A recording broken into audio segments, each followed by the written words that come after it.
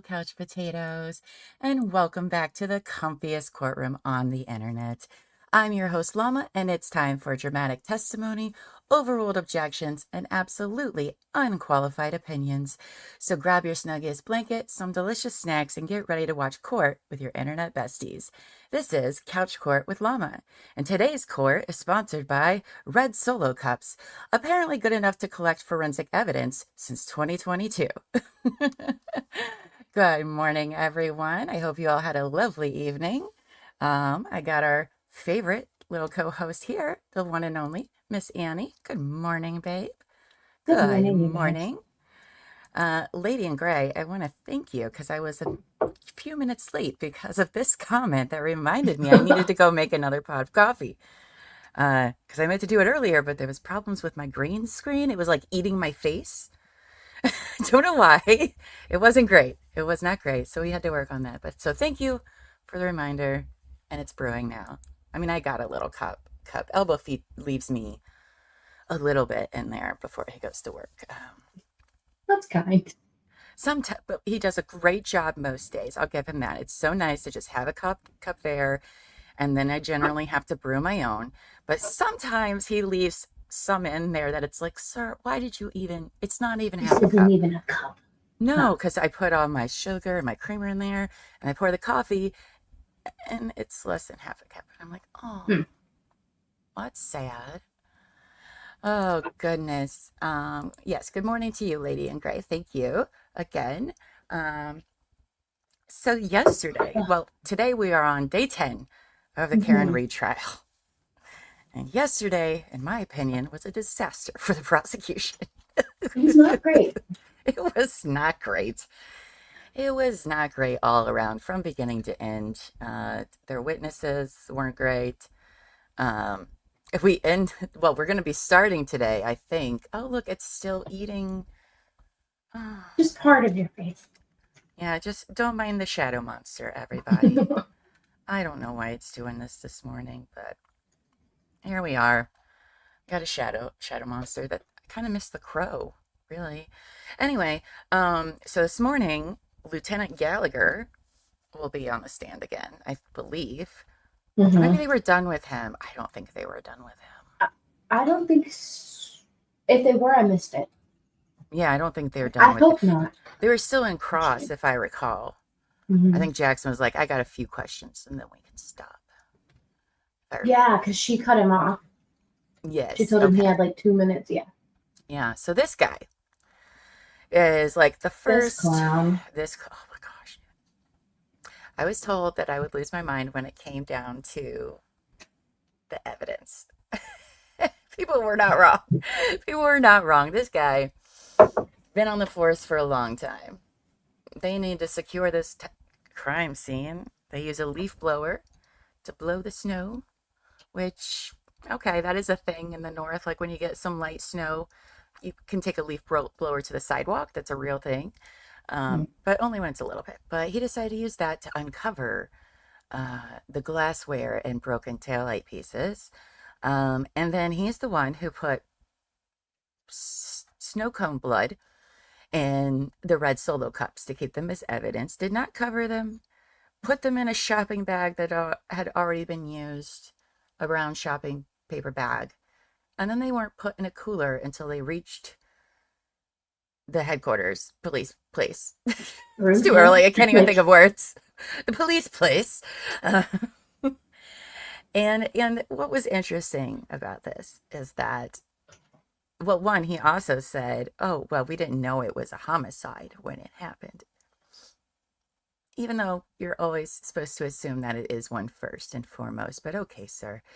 It was really the fact that he sat there and was like, this is completely fine and normal. I have done nothing wrong. No chain of command. No securing of anything. And he's just like, yeah, it's what we do. Good morning, Buffy. That reminds me, I'm sorry, I'm getting behind in the morning of sending people all the things. What do we got here? Lady Gray says, I watched EDB for a few witnesses last night about Gallagher. She was really upset with the man saying he couldn't be bothered with the investigation or doing the right by John O'Keefe. Yeah, there's no level of care, which is, again, this is a fallen officer. Like, sure, it wasn't in the line of duty, but like, everyone knows you get special treatment. Like, everybody knows that. And the fact that they're like, no, get out of here. Get out of here with that. Anyway, that guy was embarrassing. It was infuriating. Uh, and I heard it, guess what, Llama? It only gets worse. So I'm here for the it only gets worse part. Um, yeah, it was not. I think we, oh, and they didn't even, oh my gosh, they didn't even like measure the spots in the snow. Like, so generally when they collect evidence, right, you'll see like that little L-shaped ruler they'll put to take a Yeah. picture Yep. first, right? So you know the sides of it. Nope, couldn't be done because they were afraid the evidence was going to go away when it was in a blizzard and everything was frozen. But okay. That's Um, like okay. it wasn't melting, it wasn't going anywhere, but okay, sir. And oh, what was the other? Oh, they didn't make a diagram of where they found all this stuff. All there is this freaking video camera. Because the one time they bring one, they didn't bring one for any of the other times, just this time. But nobody made a graph of like, where John's body was, where each of the pieces of glass and tail light were. No, didn't happen. And they were like, well, we didn't know it was a homicide. Well, then why are you looking if you didn't think that? I So mean, many times. What it was like three search, not search parties, but three like waves of people. yeah, I mean, this was Or long something like after. that. I believe they came long after John was Mm-hmm. taken to the hospital and Days, declared weeks, dead. maybe. So, like, Mhm. how did you not know to bring shit? But it wasn't murder, I wasn't right. Exactly. and he didn't Uh, write a report. That's right. oh, yes. Even though he was in charge of everyone else's reports, that was his job. No. And then he said he didn't know Detective Proctor was the lead investigator. He didn't know that, which is crazy Oh because no. everyone knows who the lead of the case is. Oh, it was so embarrassing. I'm trying to figure out. Gallagher said there was nobody that could get into where the supplies were being kept. How many people work in the police department? Exactly. I mean, they're on all the time, especially when there's bad weather, because they know people are dumb and go out and drink and drive. Oh, wait, I'm sorry. I'm talking about cops who are doing that during a blizzard. They're going to bars and drinking and driving home in a blizzard. Never mind. I'm sorry. It's fine. Hmm. It's And fine. admitted to it. Like they. Yeah. That's insane to me. Um, Linger says, I think he said there was one person there, but he was answering the phone. Hopefully, the new incoming chief gives better leadership. It's just, it wasn't that far away. And again, Well, it is freezing outside. It's not going anywhere for a 5, 10, 15-minute ride to do the right thing by the investigation. I mean, yeah. it's not asking very much of anybody to do that. Um, they'll deny Proctor being the lead investigator throughout the trial. What? Hello. Doesn't Gallagher have the keys to where everything is packed? Couldn't he give it to somebody? I mean, yeah, stop making sense, Buffy.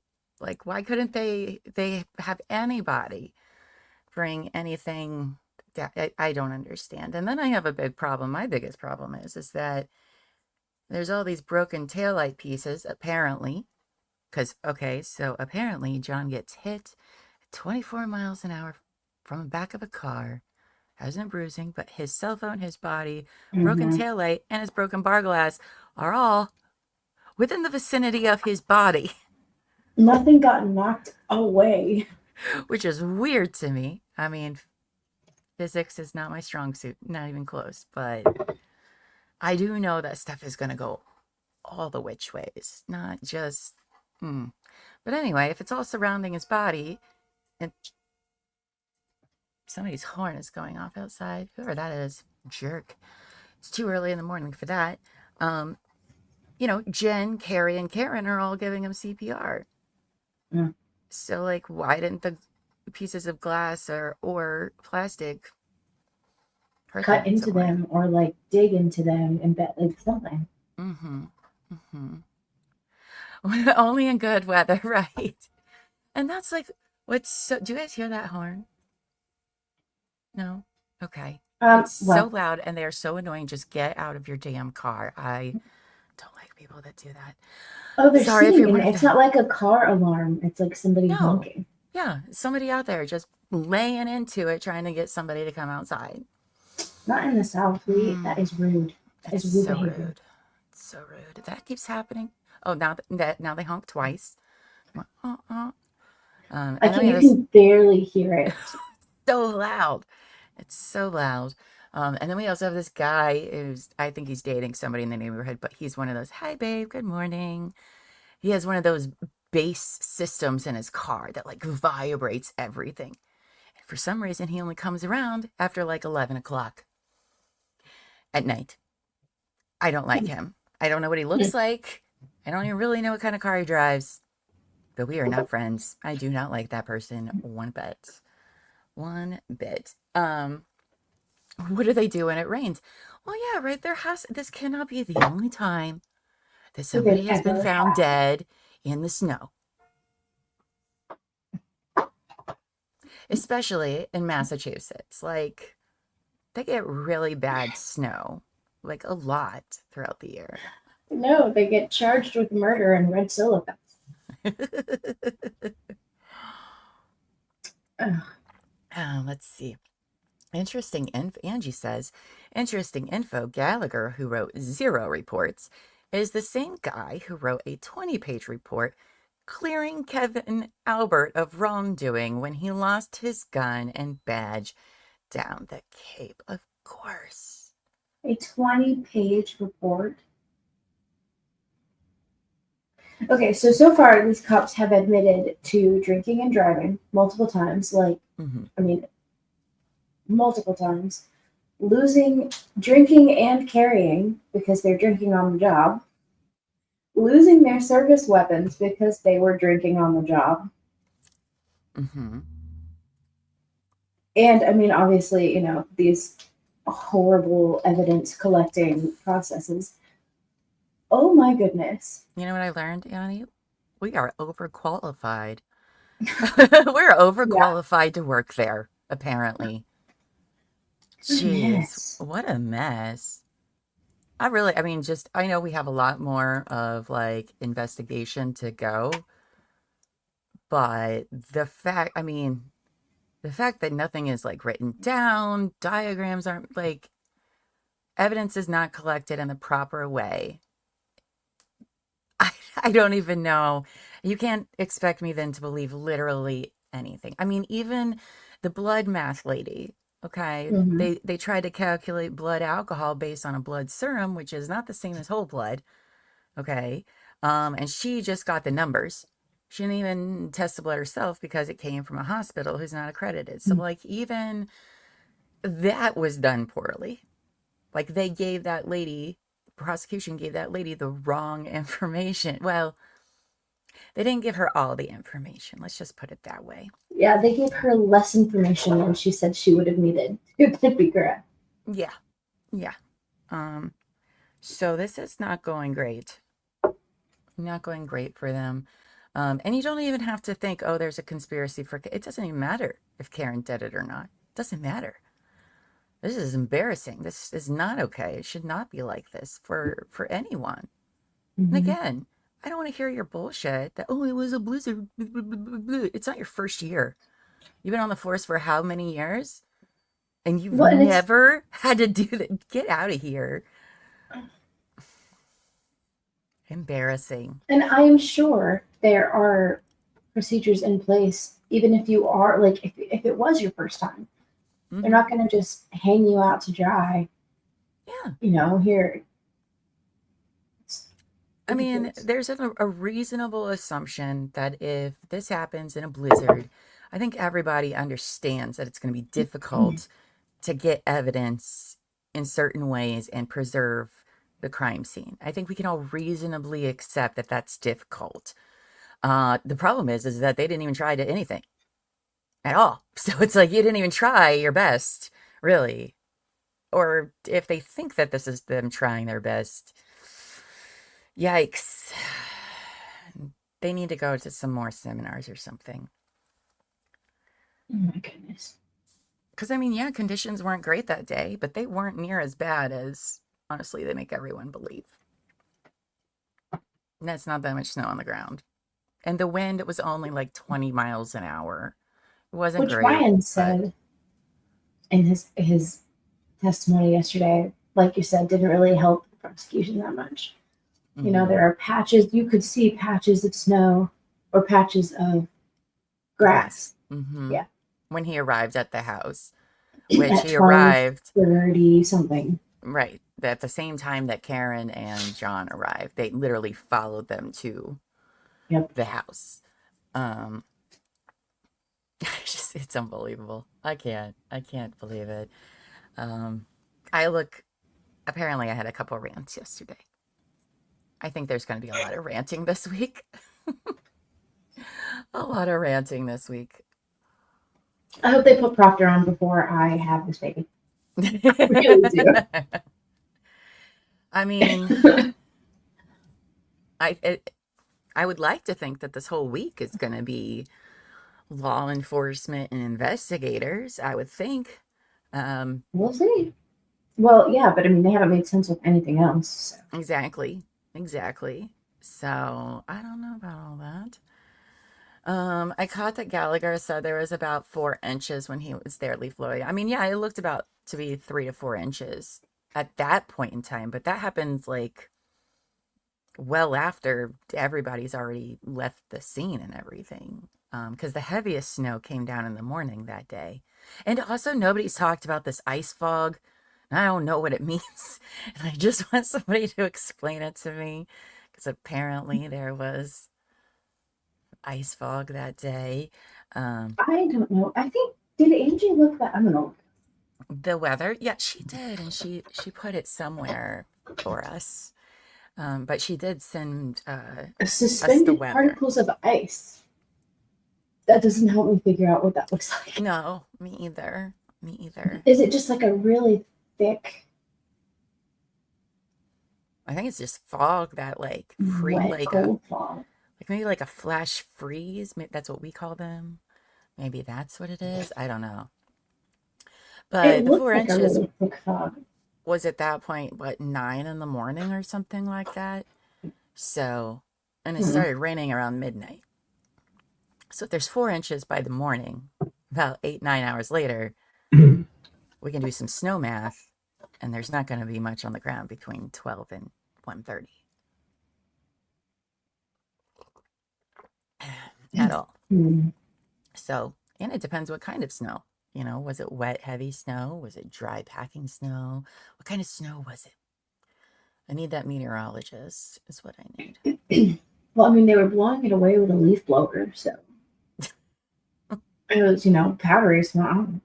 We don't get powdery, beautiful snow down here. We get slushy, icy snow. It's very, very, very different.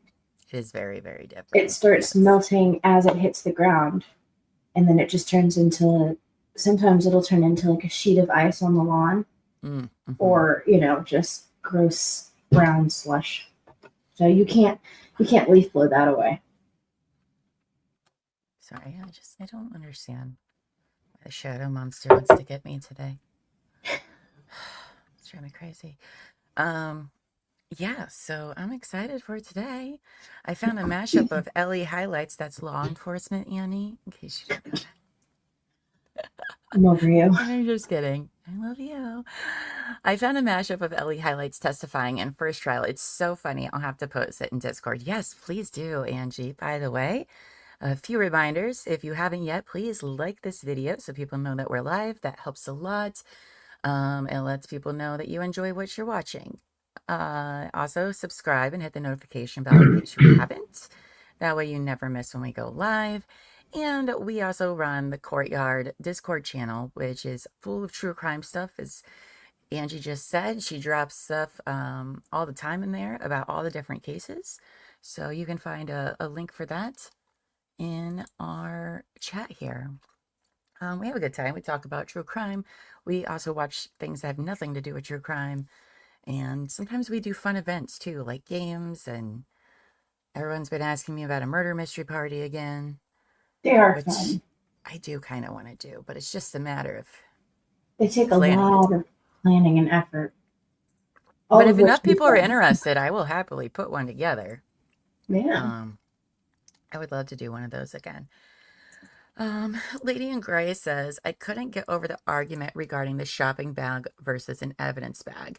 How many people have touched the shopping bag before you even get to the food and stuff inside of it? Geez. Oh my gosh. Yes, Lady in Gray. That was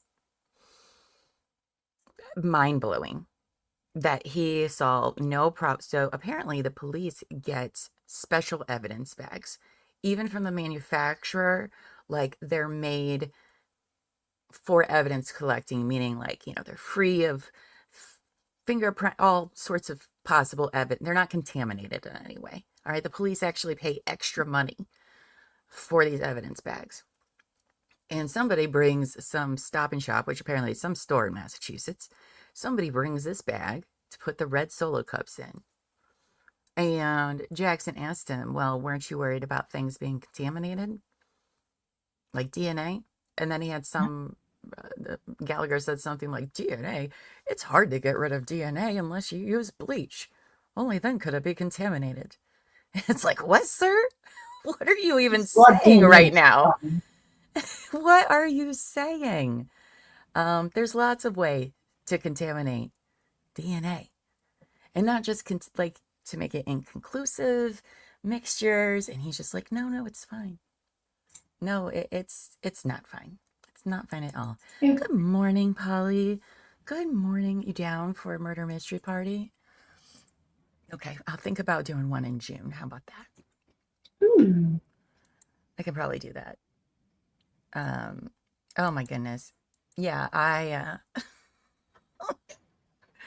just being like, I don't know how this could get contaminated. I couldn't take this guy seriously at all. And it makes you think, okay, they did this shitty of a job. How did they treat other cases? What other cases are there in this area where they've done things like this? This is insane. How many other crime scenes or, evidence bags have been contaminated and you just But he said he needed to collect the blood from the snow to like keep it, there, to preserve it. That's the word I'm looking for. Again, I've had one cup of coffee. To preserve it, right? That's why he had to use the red Solo cups. Hi, 80s. Good I morning. like such things. All right. But then doesn't put lids on them. Just puts them in a bag, puts them in a car where, oh, that's right, it's a blizzard, so the car is normal temperature because it needs to be warm because it's cold. And then when it gets back to the police station, puts them in a freezer. So you don't care about preserving shit. Because we don't even know if the red Solo cups were used or not. Because he just got them from some guy's house or whatever. We don't know if they had been drank out of and then washed or anything. Did they come from the Albert's house? No, I think they came from there. one of the neighbors' houses, is my understanding.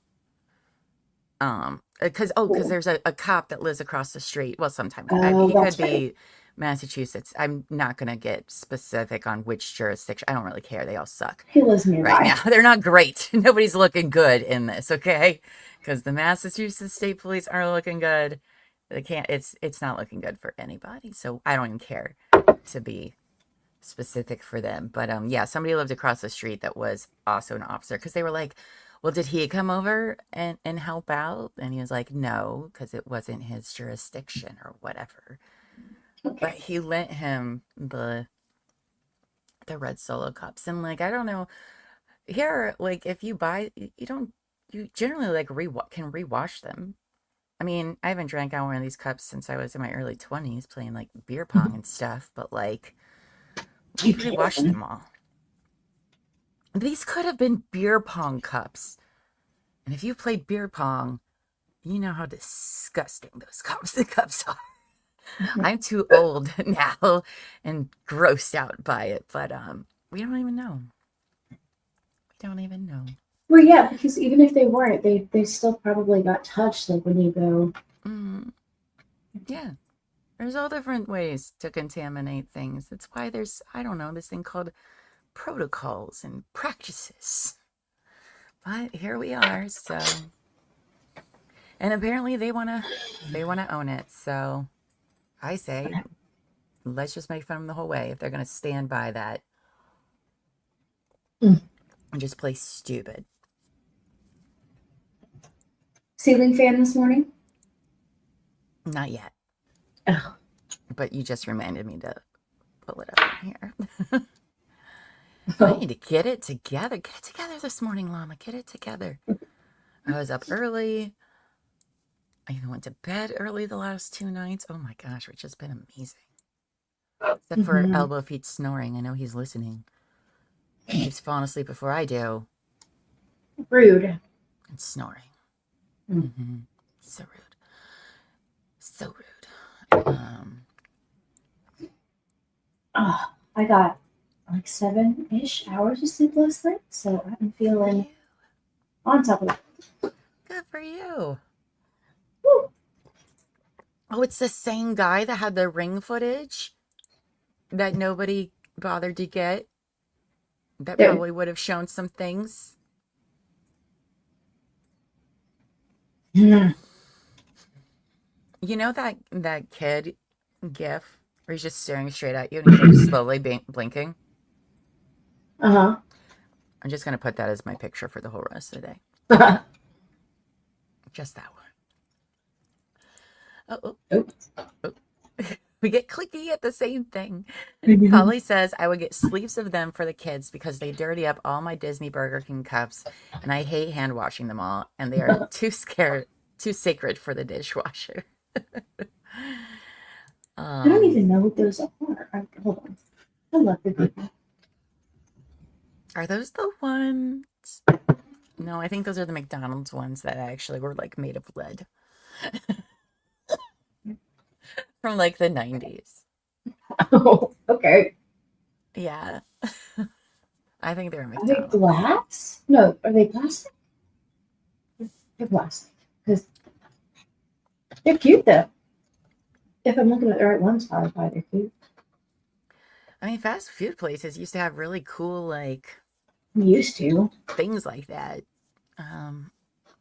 No, they don't, which is fine. I don't eat there anyway, but well, McDonald's anyway. I don't really like McDonald's. Oh, those are cute, Lacey. Oh, they have the VHS cover on them. Okay. The plastic. I think I do remember those. Now that you mentioned it, that's pretty cool. Oh my gosh. So the bakery that I used to work at, it wasn't Disney specifically. It was the studio that was in charge of the new Beauty and the Beast movie that came out. Aired with us. So they contacted us and had us make a bunch of stuff with the rose stencil on it. So we used to have these massive loaves of bread that were huge, round, just bowls of bread. Anyway, she said hit it. And so they all had the rose stencil. It was so cool. And then they gave us all this like movie posters and all this stuff before the movie came out. So it was just we were so excited. We were like, yeah.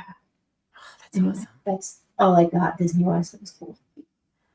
I don't know. I kind of want a show where I'm just reviewing new TV shows and movies because I hear those people, if you do it a lot, that the places will send you things to watch early. Oh, you guys, that'd be awesome. Yeah. It'd be so awesome. Okay. I mean, how do we get on that? I know, right? Let's see. Did you get the gold-plated Pokemon cards? I remember those too. Good morning, Amy Beth. Good morning. I forget that. What? I was late to the 90s. That is so cool. There's that face again for Annie. You were late. You were very late on the I 90s, ma'am. was late. You were very late on the 90s there. Oh boy. Those cards are so cool. That would have been so cool to me as a kid. Being a kid in the 90s freaking rocked. Okay. What? It rocked. Yeah. You weren't even born until like 3 years ago. You don't get to say. Oh man. You guys have He the probably does. moon shoes, right? The what? Moon Like shoes? the Yes. bouncy moon shoes? Oh, Yes. so much cool. I always wanted them, but Shh, don't let her see it. Oh, we got the ceiling no, see, fan. I said it differently. I was respectful of my elders. Oh, She's gonna boot me off. Oh, I can't wait till you have this baby. Just kidding. I'm just kidding. It's fine. Fun. Look at her wanting to just be a celebrity. She's like, Mom, you didn't tell me that we were alive. How rude. Her glares are hilarious. I had a full laser tag set for my neighborhood. Man, those were so cool. I always wanted those. I will agree, it was the golden age of cartoons. All because, I mean, obviously, those are all the cartoons that I watched because they were the ones that were on. Those were cool. It was a golden time for a lot of things. Toys. I wanted all of the 90s toys. Oh my goodness. We do got the ceiling fan, you guys. Ceiling fan is up. Oh, I should probably turn that volume on so that way I hear it. Because that happens a lot. I looked up 90 toys now. I'm like, oh my gosh. How cool was that? It was a fun time to be alive. Yes, I forgot about Dexter's Lab, but Rugrats, Dexter's Lab. I didn't watch as much of the Hey Arnold or the Dragon Ball Z, but you bet Powerpuff Girls. I keep hearing like somebody's dialing something. It's the court, but it's just like, do, do, do, do, do. Like, how many numbers are you dialing? I'm so sorry. Maybe. Okay.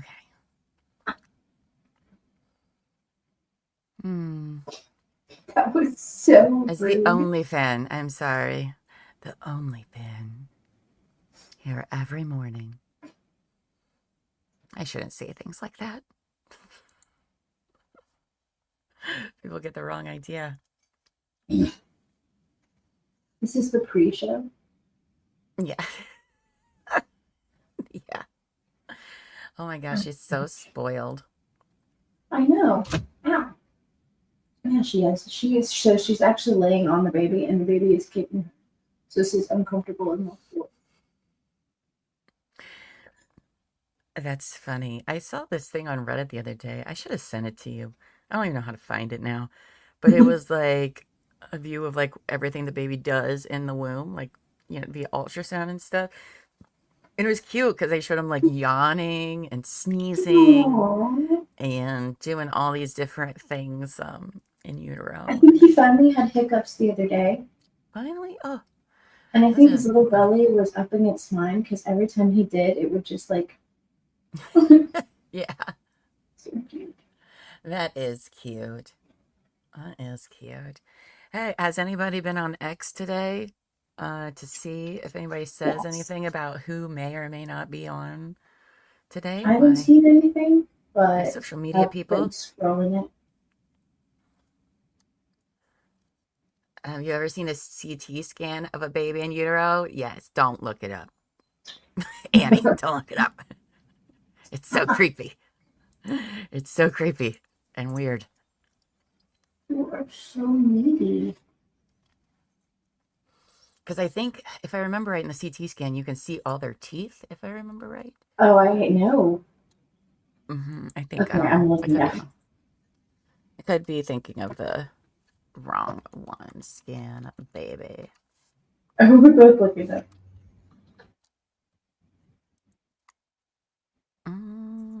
Why don't I see it?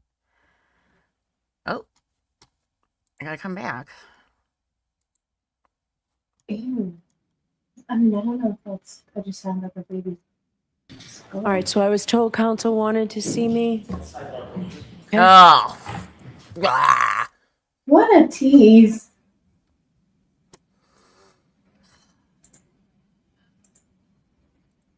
That's my best Bev sigh. All right, well.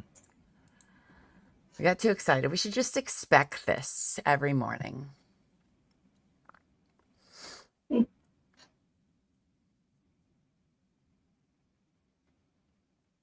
Maybe we'll get lucky and today will be like a half day or something.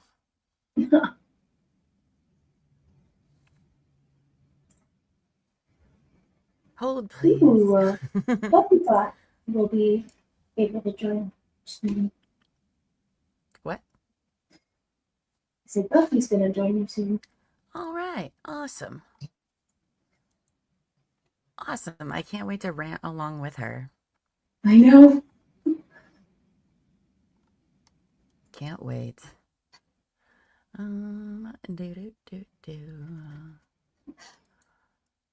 Yeah, y'all are getting all these storms, which is crazy. Today's our last day of rain, supposedly. It's been 5 days. Oh, if you will finally be able to cut the grass. With ease. It's ridiculous. It's rather embarrassing for the whole neighborhood. But like, we've gotten so much rain, it's become it's unmanageable. Elbow Feet was able to do like 2 lines. The other, so like everything is super tall except for like 2 or 3 lines by our fence. Because it started storming and lightning. Every time. Even last night after I got done, he was like, "Hey babe, you want to come help me outside?" And I'm like, "Ugh, no. I'm too pretty to do that. I don't want to do it." And he was like, "All you got to do is hold the cord," because we have it like an electric mower. I was like, "Fine, you're right. I can do that." Because it's tall. It's tall grass. There may be snakes. Okay? I'm not playing that game. I was like, "Sure, that's fine, babe. I will do that." Right? He gets ready, and what does it do? It starts pouring down rain.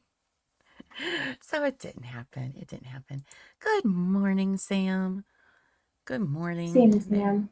At sidebar right now, because they hate our faces.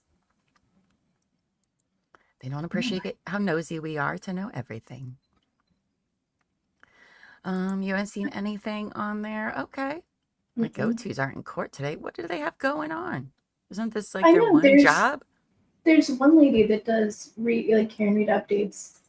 She posted no updates today, but full day of witness testimony. Break out the weed eater, Llama. Remind me to tell you the story. I will not run a weed eater. I'm so scared of them. Okay. I'm just too afraid to use them. I don't like things like that. But yeah, my son uses it, which is, I mean, he's older. So does Polly's. Yeah, he's old enough to use it, but I'm like, what if I lose a foot?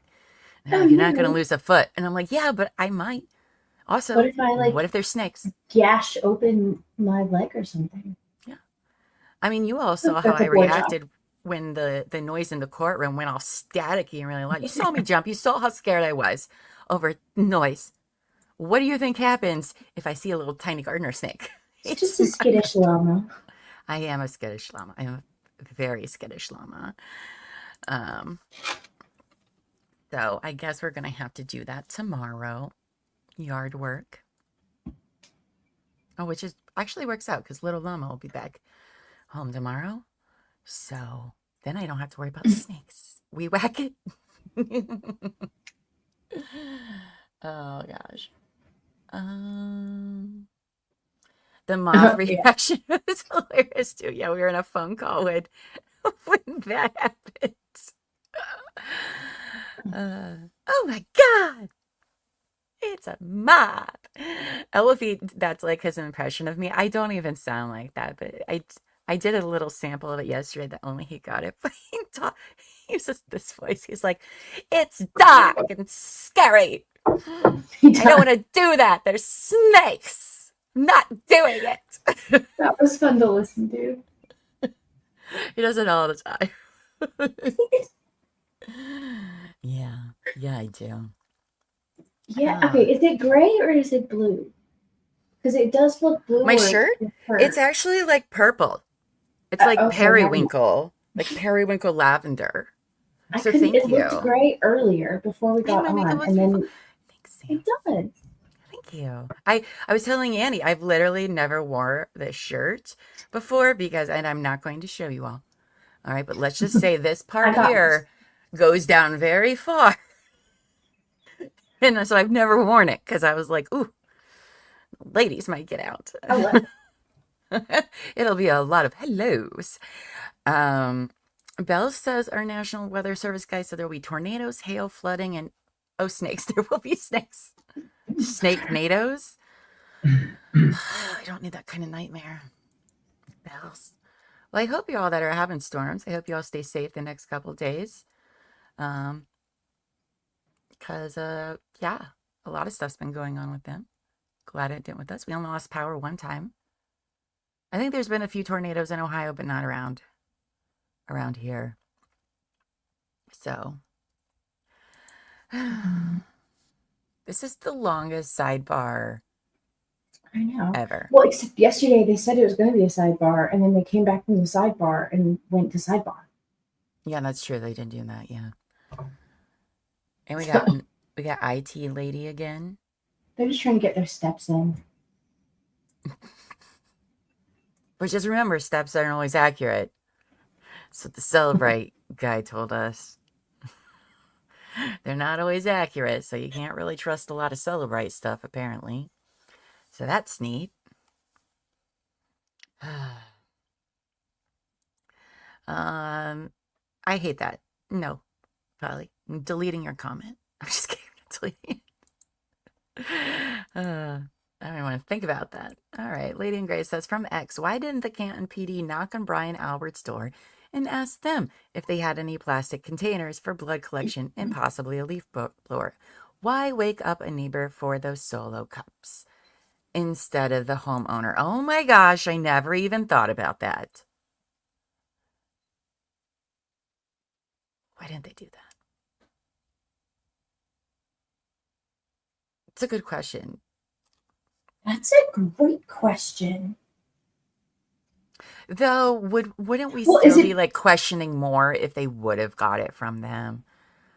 Well, I mean, I guess if they knew it was a cop, if they knew it was a cop across the way, I don't know how far away, but I mean, Albert was a cop too, so I don't know. It's a good question. What I'm gonna think about. I'm gonna think about okay. it. Llama won't even wear a feather boa because of the name.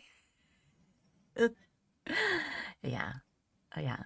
He covers my eyes when a snake comes on, just like that. He'll be like, whew. Well, that's cute. It's very cute. He is cute. I like him, I guess. I guess I'll keep him. That's fair too. Elbow feet. Right. Why didn't they knock on 34 Fairview? 34. Okay. You're close on the name or on the number, kind of. I know. And there was a dead guy in their front yard. Well, they eventually do go in there after they send Jen McCabe alone into the house. Where there's a dead guy. That makes sense. It's like, how do you not go in and clear the house and make sure nobody in the house is dead, or at least go in to make sure that the civilian you're sending in isn't going to be harmed by some guy that's, maybe hiding out in there that murdered the guy on the lawn. I mean, because I would think a dead body being on the front lawn might actually be enough to be able to enter the house without a warrant of some kind. I mean, I would think. I guess I don't know Massachusetts law, but yeah, maybe that's the thing, is that they weren't legally allowed to do that. But I don't see, there's a freaking dead guy outside on the front lawn. So I feel like they probably could have gone in if they thought that another emergency was happening inside. I don't know. It sounds like she may go out in the cold for you this week. As long as it's not a blizzard. As long as it's not a blizzard. But also, if you text me that you're getting murdered, I'm going to say, who's this? Why'd you call As we 911 learned. instead of text me? Why don't you True call 911 story. instead That of happened. texting and calling a stranger? It was my brother. He got a new phone. We didn't know it was your brother. I didn't know. Yeah, no, I didn't know at all. That was some weirdo. She got a random text on her phone that said, "Help me, I'm being murdered." Yeah. And so everybody called the number and looked it up and tried to figure out who it was. Yeah. I'm no longer his emergency contact anymore. I was like, well, I'm sorry, but if that was happening to you and you called or texted me first, I'd be like, you're dumb. This is why you got murdered. Because why are you calling me instead of 911? He's like, well, yeah, but then you could call 911. I said, correction, 911 shows up on your keypad before, like it takes less steps to call 911 on your phone than it does to find my number and call me or even text me. It's more steps. So See, that's what it should have. That's improper. Right, because I think they just have to be invited in by somebody like vampires. Maybe that's what this is. If no one responds to knocks, yes, they may enter if they reasonably believe that those inside may be in danger. See, that's what I was thinking too. Which I would reasonably believe that if could be a possibility. I mean, you have a dead cop in the yard, in a cop's house. I mean, they can be targets of people. I feel like it would be reasonable for them to do that. So, what I'm hearing, yesterday protocol is not the Canton way. They don't even have common citizens. It's embarrassing. Embarrassing. Thank God, I gotta pee and get coffee. You have counsel see me for a sidebar?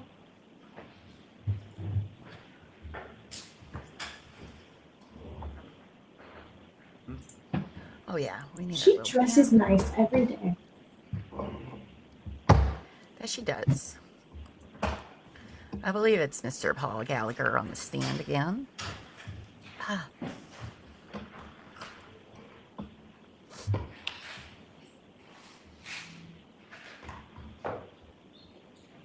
gonna go to the bathroom and get more coffee.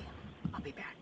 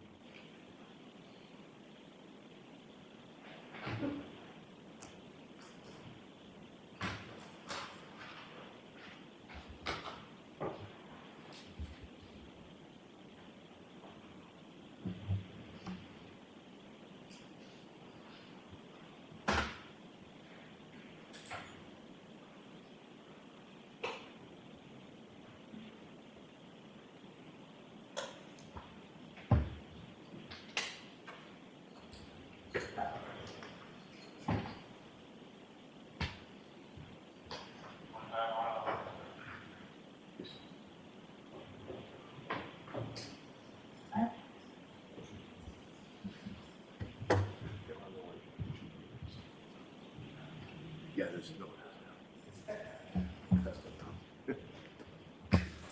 All right, to the court, please. Jurors entering.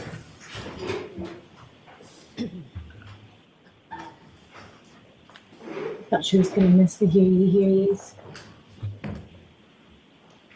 Oh my goodness. You guys think that we're gonna get fireworks straight off with Joan? Angie says with AJ in this mess, probably. That's right. Oh, my goodness.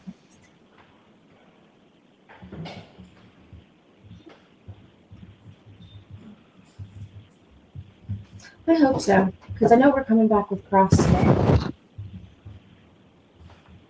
This morning. Hear ye, hear ye, hear ye. All persons having anything to do before the Honorable Beverly Cannoni, the Justice of the Superior Court, holding in Dedham within and for the County of Norfolk. Draw near, give your attendance, and you shall be heard. This court is in session. Please be seated. Good morning again, council. Good morning, Ms. Reed. Good morning, jurors. Good morning. Thank you for your patience this morning. We were able to get some work done that will help facilitate things and make everything go a little more smoothly. So we appreciate your patience. I do have to ask you those questions. Was everyone able to follow my instructions and refrain from discussing this case with anyone since we left yesterday? Yes. Everyone said yes or nodded affirmatively. Were you also able to follow the instructions and refrain from doing any independent research or investigation into this case? Yes. Everyone said yes or nodded affirmatively. Did anyone happen to see, hear, or read anything about this case since we left yesterday? No. Everyone said no or shook their heads. Thank you. Can we have Lieutenant Gallagher again, please?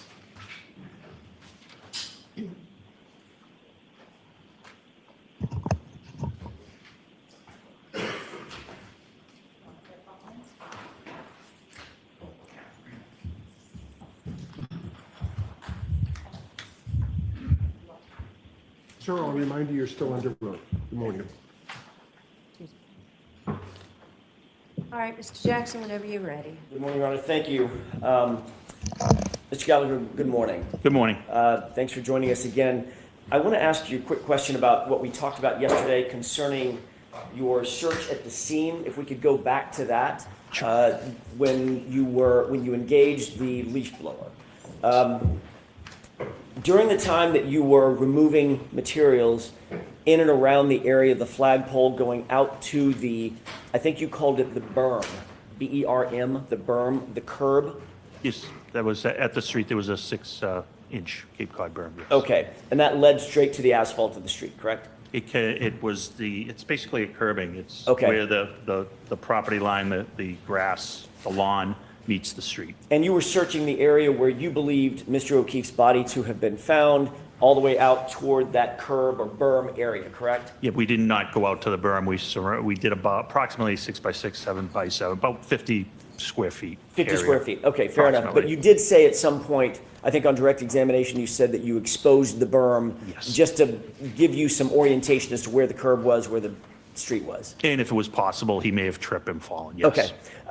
You did not recover or see a hat, a man's hat? No, sir. Black No. in color, like baseball style hat? No hat. No, sir. You did not see or recover a man's shoe?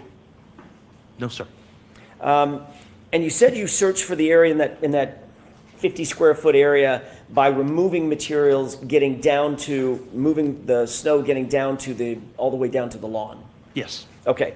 You did not see a single piece of bright red plastic taillight material either, did you? No, sir. Not in that area. As a matter of fact, you didn't see 46 pieces of taillight material, either clear or bright red plastic, in any part of the area that you searched. No, the only thing we discovered was the blood sampling in the glass. That is correct. Speaking of the glass, that's a good segue. You found that piece of broken drinking glass that you brought in and showed the jurors yesterday, correct? That's correct. Did you search the house at all to determine whether or not there was any matching glass in the home? No, I did not. You testified yesterday that you looked around, when you were in the house, this is the second time you're at the location, so you went back with Sergeant Lank. I want to orient you to that time. That's when you actually entered the home for the first time of Brian Albert. Is that right? That is correct, yes, sir. And you indicated that you did look around the family room, the kitchen, and you didn't see any signs of a struggle or anything like that. No, sir. I asked you that exact question about a year ago at another proceeding. Do you recall that colloquy between the two of us? Yes. And at that time, I asked you, did you look around the house for any sign of a struggle or a fight? And your answer was no. Do you remember that? Yes, I think that's out of context. I understood that question was, did I wander the house to look for any sign of a struggle? I believe you asked me if I went to asked me about a bulkhead and things of that nature. Okay. As I stood there, I have observations I can see. Right. So I think it's just a miscommunication on what type of search. Fair or enough. What type of observation. Fair enough. Let's clear that up right now then. Mr. Gallagher, with regard to your the time that you were inside the residence, you did not seek to or ask permission to look around any place other than where you happen to be standing, which is right inside that front door of the family room, sort of adjacent to the kitchen area, correct? That is correct, yes, sir. You didn't walk into any adjacent rooms? No, sir. No, sir. Okay, you didn't walk into any, you didn't search the kitchen area? I did not, no, sir. You didn't look through the cabinets or anything like that? Absolutely not, no. You didn't look at the glassware?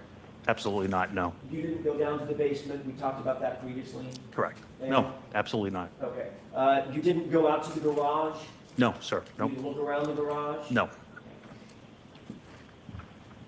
Other than walking in and basically where you just described, standing while Sergeant Lank was engaged with Miss McCabe, you didn't do anything to search the interior of that house for anything? No, I wasn't there to search at all. Okay. You also didn't, subsequent to that, you didn't seek or receive a search warrant? No, I did not. Okay. You didn't believe that it was necessary, in your mind, it was necessary to seek a search warrant to search the interior of that house? That's absolutely correct. You were aware at the time that you did go into the house that Sergeant Lank had earlier reported at least the possibility that John O'Keefe may have gotten into a fight, correct?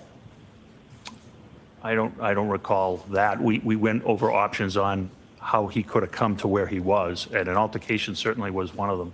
Okay, so that's fair enough. So an altercation meaning was one of, when you say altercation, that means a physical fight, correct? Sure. So that was a possibility in your mind. Everything was a possibility at that time. And at that time, you had the information that you found, or Mr. O'Keefe's body was found on the lawn of a residence where there was alcohol, drinking, a party of some sort, or a gathering of some sort just hours earlier, correct? That's correct, but the house had nothing to do with the incident. How do you know that? To your mind. That's correct, based on the evidence, yes, at that time. You And the didn't evidence at that time investigate was it. simply your communications with some, but not all, the occupants of the house, including Jennifer McCabe, correct? That is correct, yes, sir.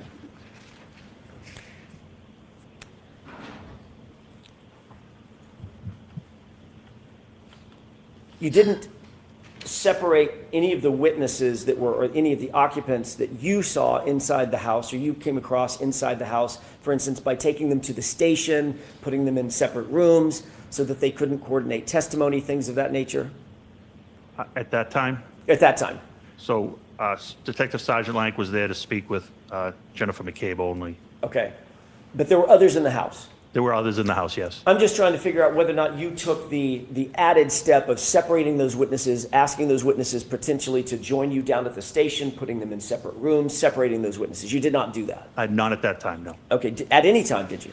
No, we, shortly thereafter, we were removed from the investigation. We removed ourselves from the investigation. And before you were removed from the investigation, you just left the house after the conversation that Sergeant Lank had with Jennifer McCabe, correct? Yes, after he took Jennifer McCabe's statement, we left the house, yes. Is the reason that you didn't seek a search warrant or separate the witnesses or ask any of the potential witnesses to join you down at the station, did that have anything to do with your knowledge the homeowner was a police officer? Absolutely none. I've actually executed warrants on police officers' houses in the past, including police officers I personally worked with and had to charge some of their children. So that absolutely would not factor into a reason. And it didn't factor in this case? Absolutely Can I not. finish my question? It did factor into your decision-making that Brian Albert was a police officer? Absolutely not. He didn't get any special treatment because of that? Not by me, absolutely not. Okay, not by you? Not. Okay. I can only speak to my personal knowledge. You were aware that, and you indicated yesterday, that the reason that Canton PD was removed from the investigation, or at least the interview section of the investigation, was because of a relationship of one of your detectives. You indicated your best detective, Kevin Albert, correct? That's correct. Or you gave Mr. Albert, or Detective Albert, very high praise, He's a very good detective, yes. and you were his direct supervisor. I was at one point, yes. Okay. You're aware that Kevin Albert was disciplined by the Canton Police Department for an incident occurring in July 2022, correct? I am, yes. Do you stand by your testimony knowing that Kevin Albert is your best detective or was your best detective? He's an excellent detective, yes.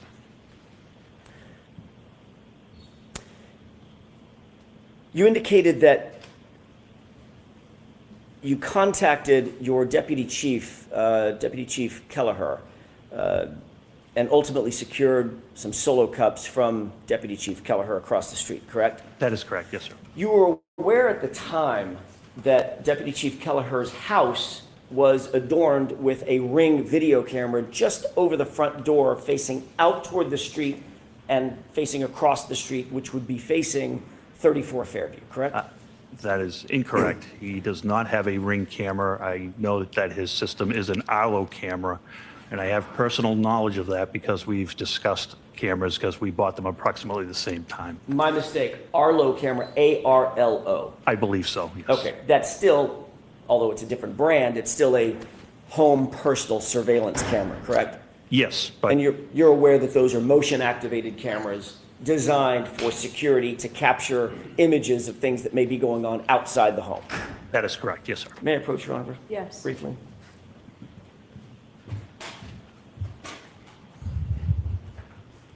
Thank you. Mr. Gallagher, would you take a look at that photograph that I just handed you? Yes, What's it marked for ID? It is marked for ID, and Mr. Gallagher, if you could read that for me, so it'd save me a trip up to the stand. I believe it's a 5, Exhibit 5. Could it be an S? It could be an S, yes. I think it's S, Your Honor. I apologize. Let me, it is S? Okay, thanks. Thank you, Mr. Gallagher. Do you recognize what's depicted in that photograph? I recognize the camera and the door. Okay. Yes. Is that a shot of Deputy Chief Gallagher's, sorry. That's okay, I know what you're Ed, asking. Is this a shot of Deputy Chief Kelleher's Good question, front AJ. porch? It appears to be. Okay. Does that front porch face 34 Fairview? We need a time frame. I'm sorry, Your Honor? We need a time frame. Sure. Did you see that Arlo camera so situated when you went over there on January 29th, 2022? I knew it was there, yes. Okay. And is that a fair representation of what the camera looked like and its positioning, basically its positioning in January of 2022? Yes, Okay. Did you seek the footage? From the no, I camera? didn't. I know what that camera captures. Okay. Your Honor, with the court's permission, when we publish, actually, I'd like to mark this as evidence, next in order. Okay. I may approach. Yes. Is it 53?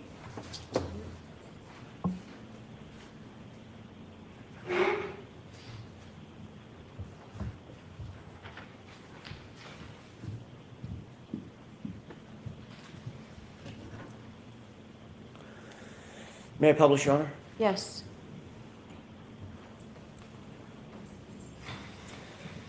Mr. Gallagher, do you recognize this as being the photograph that you just saw, Exhibit 53? That is correct. Okay. I'm going to draw your attention, and by the way, there's one amendment to this photograph. There's a redaction of the address. You see that? Yes, Okay. I'd like to draw your attention to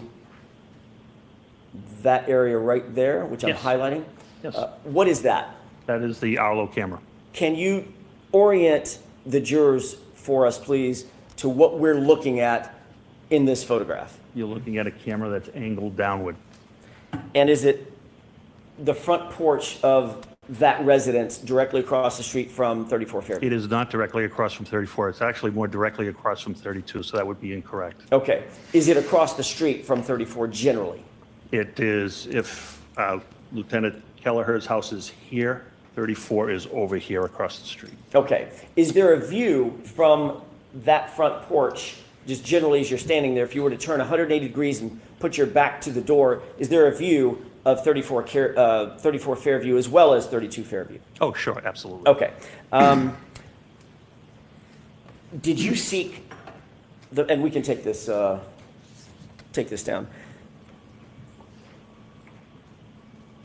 Did you seek to secure any footage from that Arlo camera I did not. from Deputy Chief Kelleher? I did not. Did you talk to Deputy Chief Kelleher about that footage? I don't remember specifically. Did you ask him whether or not he had reviewed the footage for a determination whether or not it caught any of the incident that may have occurred at or around 34 Fairview on January 29th, the early morning hours of January 29th?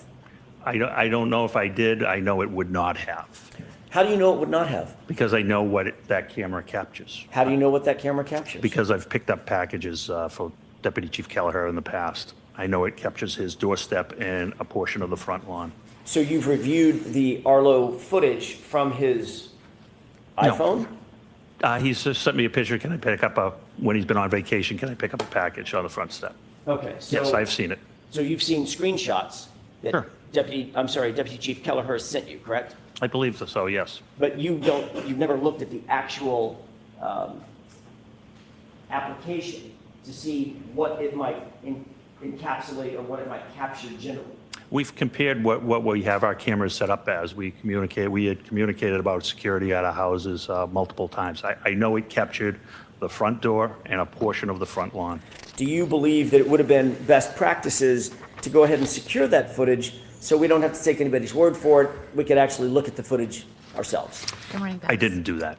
Do you think that would have been best practices to do that, just to have belt and suspenders? So there's no question about whether or not that camera that's facing, at least it's facing directly across the street, might have captured something of interest on the morning of January 29th, 2022. To me, there was no expectation that it had captured anything, so I didn't think it was practical. So because of your expectation, you didn't seek the footage and you didn't secure the footage. Because of my knowledge and expectation, yes. And you now know that that footage is gone.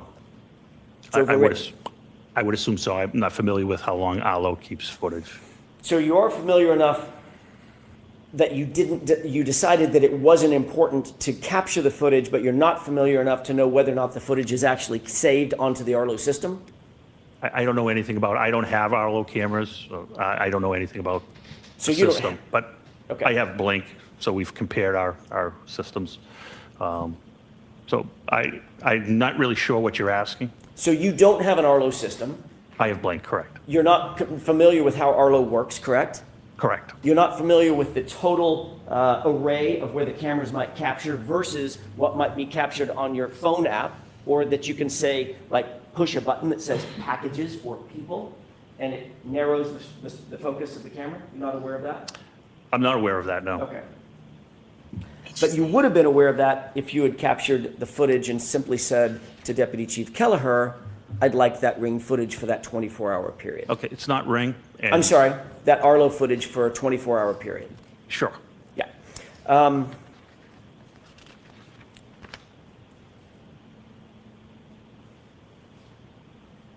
That's when did he Well, let pick me up ask the you this. package? Like, that could have been years ago. Deputy Chief Kelleher get any special treatment from you because he's a police officer? No, Did Deputy Chief Kelleher get any special treatment from you because he was your boss? no, absolutely not. Okay. No, I'm just incompetent. I'm not doing favors. I'm just incompetent. It's fine, guys. You know Brian Higgins. What? I do. How do you know him? Brian Higgins is a special agent with the ATF. How long have you known him?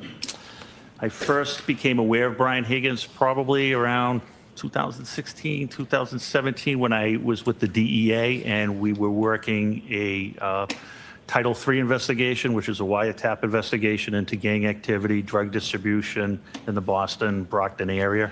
I never had any personal contact with him at that time. He was just an agent in the group I was working for. Ultimately, did that professional relationship seep into more of a personal relationship as well? It did. So I think it was 2018 or 2019, the ATF had a satellite office at Canton PD, and he was one of the special agents that was assigned, yes. So he actually officed in the brick and mortar location of Canton PD? Yes, he did. And did he maintain that office all the way through January of 2022? He did, yes. And during the course of your interaction with Mr. Higgins, did you become friendly with Mr. Higgins? I've become friendly with Mr. Higgins, yes. Most of my coworkers I'm friendly with. Is it safe to say that you socialized at times with Mr. Higgins? I have, yes. Okay. You've shared cocktails with Mr. Higgins? Yes. Shared meals with Mr. Higgins? Yes, Okay. So it is safe to say that you have both a professional and a personal relationship with Mr. Higgins, yes, I do. and you consider him a good friend. Yes, I do. You were aware, Mr. Gallagher, that he was at 34 Fairview on January 29th, those early morning hours, during the course of the time when John O'Keefe went to 34 Fairview. I'm sorry, can you repeat that Sure. question? You're aware that Mr. Higgins was at 34 Fairview in the home at the time that John O'Keefe went to 34 Fairview on January 29th, 2022. By the time I became aware of it was afterwards, yes. Okay, that's what I mean. Yes, I know yes. you weren't aware of it at the moment, but Right, okay. you became aware of it. Later on, yes. Okay, when did you become aware of it? I'm not sure. It was after we were, I'm not really sure. It was during the time that you were dispatched over to Brian Albert's house to ultimately either begin the investigation or go into the home with Sergeant Lank and interview with people there, correct? No, that wasn't the time, no. Didn't you say in a report to Lieutenant Tully that when you went over to Brian Albert's house, that Brian Higgins was not there? I don't recall Brian Higgins being there. Right, so what I'm trying to register is whether or not you knew at the time that you went to Brian Albert's house, at least that second time, that you might or might not have expected to see Brian Higgins there because you knew he was at the home when John O'Keefe arrived there the night before. Can you rephrase that question? I'm not following you. Sure.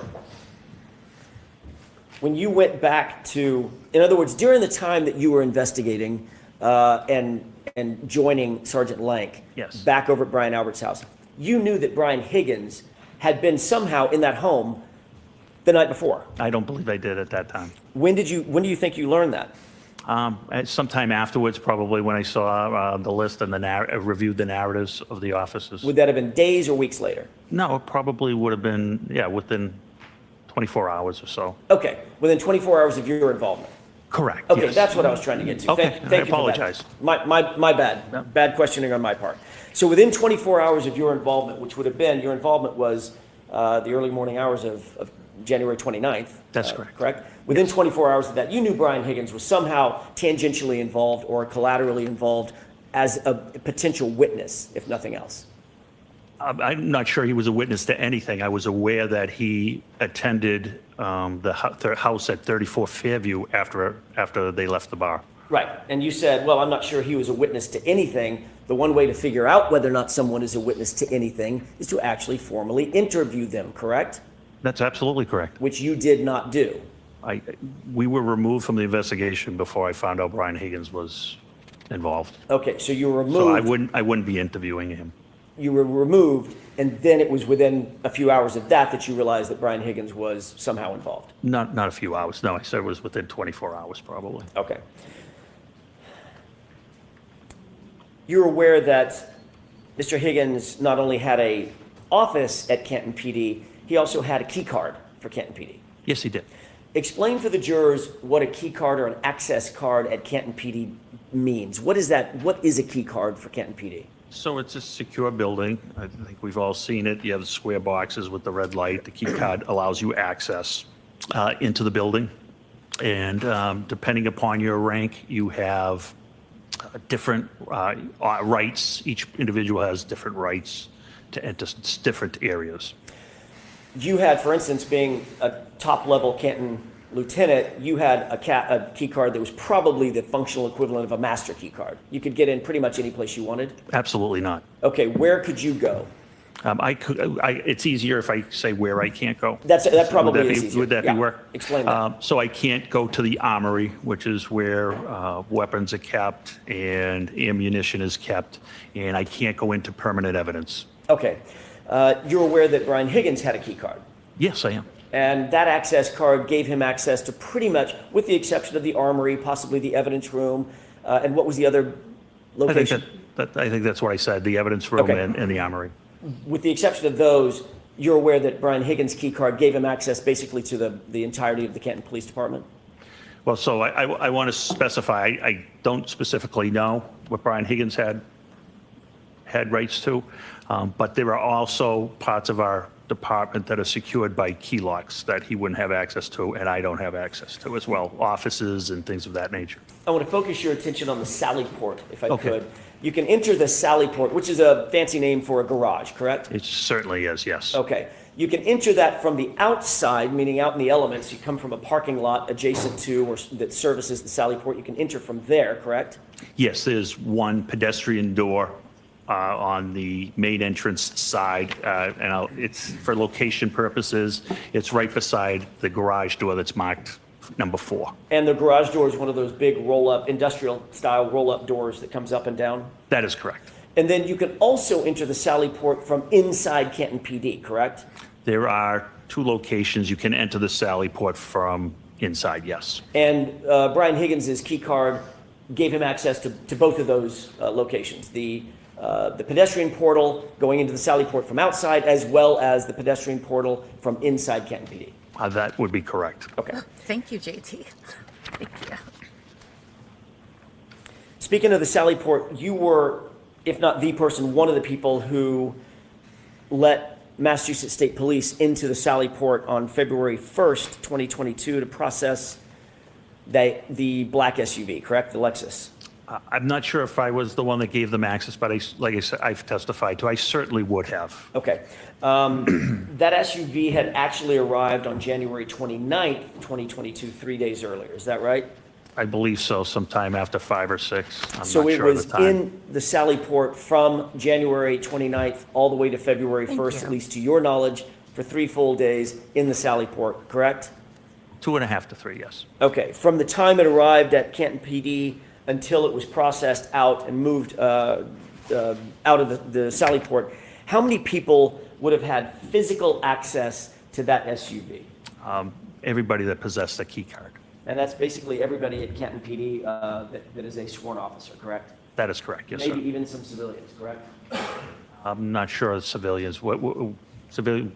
But do y'all have non-sworn civilians that We don't. administrative things? No, we do not. Well, we do, but I'm not sure whether they would have access, what their access is. So at least the entirety of the police department, sworn police department, correct? The uniformed police, yes. As well as Brian Higgins, correct? That is correct, yes. Thank you. Eesh. Oh, by the way, can I go back to something? Sure. When you were at 34 Fairview, when you walked in with Sergeant Lank, you walked in through the side door or the main door? Side door. Side door into the family room, correct? I believe it's a family room, yes. Walked into the kitchen, correct? I was by the kitchen. Adjacent to the Yep. kitchen. Did you see a dog? I did not.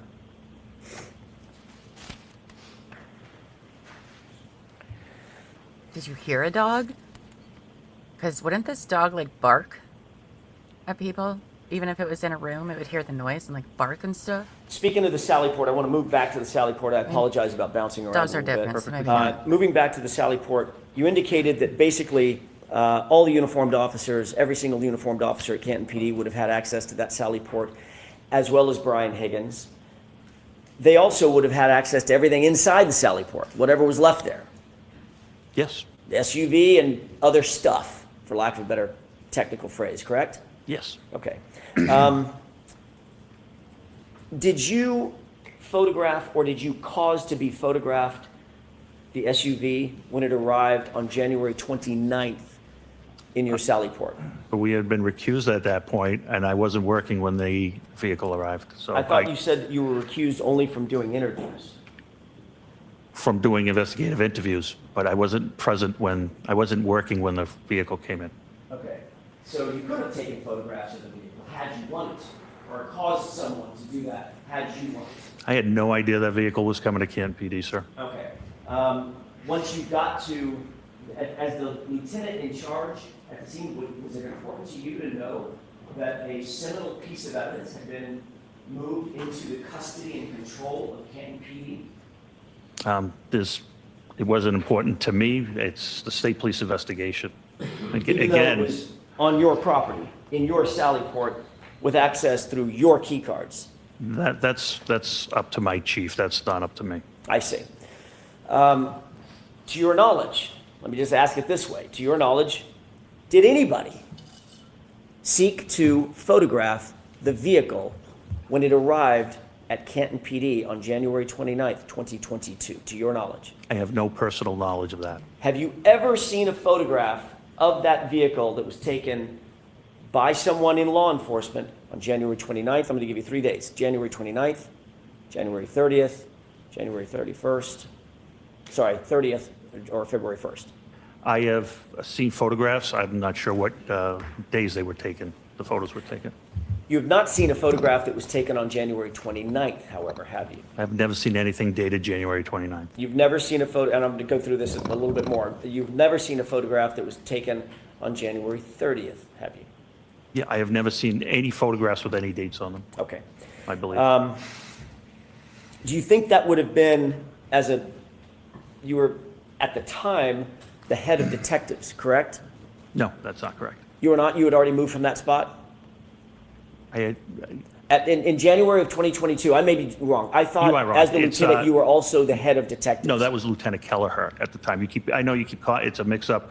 So we've had promotions since January 29th, and I think that's where the mix-up might be.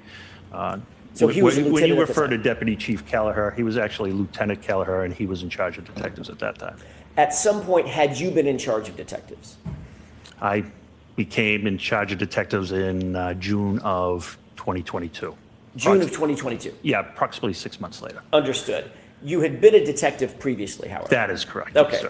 sir. As a detective, do you believe that it would have been important to photograph, had you had your druthers to do it, it would have been important to photograph that vehicle when it came in so that it could be memorialized and documented the exact condition that vehicle came in on January 29th, 2022? So this is important to know that unfortunately John O'Keefe was deceased at this time. Once John O'Keefe becomes deceased, it becomes the state police's investigation, the Norfolk County District Attorney CPAC investigation. That's why it is not our investigation. It's up to the investigating agency to make those decisions. Even something as uninvasive as taking photographs? Yes. Okay.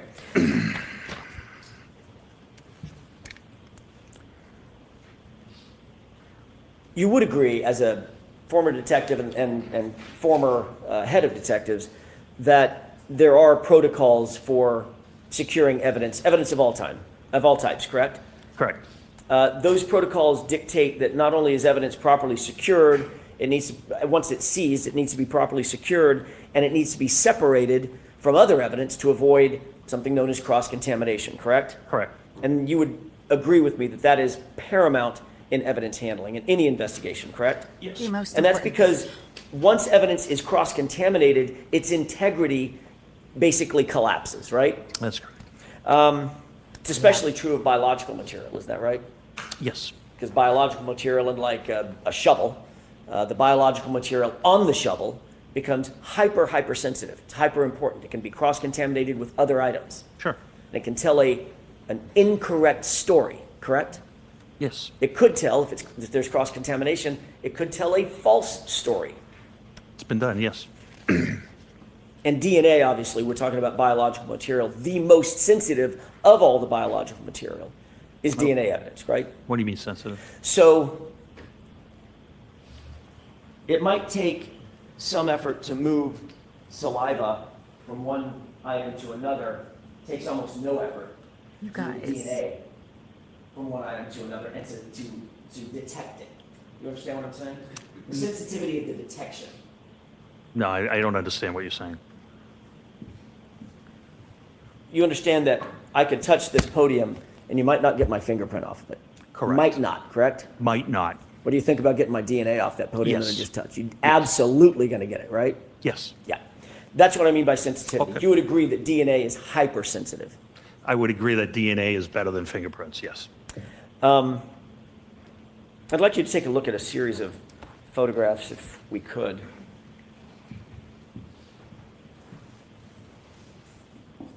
Oh boy. Can I approach your arm?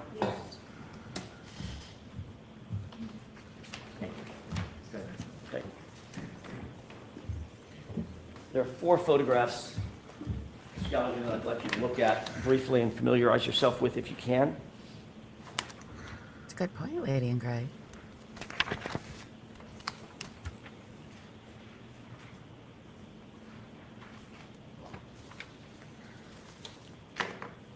Mr. I'm all Gallagher, do you set. recognize what's depicted in those photographs?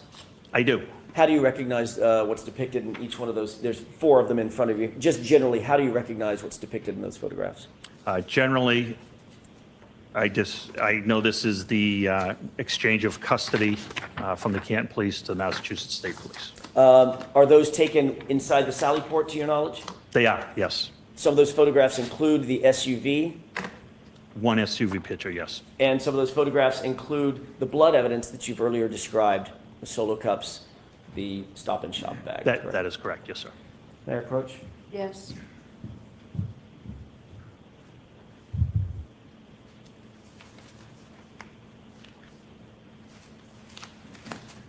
Your Honor, with the court's permission, I'd like to have these marked as next in order. Okay, any Right, objections? Amy? No Oh, my objection, thank you. goodness.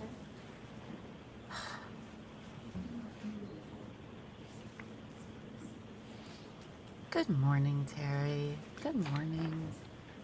Hope you got some ibuprofen because it's already a headache of the morning. Exhibits 54 through 57.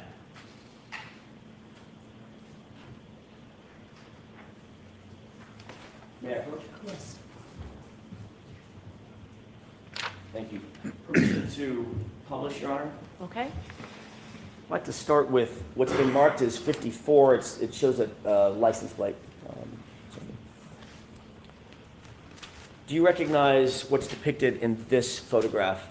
Yes, based on the location, the vehicle, the broken taillight, I believe that's Miss Reed's vehicle.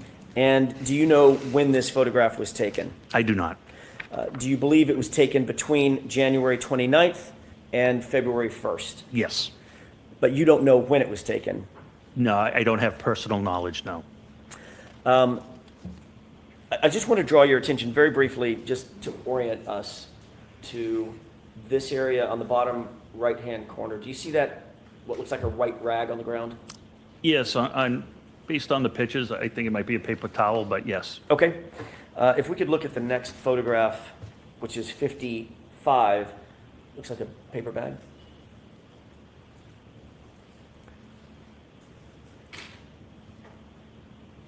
Do you recognize what's depicted in this photograph? Yes, What is that? that's the Stop and Shop bag that contained the 6 samples.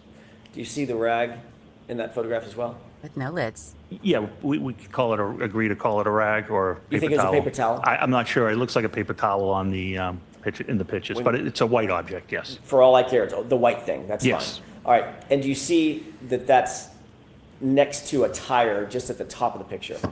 Just for Yeah, orientation purposes? Yeah, it appears to be 18 to 2 feet, 18 inches to 24 inches behind the tire, yes. Okay, and that, of course, is the tire of the SUV. Yes, I would think So so. that would be the right rear of the SUV, just a few inches from this bag, correct? It would be a couple of feet from the bag, yes. Okay. If we could take a look at the next photograph. This is Exhibit 56 for the record.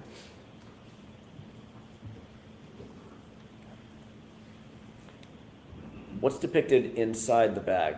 The red Solo cups. And you still see the rag in the photograph? I sure do, yes. So It's the even SUV would cringier be when they right show the here, photo. correct? At the top of the left. Well, I front. can't see the top of it. It would be, it's nearby, yes. Okay.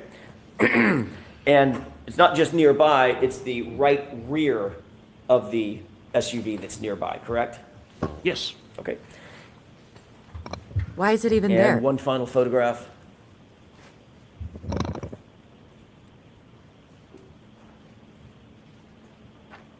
This is Exhibit 57 for the record.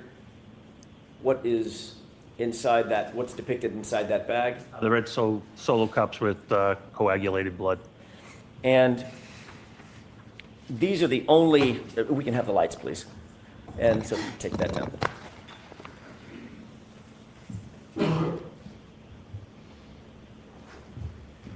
These are the only photographs that we have or that you've ever seen of those red Solo cups that Stop and Shop bag and the biological material in those red Solo cups? The only ones I have seen, yes. And those photographs that you see are within 2.5 feet from the right rear of that SUV, correct? Approximately, yes. And the right rear of that SUV houses the taillight material, correct? The taillight The area. tail light area, yes. The cups were not sealed, correct? The cups were not sealed. The bag was not sealed, was it? As far as I know, No. what do you mean by sealed? Yesterday, you brought a box in. You remember that? Yes, That box had tape on it. that's correct. What color was the tape? Red. Why is the tape red? It can be red, it can be blue. I mean, evidence tape is different colors. Normally, in your experience, red evidence tape is used to formally seal evidence bags or evidence containers, correct? Yes, That's because it highlights to the eye a visual cue. Hey, that's important. got It's you been guys. sealed. It's got bright red tape Hey, on it, babes. correct? Good Correct. morning. Oftentimes, that tape It's everyone's has favorite additional Buffy. information on Hey, it as girl. well, correct? you could have initials on it of who put the tape on, yes. Right. In other words, it might say evidence, correct? Might be pre-printed with the word Pre-printed, evidence. yes, correct, And it may have a place for initials to be. correct. And one of the reasons that you initial it is because if someone takes a razor blade and cuts through, or a knife and cuts through that tape, those initials are cut through, it has to be retaped and reinitialed, correct? That is correct, That is a basic protocol for chain of custody, is it not? yes. And that's to maintain the care, custody, and control and the integrity over the items and the items inside the evidence container, whatever they may be. That's correct, Whether they are biological material, physical items of evidence, a document, whatever. correct, None of that was done with what we just saw, correct? correct. Oh my God. We've agreed already that the blood was stored in non-sterile Solo cups, correct? Correct. We've agreed that those cups were not sealed. The cups themselves were not sealed. There was no cap, there was no plastic, plasticine, saran wrap, nothing put over the cups, correct? That is correct. So they were open. Yes, They were not in an evidence bag. They were in a grocery bag, correct? they were, yes. Yesterday on direct examination, it may have been on cross-examination, Mr. Gallagher, I don't remember. You said, I have no idea where Sergeant Lang got that grocery bag, correct? I don't know where the bag came from, no. Could have come out of his back of his car seat, correct? I'm assuming it came out of one of the cars, yes. No idea what had been in that bag previous to those cups with blood being in the bag, I have correct? no personal knowledge of that. And obviously that bag, it goes without saying, is not a forensically sterile item either, correct? Most bags are not sterilized. And not only the cups were not sealed, the bag that the cups were in was not sealed. They were only closed, correct.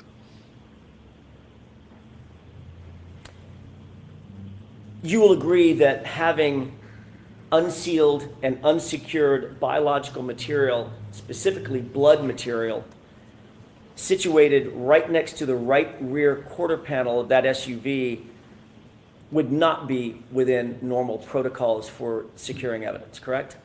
This was in the hands of a criminalist. It was an exchange of custody. I don't have any issue with it. You don't know, you have no personal knowledge of where that bag had been or where the cups had been previous to that photograph being taken. Correct. You will agree that having unsealed and unsecured blood right next to the right rear of the SUV is a recipe for cross-contamination, wouldn't you? Not in the hands of a trained criminalist, I wouldn't know. Well, generally speaking, there were other people there that weren't the trained criminalists, right? There was a photographer who took the pictures, Who's not a trained criminalist. correct. But There was someone the else. cups weren't in his hands. It was in the criminalist's hands. Those are the criminalist's hands you see gloved in that photo. That's not my question. My question is, there was unsealed blood and in an unsealed bag for how much time, you don't know, sitting right there by the right rear of that SUV, correct? No, I do know, How do you know? because I'm the one that brought the bag with the criminalist to that area. They photographed it, documented it, and then they transferred it to their plastic containers. And before you grabbed that bag, you don't know where that bag had been for 3 days hence, 3 days before. I know it had been in the temporary evidence room in a refrigerator. You actually never saw it in the temporary evidence room in the refrigerator until February 1st, did you? I don't recall. So you don't know where that bag had been. You don't know who had handled those cups before you pulled them out of that temporary evidence locker, correct? I have no personal knowledge if anybody else, I have no personal knowledge. I took them out of the refrigerator. That's all I can testify to. Do you remember us talking about this about a year ago? Yes, And I asked you, would you agree that having unsealed and unsecured blood next to the right rear portion of the SUV is a recipe for cross-contamination? I asked you that question. you did. And you said, if I can speak to this incident alone? And I asked, that's a yes or no question? That is Do correct. you remember that? Yes, And you said, well, it's not a yes or no, but for your purposes, I would say yes. correct. So it is, at least in your mind, a recipe for potential cross-contamination, correct? Not in this particular situation, which was clarified later on. Although you did say yes in answer Hypothetically, to my anything, question. hypothetically, anything is possible, yes. Oh, jeez. Why would you bring the cups to the Sally Port anyway? Thank you, Your Honor. That's all I have. All right, Mr. Brennan? This guy. Sir.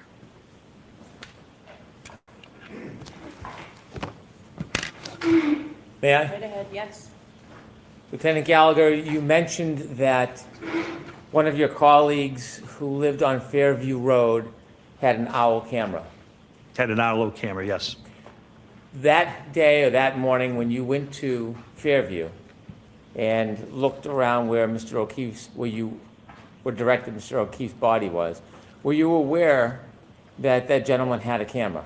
Yes, You shared with us that you had familiarity with the angle of that camera. Do you have any information whatsoever that he or anybody on his behalf used a phone to change the camera angle? no, I don't. Do you know if that camera could even reach the street if you wanted to? I'm not sure. Exactly. Do you have don't any know shit. information that there are applications or different things you can do to the camera to move it remotely? Is there any evidence or information you have? No, When you decided not to ask him about the camera, was that based on anything other than your already familiarity and knowledge of the angle that camera was set? no, At any time he's ever shown you, you've ever seen clips from that camera, were they consistently showing the same area or did it change over time? Objection, Your Honor. I'll allow it. they were the same. In your mind, why didn't you go seek footage from that camera? In my mind, Yes. because I knew it wouldn't have captured anything. Activated cameras, and he didn't have them on the street because it's a busy street and the batteries would die and, and who knows, very quickly if they captured the street. You said that's a very busy street. Are you familiar with Fairview Road? Yes, Is that a road, is that a public road? it's a public way in the town of Canton, yes.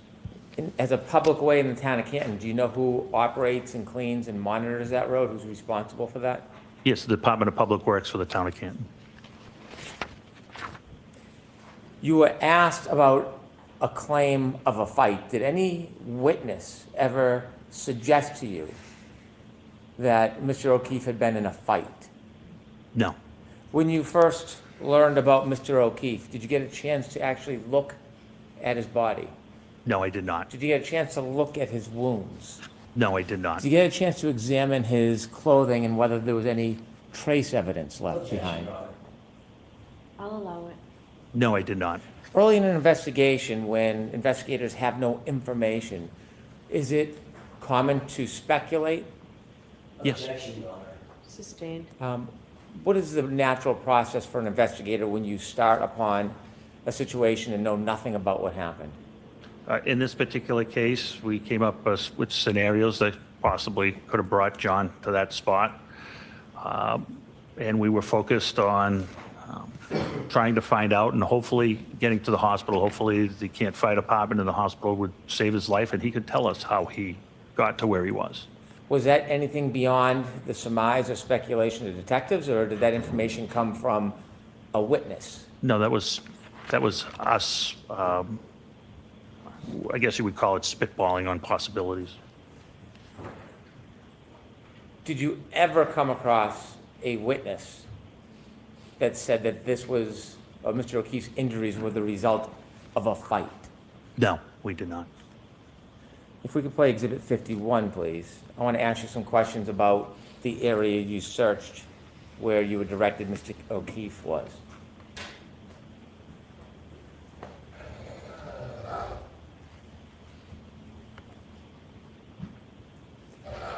Stop it there, please, Ms. Gilman.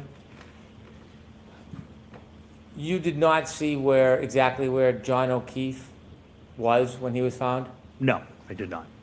Who directed you to this area? I was directed twice, first by Sergeant Good and then by Sergeant Lang, Detective Sergeant Lang.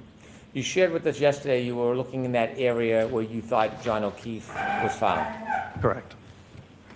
You asked questions about a berm. Is that the separation between the street and the yard? Yes, it is.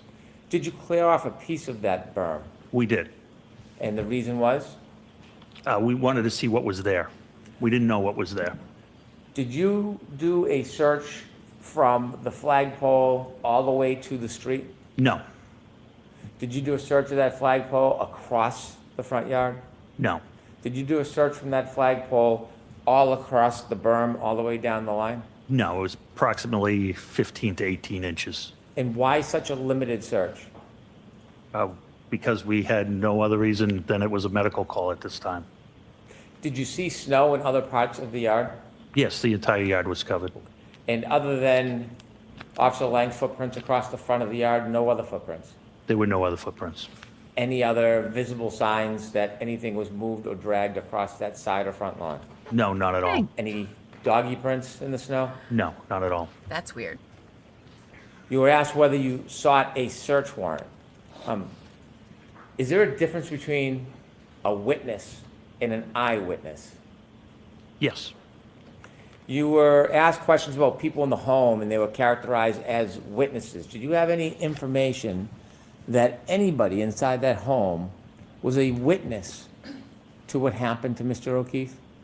no, Did you have any information when you made these decisions about search warrants? Did you have any information from anybody, anywhere, that Mr. O'Keefe ever stepped 1 foot inside that home? I'm going to allow it.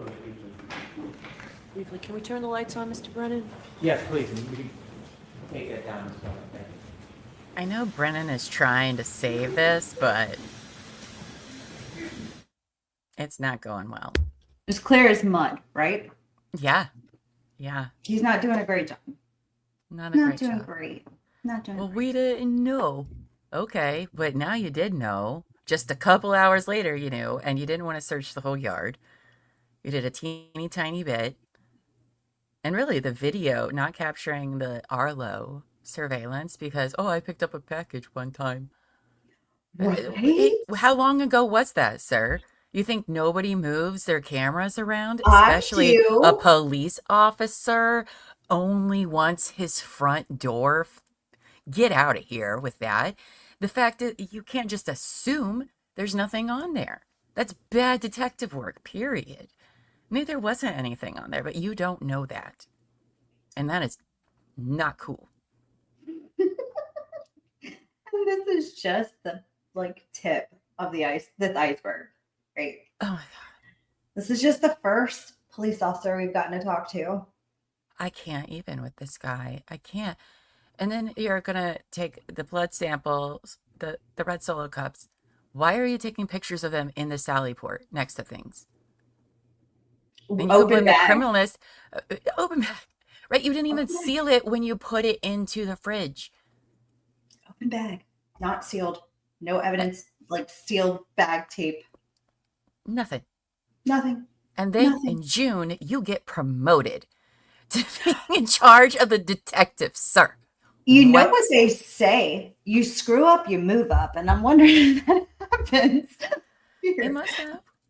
Because he sure did just make a whole lot of assumptions. And he was like, no, I didn't do special favors for any of my cop friends. You're right. No. So you're just incompetent then. And Because that actually, The other answer is a better answer for you. This just makes you look like a fucking idiot. I tell you, one thing I was screaming at the stream May I? the whole time. Yes. Was, you're just a moron. You're just a moron. As a lifelong law enforcement officer, have you obtained search warrants before? Yes, Have you obtained search warrants for homes? yes, many times. Is there a certain requirement before you obtain a search warrant for a home? Yes, critical legal standards, yes. And what is that? Probable cause. And for us, what does that mean, probable cause? So probable cause is a reasonable belief that a crime has been committed or evidence of a crime can be found in a specific location. Can you obtain a search warrant if you do not have a reasonable belief that evidence exists somewhere? No, you cannot. Is there a process in getting a search warrant? Can you just walk in a home and say, I have a search warrant, or do you have to do something? You have to write an affidavit in good faith, swearing before the court that all your information is accurate and truthful, and present the facts, circumstances, witness statements that would make you believe that there was a reason to violate your Fourth Amendment constitutional right. When you walked into Fairview that morning with Sergeant Lank, did you have a search warrant? No, I did not. Did you have any reason to get a search warrant? No reason at all. When you walked in, were you invited? Yes, Did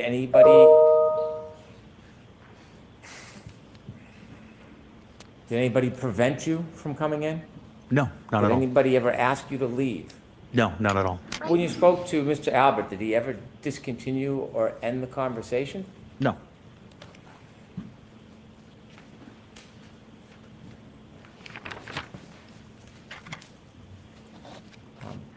Were you doing any favors for anybody that morning? no, of course not. If you had probable cause to search anywhere that morning, would you have? Absolutely. You were asked questions about memorializing your efforts when you were in the area of Mr. O'Keefe's body. And you were asked about written reports. Are there other ways to memorialize efforts other than writing a report? Yes, You videotaped, or you had Sergeant Good videotape your search? that is correct. Who told him to do that? I did, Why did you tell him to do that? because I want it, in case it ever became an issue, I wasn't familiar with it being used before. I wanted people to understand how effective it was. Do you know whether or not the police cars have dash cams? They do, yes. Do you know if any of the police cars had dash cams that day? 3 of them did, yes. Hello, blessed assurance. Welcome. Good morning. You mentioned that at some point you learned that Mr. O'Keefe had passed. I'm not sure when we found that out, but yes. Is there a statute or a rule when there is a death, whether a local county keeps the case or it needs to be transferred? It's transferred, yes. Is there a rule, or is that a policy of the Canton Police Department? It's a rule. You were asked about Alexis and the Sallyport. Correct. Do you know exactly what time that Alexis was brought to the Sallyport? I don't have any personal knowledge of that. You were asked about a broken taillight. Have or had you reviewed any of the dash cams from the Canton Police Department that day? Not that day, no.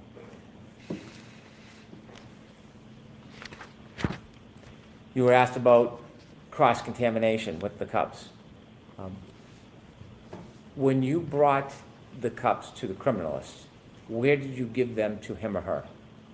I carried them down to, we walked together, I carried them down to the Sallyport. Did you see anybody using a white rag or a paper towel to dip it in to any of the cups? No, Did you see anybody shaking the cups or splashing? no, they were handled very carefully. Sustained is. Did you see anything that would cause you concern that there was some type of purposeful or inadvertent contamination or transfer? Absolutely not. And you've been trained. Yes. Did you see anything during that time that caused you any concern about the potential corruption of evidence? No, I had complete faith in the criminalist.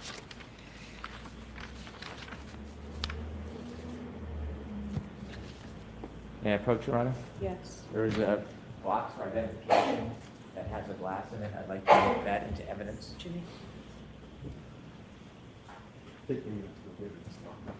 I'll do it later then. Did they fingerprint the glass? I'm Is there going to go any with no. objection? Mr. Jackson, any objection to, Yeah, just wait.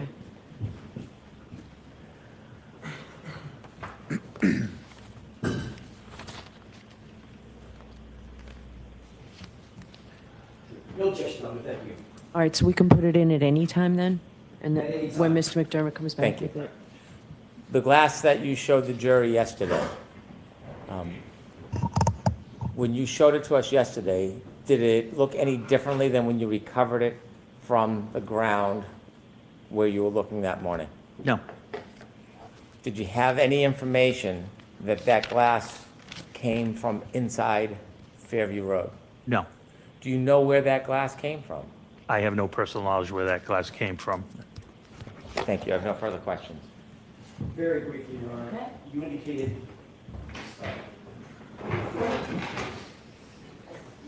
that you were spitballing, to use your word, correct? Correct, Trying to figure out what happened. correct. That's the job of an investigator, correct? That is correct, You yes, don't sir. just take witnesses' words for things, do you? That is correct. You have to corroborate things. Yes, You have to look deeper, yes, ask more questions, absolutely. actually investigate. That's why we're here today. You don't rule out anything or anyone We right didn't- off the bat, correct? Correct. and we No did not. one is ruled out. Nothing is ruled out, That is correct? correct, yes. You follow where the evidence leads you, period, amen. Absolutely. Icy Jackson. You didn't seek to separate the occupants at 34 Fairview, correct? No, You didn't interview Brian Albert formally, did you? I did not, no. You were asked by Mr. Brennan, did he ever end the conversation precipitously? Did he end it earlier, anything like that? He didn't end any interview because he wasn't interviewed, correct? That is correct. You didn't interview Brian Higgins. That is correct. You wouldn't interview Brian Higgins because he's your personal friend, correct? Correct. But you didn't have anybody else interview him either, did you? Again, we're talking, I think we've gone over this and maybe you didn't understand it. I didn't know Brian Higgins was at the house at that time. Because you didn't ask anybody else who was at the house at that time. I wasn't talking to anybody at that house, correct? Might have been a good idea, wouldn't it? Not at that time. We were there for one specific reason. We wanted to get to the hospital. So no. Might have been a I good disagree. idea to sit Mr. Albert down and say, there, you're shaking your head again. I'm not done with my question. Might have been a good idea, Mr. Gallagher, since you happen to be there, no sweat off your brow, to sit Mr. Albert down and say, by the way, I got a pen and a paper. Who was here last night, just before John O'Keefe was found dead on your lawn? Who was here? Might have been a good idea, correct? So that was already done by Detective Sergeant Lank, and it was documented in his report of everybody of what Mr. Jackson is asking. Then how did you two not know that Brian Higgins was there? I don't know where. At I mean, 34th. I'm confused. At what time? Right. At what time? Exactly. At what time? When John O'Keefe arrived. Okay. At 34 Fairview, after midnight on January 29th, 2022. So when I discovered Brian Higgins was there, wasn't until I read the report. If you were standing in the house, Sergeant Blank, you just told these jurors, knew that Brian Higgins and everybody else was there. He had obtained the names. He hadn't written the report yet. And hadn't told his boss, I don't recall. even though you two went together to interview yet another witness? That's correct. There was a very fast-moving scene and pace. That is correct.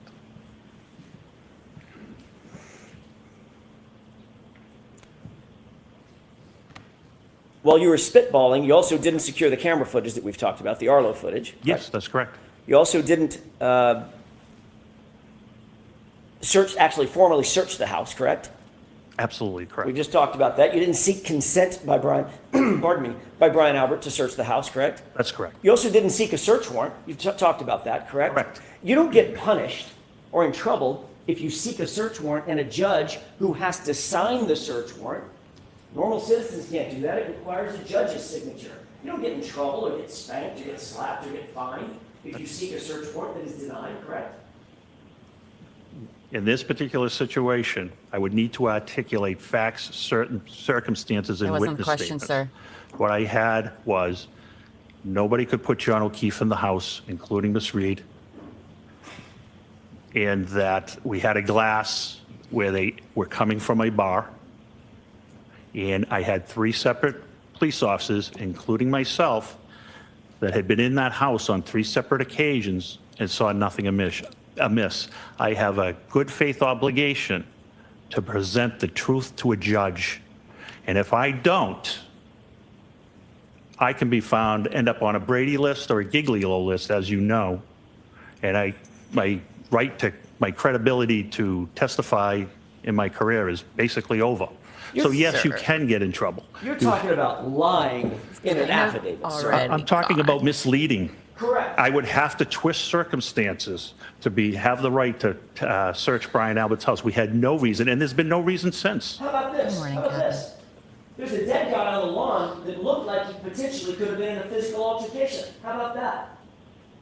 Might that be of some concern to go inside the house and see if there was a struggle that started in the house? Yes or no? There's still no evidence to go into the house. You're the guy that's out on the lawn with no coat on. You think the coat might be inside the house? That might be a reasonable assumption?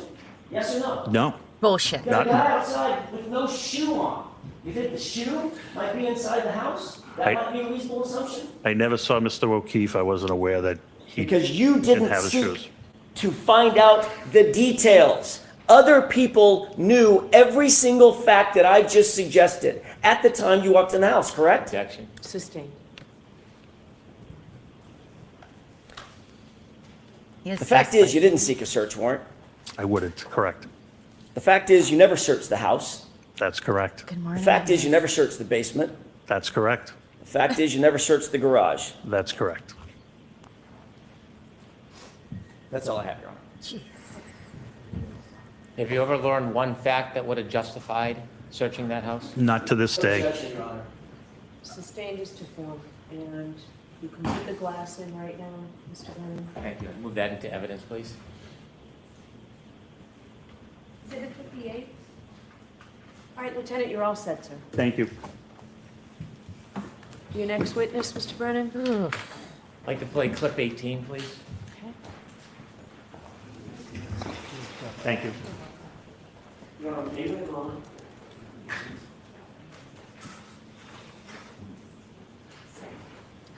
Hello, and welcome, Sankoda.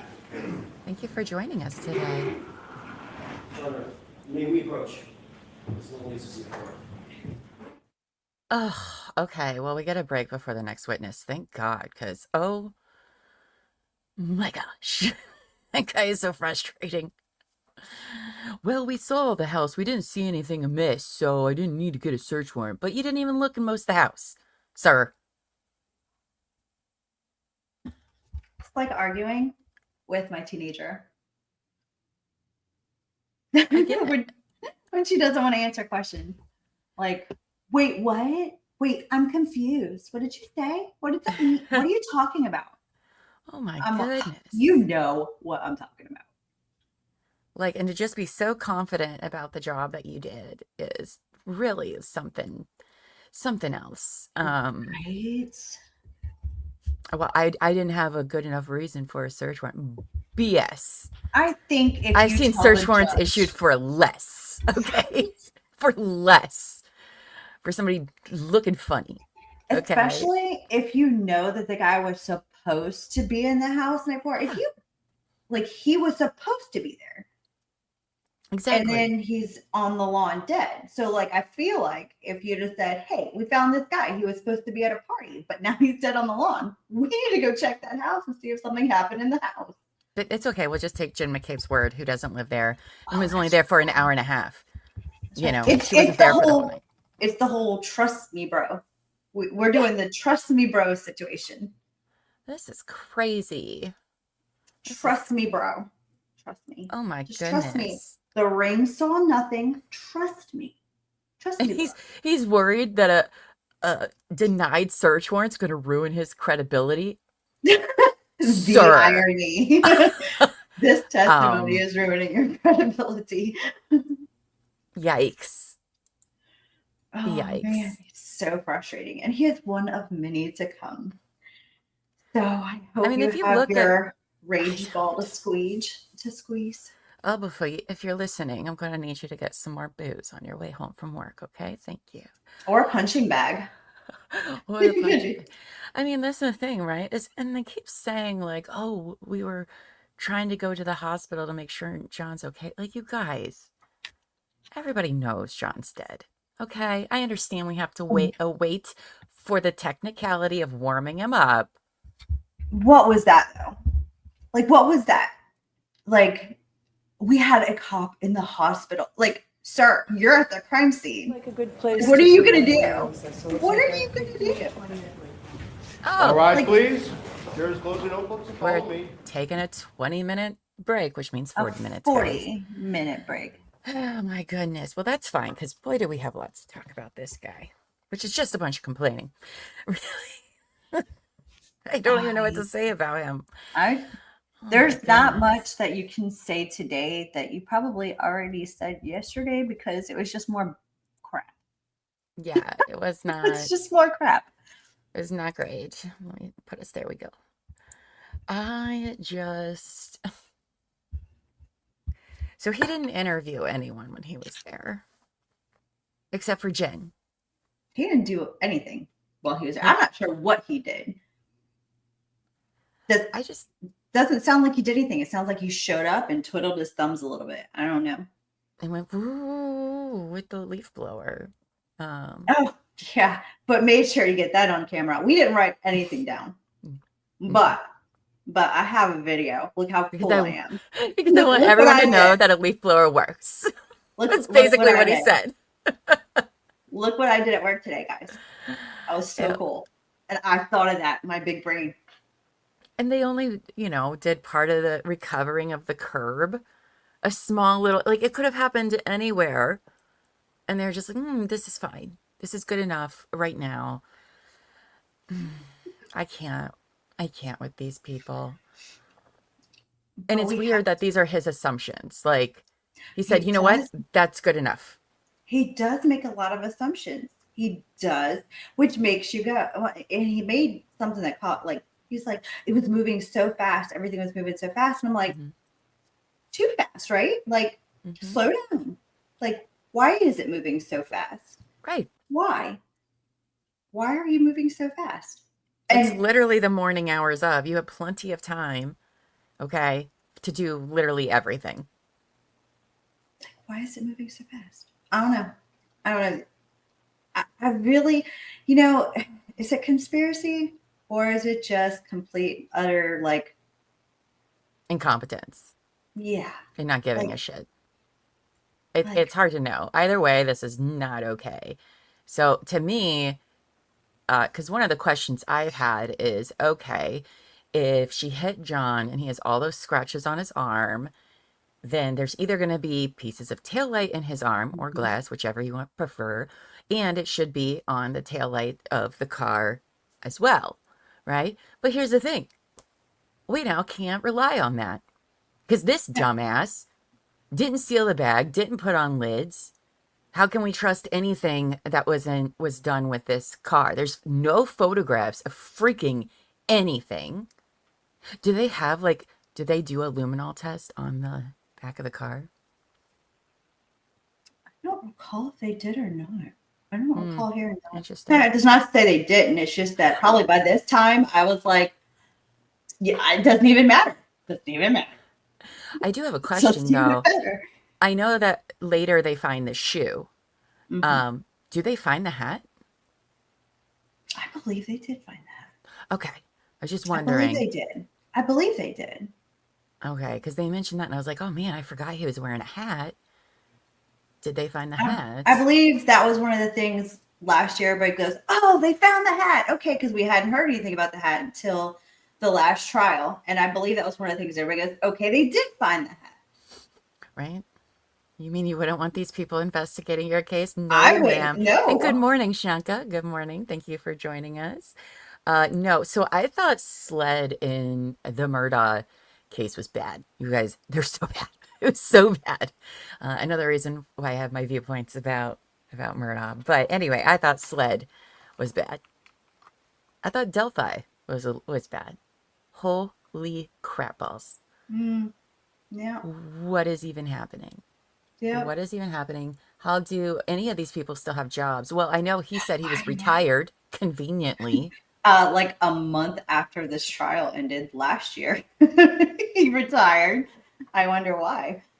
And collecting evidence is so disrespectful. Well, we didn't know that it was a It's homicide. rude. It's rude. And if you see John's autopsy photos, he looks like he got into a fight. That would be a reasonable first assumption. Okay? And what, you think the people in the house are just going to be honest with you because why, they're cops too? Get out of here. I told you, it's the whole trust me, bro. This is the system we're working off with in Canton. We are on the trust me, bro system. It's, wow. It's something. I cannot believe how the evidence was handled and that he didn't see a problem with any of it. And because his answer a lot was absolutely. Leaf blower does move the snow, but also blows evidence around. Like what? Yes, exactly. So we don't even know if the pieces that were found later, where were they originally? Like we blew snow everywhere, right? Yeah. We don't even know what's happening anymore. And I just think it's funny you found clear glass in the snow, but not red taillight. Clear glass in white snow. That is very something. And then I like how Brennan comes back on redirect, and he is like, but did you see any footprints or sliding marks or dog? No, of course not. Because this happened hours before. That's how snow works, sir. Okay? Was it snowing?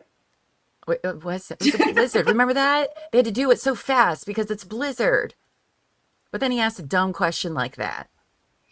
Was it snowing? I don't recall. Can't remember.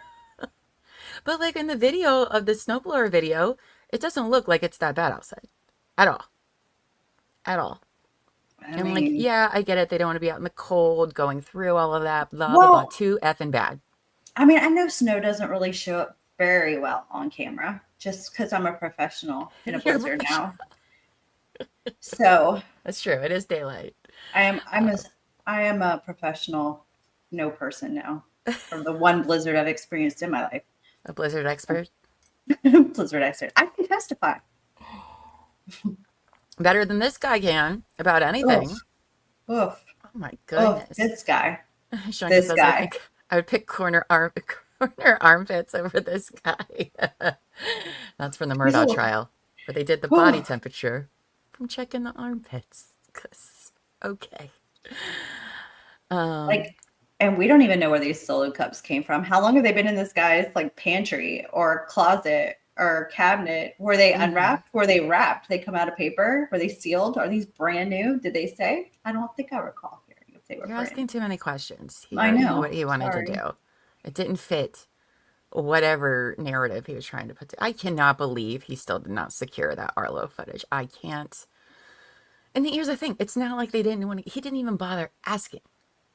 Okay, so it's not a matter of like, hey, can we see this? And the homeowner said no. He didn't even bother. Because of the one time he was sent a screenshot when he went to pick up a package, who knows when. And he was like, no, he literally said, I don't think that there would have been anything on it of value anyway. How could you possibly know that, sir? You can't possibly. That's what I'm saying. There's so many assumptions made on his part. I assume the judge isn't going to give me a search warrant. I assume I'm not going to be able to see anything on a camera based on some random video I saw years ago or even months ago. Like, so at least do it. And if there's nothing there, then what did you wait? Like, so what? Okay, so no harm, no foul. At least when AJ's cross-examining you, you can say, yeah, I got it. There was nothing there. Oh my gosh. I told you this would infuriate you. It is infuriating. I am here for your reactions. They're just like, I'm just like, I can't believe the confidence of these people. That's wild to me. I And would the be fact so embarrassed. that he was like, it was great. How did the leaf blower work? It was great. Okay. Like, and this guy's retired now. So what does he have to lose by being like, yeah, it wasn't great. All right, probably should have done all these things differently. But no, he doubled down. He doubled down and was like, I did the best I thought I could. And it's like, sir, you did not even, you wouldn't even get a participation trophy. Okay. I'm not giving you anything. Like, oh my gosh. That And so he's the least infuriating one? just I mean, he's pretty infuriating, but there's a lot of cops that you're like, what? What? I mean, to not seal the bag. Okay, fine. You're out there in the snow and shit. You don't have ways to collect this. I'm going to get you a bag and some red Solo cups. Okay? I don't believe this. I don't believe that for a fact. I don't believe they not experienced not one bit of snow where they've had an accident, a murder that they've had to investigate. Nobody has been found outside in the snow in a state that gets snow. I don't believe that. I don't either. Also, rain. Like, it rains too when it's not snow season. So what do you do when evidence is at, like, you, what? When there's bad weather. I'm sorry. I'm sorry. Does every bad guy get a pass in bad weather? Like, I just can't, we don't know what to do. Oh my gosh, chat, did anybody go watch Joe Kenda after yesterday, us talking about him? I was just wondering. I forgot we talked about that. Oh, Joe Kenda in my heart. Oh, I love him so much. A Kenda Christmas is my favorite, like, Christmas, like, what is it, marathon when they do American Christmas. American to Christmas. Let's see. Like, people who cut their fingers off know to put it in a Ziploc. I mean, okay, so to that, let's go with that. Okay, so the blood is on the snow, and we're worried about the snow melting. So we're going to scoop up the snow and put it in a cup where it's going to melt and get diluted. Okay, that makes sense. Or we can get, like, even like a Q-tip and swab it and put it in a plastic bag. Like, but why would we do that? Well, I mean, it seems like a better idea than putting a bunch of water mixed with blood so everything could be diluted. Yeah. Once I don't know if the Q-tip would work, but I would be like, that's a much more reasonable attempt. It seems like it would be a smarter thing to do than just let's scoop all the blood and let it all just dissolve. We just commit murders in a pool or a lake where we can't do anything. They won't know what to do. No water. Oh my goodness. Like, there's water, it takes everything away. Look, I'm gonna get us demonetized. I'm gonna stop talking about it. Again, I don't know why they couldn't just call people to bring them shit. It doesn't make any sense. No.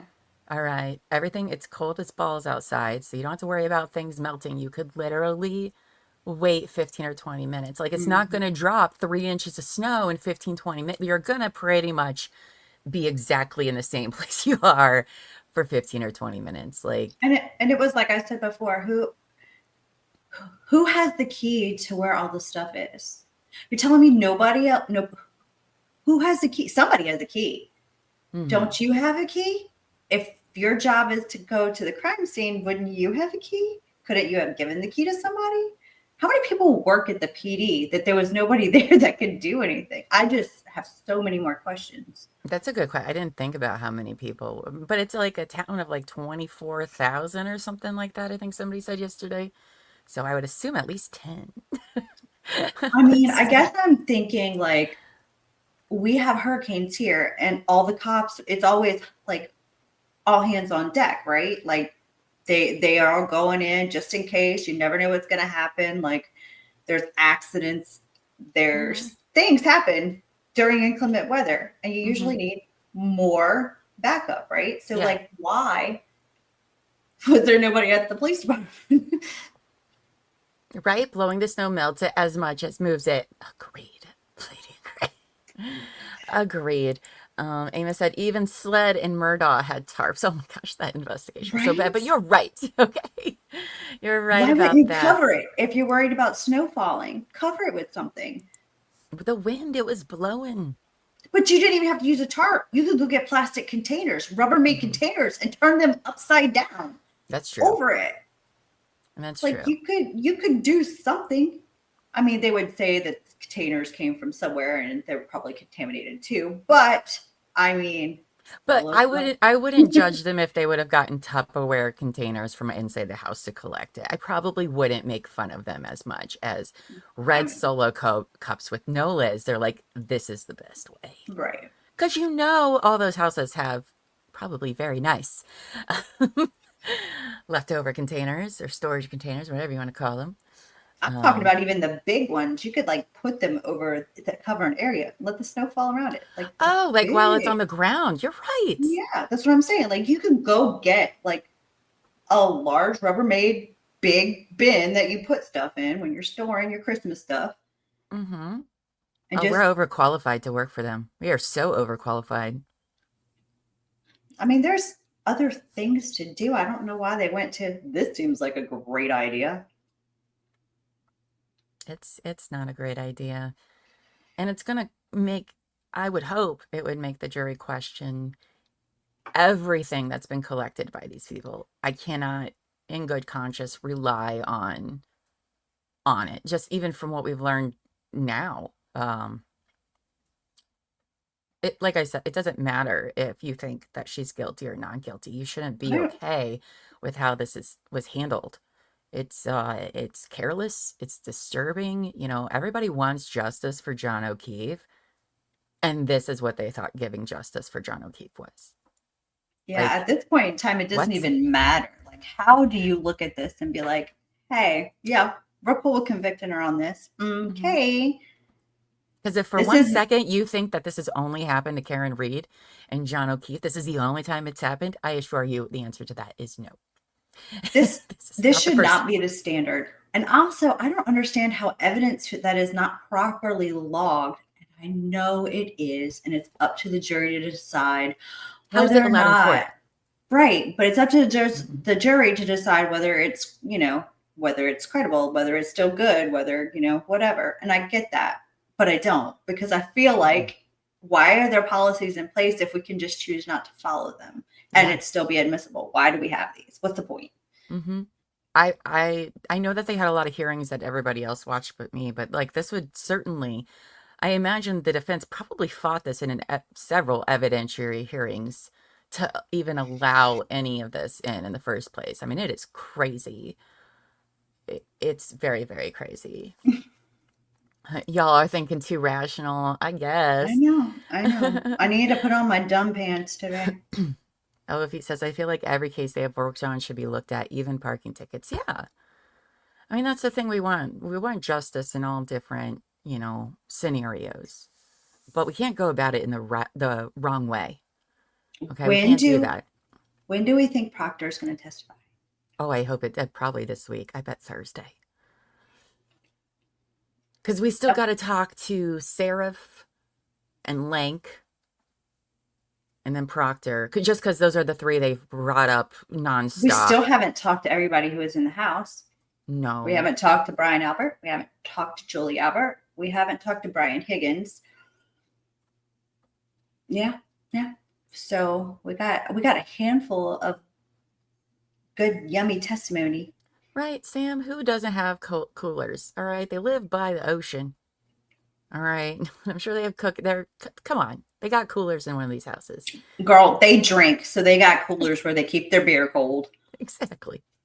It's wintertime. You just pop a cooler outside and put all your beer in it. So they all got coolers. Good morning, Kelly P. Did I miss anything yet? Well, yes. Oh yeah, we got Matt McCabe. Still. It was still the Lieutenant Gallagher, the guy that was on yesterday, just spouting off dumb stuff because he didn't really, a lot of assumptions that he felt like he didn't need to do because why? It was fine. He didn't think about that. Even though they want to invest every which way something could happen to a person, he was just like, I don't know. Because see, I think if I found him in the snow like that, he doesn't have a winter coat on. Okay. You know that to be true, which means there is a good possibility he had been indoors somewhere. A very good possibility. Like that, the first assumption actually should be the house, not him getting hit by a car. Because he wasn't dressed for the weather. Well, But I mean, don't I worry, he think walked into the house, he talked to Jim McCabe, and he said, you know what? That's good enough for me. Even though you don't live here, take your word for it. See, that is what my first assumption would be. If I walked up on a dead body laying on somebody's front lawn, not on the street, Mhm. on their front lawn, you know, it's different. If I saw someone laid in the street, I would probably jump to, you know, With wounds, because remember, he does have a big wound on the back of his head. It's not like he just seemed passed out in the snow. I would be And like, two hey, black eyes. hey guys, do y'all by any chance know this guy out here? Y'all know what happened with him? I heard he was supposed to be here last night and he never showed up. What happened? Maybe we should be lead detectives. Yeah. We'll share it, though, because not one person can be in charge, apparently. I can. Apparently, that's not a thing. Mm. Which makes no sense to me. Yeah, they kept changing Proctor's designation like all through the trial. I don't know how many trials I have under my belt, but I can assure you I've never once seen anything like this in any of them. It's good Any stuff. of Good them. TV. You can't write a script like this. This is like, that No. would never happen. That would never happen. Like, nobody's going to believe this. We can't even like put this in a movie because it's not even believable. Even the confidence that they have, the unearned confidence is This just, guy, yeah. Like, because his answer a lot was absolutely. He'd be like, did you not think of getting the video, blah, blah, blah? And you'd be like, absolutely. Like, that's okay. Okay. yeah. I like it when it's like, do you think this is like what to your like Thank you, when he asked Kiki. him how best your training was, if you think that you know if this was good, and he's like, I'm not answering that. I'm just gonna go on this long dialogue, and you can tell Right. when anybody is lying on the stand, they don't answer the question that's being asked. They're trying to think ahead Mm-hmm. and get in front of it. So they're you can tell them because it's like you said yesterday, you know. Ryan Nagel got on the stand. He wasn't thinking ahead. He just answered the question. Yeah. He's credible. Yes. No. I don't know. Yeah. This is what I saw. This is what I saw. Oh, I'm not changing my testimony. Nope. I didn't see it. You know what I'm saying? Like Yeah. he answered the question. This guy is trying to think, like how to and think ahead, and he's just. That's how you know they're lying. Jen McCabe did that a lot. Listen, I know why the cops can't change their story and be like, yeah, we fucked up. It's because of civil lawsuits. That's why. That's why. So they can't actually admit their mistakes, but like, seriously. Oh, You are unmuted. It would go further if they did. All right, I'll see counsel at sidebar, Oh, please. Of course, we'll come back from a great break, and then we'll go to sidebar. Are we just- going to hear the sidebar? From now on, I'm not putting it up until I see all of them sitting in their chairs. Can we do I a get too FOIA excited. request after this is over for all the sidebars? Because I am very curious. Yeah. I'm sure somebody's going to have them. Can't imagine how much the transcripts cost. for I'm this just case. saying. I'm just curious. What are you talking about? I'm nosy. Lady in Gray says, this is the worst, and I've seen some bad ones also. Some with y'all. Yeah, we've seen some bad ones, but this is unbelievable. Sam says, I'm separating everyone immediately and getting officers who aren't blocking off the scene or life measures to start taking statements. I'm no detective, but that seems like the first thing to do. Exactly. I mean, Exactly. if I was screaming that I hit somebody with my car, I would have been in handcuffs in the back of a police vehicle till they could clear out what I meant by that. Yeah. Sincoda, is that how do you say that? Tell me how in the chat so I don't keep saying it wrong. It says, how do you collect evidence bring at them in, accident crime please. scene and not have proper tools to accomplish your task? Crazy. Exactly, right? It's crazy. Are they back? I hear noises. Yes. Oh, I'm sorry. Yes. There we go.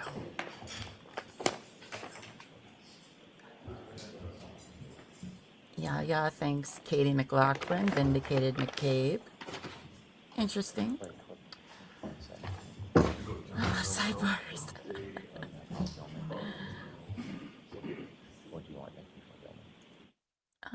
Let's see. Oh, Amy Beth sent a super sticker. Thanks, babe. That's so nice. Appreciate that so much. Couch court with Llama, recliner court with Shanka. I love that. Oh my goodness.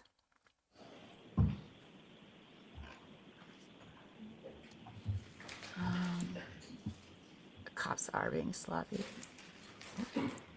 The sidebar transcripts from trial 1 are still sealed. Oh, that's interesting. Do you need another one, Chrissy? Do you need one more?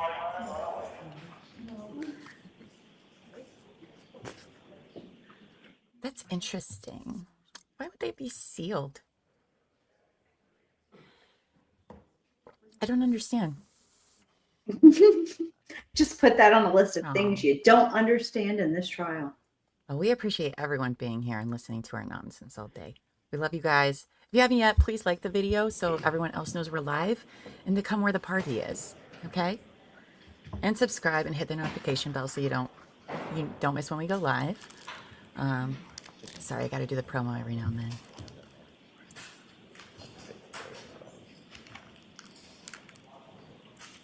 Oh, until the retrials. Please, jurors enter. I just they miss not hearing their arguments for things. I don't know, but every time they say rise for the jury, like I instinctively want to stand up. Just me? Okay. No. Yaha says, hi, Buffy. Amos, with all the Ellie on site and living in that neighborhood, there's no way they didn't have proper materials. I mean, even the cop that gave it to him thought this was good enough. He's not even on the case. He's just a neighbor, and that's crazy. Because they are in Canton. Yeah, that's so weird. Put it back in session at ABC. All right, Mr. Brennan. Thank you. What do we call him, Mr. Brennan? Oh, I thought we were The playing. Commonwealth moves into evidence and asks to play clip 18. Okay.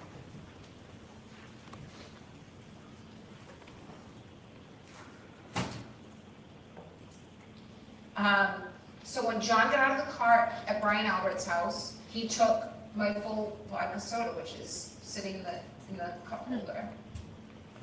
Yeah. Shouldn't have done that interview, babe. The common, Cool, thanks. Thanks. We kind of figured that part out on our own. We didn't need the clip. Well, we wouldn't know because they haven't shown us the bar videos yet. Don't forget. They just put them in evidence but showed us nothing.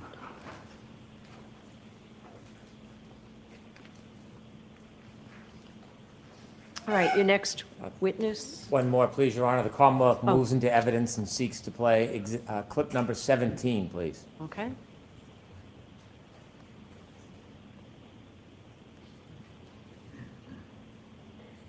I gave an interview with ABC with Matt Gutman. I think this was whom I gave the interview to, and I said, he asked why was I saying, could I hit him, did I hit him? And I said, yeah, my first thought was, I've been out late, I've been drinking, and he's in the general vicinity of where I last saw him. I mean, they talk about the left side of the property and the right as if it's, Hammersmith Farms. It's a postage stamp. It's 50 feet. So he's in the front yard to the left of the front door, and no one's coming out of the house. Jen's telling me nobody's seen him. So I'm thinking, Jesus, was I starting to pull away and I ran over his foot? Like, he's roughly where I left him. So yeah, when I found him, I was thinking, did I clip him somehow?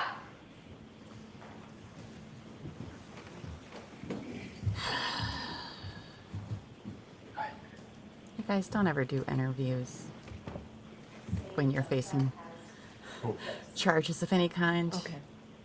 Thank you. So in order, it has 18 and then 17, or are they in the reverse order on the clip? If I may see the exhibit. This one exhibit contains clip 12, clip 12A, clip 16, clip 17, and clip 18, all which were previously introduced. Okay. And it's exhibit number what? Thank you. 15. All right, thank you. Your next witness, Mr. Lally. Yes, Your Honor. Commonwealth call Mr. Robert Gilman to the stand. Okay. Oh. Robert Gill. Oh,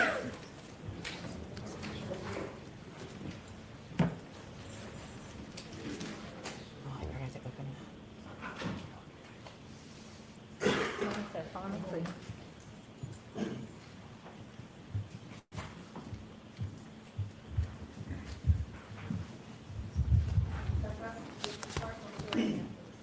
Thomas swear the evidence to give to the court and jury in the case now reveals the truth, the whole truth, and nothing but the truth, so help you God. Yes. Thank you.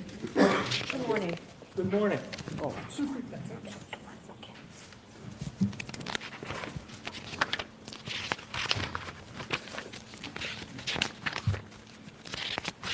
All right, Mr. Lally, whenever you're ready.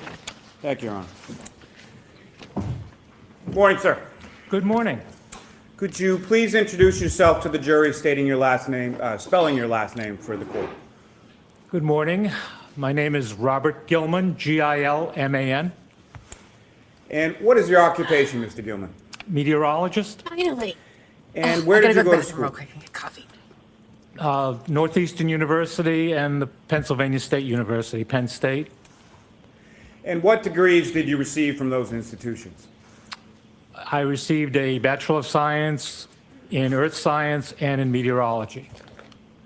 Now, following your education, where did you first go to work? I worked at the U.S. Geological Survey while I was finishing my education. I also worked at the Nuclear Regulatory Commission in Washington. I worked at AccuWeather at Penn State. And then I started my own business when I came back to the Boston area, working both in media, writing a column for the Patriot Ledger, radio, 95.9 WATD, and also providing information to municipalities about snow and ice in consulting. Now, starting first with the U.S. Nuclear Regulatory Commission, what did you do there? I worked in the Division of Site Safety and Earthquake Analysis. That was primarily involving siting nuclear power plants. And as far as AccuWeather, Inc., what was it that you did there? Meteorology, I worked starting out drawing maps. We drew our own maps back in those days, providing observations to meteorologists and helping develop forecasts. Now, you had worked, you had mentioned earlier in your testimony, you'd worked as a meteorologist in New York for the radio, for the Patriot Ledger, and New England Weather Service, is that correct? New England Weather Science, that's correct. And how long a period of time span are we talking about as far as your work as a meteorologist? Over 45 years. Now, if you could explain to the jury just in general terms, what is meteorology? Well, the term is actually a shortened term of hydrometeorology, one who studies falling water things. And it's a study of the atmosphere.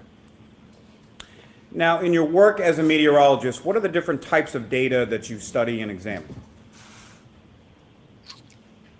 Mostly measured data such as temperature, humidity, wind, precipitation, but also sensing data with satellites that orbit the Earth and with radar that shoots electronic beams out and comes back and forms images that we can analyze.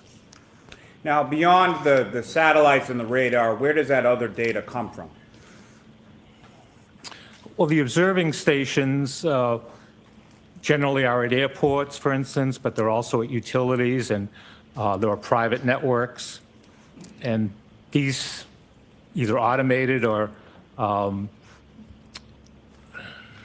amateur weather observers, take down data such as I just mentioned, temperature, precipitation, visibility at these different locations. And what is your current occupation? Meteorologist. And where is it that you currently work? I work for Precision Weather Forecasting Incorporated, and I also do work to assist requests for past weather data, both for clients of ours at Precision Weather Forecasting and other requests for weather data. And is that a company that you started yourself in conjunction with other people? I'm a weather nerd. Yes, thank you. It's a company that we founded, my partner and I've been working with meteorologist Bill Guile for 30 years. We're both local, and we found that we had a lot of interest together. I don't stay up 24/7. He stays up overnight a lot of times, and we work much better, on that shift kind of work during the day, answering questions of clients about snow and ice especially. So we formed our own corporation, a Massachusetts corporation, in 2016. And how long, even prior to the incorporation in 2016, how long have you been working in that capacity for building that company? Oh, I would say over 45 years, going back to 1979, 1980. And what type of service does your company provide to your clients? Precise snow and ice information. I own the website snowandice.com, and our clients depend on very local, precise snow and ice guidance. It's for safety, it's for efficiency, environmental concerns of not putting down a lot of chemicals when snow is going to change to rain, that kind of thing. So we're giving very local, precise weather information to help anyone that has snow and ice management concerns. And if you could expound upon that just a little, sir, as far as what types of data or information is it that your company provides? Mainly precipitation timing, when snowfall might begin in a particular place, the intensity of the snow, whether it might be expected to change to ice or rain or go back to snow or ice to help with those kinds of operations. And where does that data or information come from? As meteorologists, we develop it ourselves. It's all in-house. We take a variety of different data from numerical modeling, guidance products, and observational information, and develop the forecast specifically for the client. And as far as your clientele is concerned, to whom are you providing this data or information? We work for most of the towns and the city in Norfolk County. We work for the largest cities in Massachusetts, some of the largest colleges and universities and other facilities, hospitals. And what is the purpose of you providing that information to the clientele to whom you give it to? Again, safety, efficiency, environmental concerns, to give them the best information to do the job they need to do. And it's a difficult job, as you can imagine. Now, at some point, sir, were you asked to look at some data related to the Canton, Massachusetts area in the time frame leading up to and including January 29th, 2022? Yes. And what were you asked to do? I was asked to provide a simple report of the days preceding January 29th, 2022, and a more detailed report of the early morning hours of January 29th about estimating snowfall during that time period. And in total, as far as that total time frame, do you recall what dates you were looking at? I believe it was January 26th to the 29th. And during that time frame, was there a significant storm forecast for that time period? Oh, yes. And what was the forecast for? Well, the forecast for the first couple of days was dry and very cold to bitterly cold. As we got closer to the 28th and 29th, we were looking at a storm coming in from the west and strengthening along the mid-Atlantic coastline, and we issued warnings again, 2 to 3 days ahead of time to let our clients know that this was going to be a significant winter storm. And specifically with the storm, what was the timing associated with that forecast as far as when would the storm begin? We expected the storm, the snowfall, and the increase in wind to begin very late Friday evening, the 28th, with light to very light snow, and then to increase in intensity, especially later in the morning and through the late morning and midday of the 29th. Now, from a scientific perspective, what is a blizzard? A blizzard technically requires a great reduction in visibility. It doesn't even have to be snowing, either falling or blowing snow, visibility a quarter mile or less, with winds of 35 miles an hour, either sustained or frequent gusts for 3 hours or more. Now, did this particular storm meet that criteria? The storm did, absolutely, for Boston and much of the greater Boston area, including in Canton at the Blue Hill Observatory.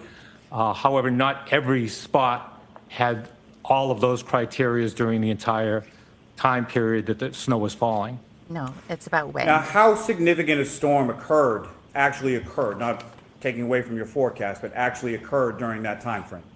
This was the biggest January storm in history, with 27 inches of snowfall. And it snowed heavily for several hours, visibility under a quarter of a mile. And the temperature was dropping during that time, and the winds were gusting frequently to 40 and 50 miles an hour in this area.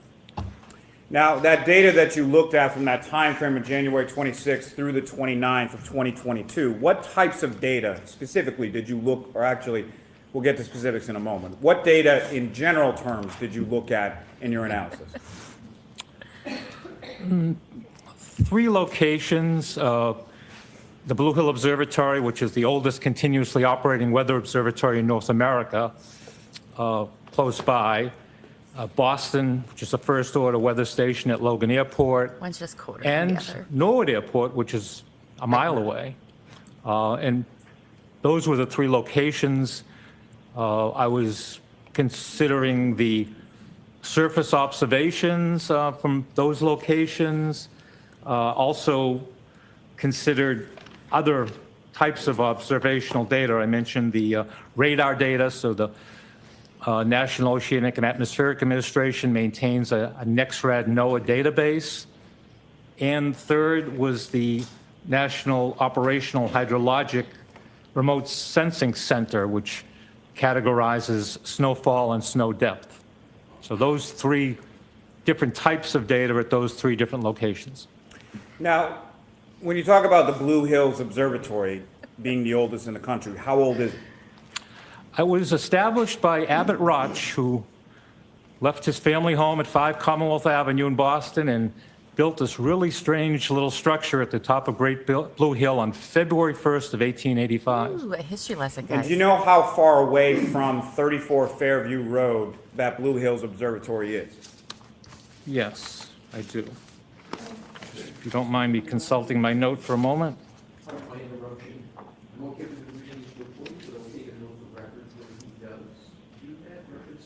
So what are you reading, Mr. Gilman?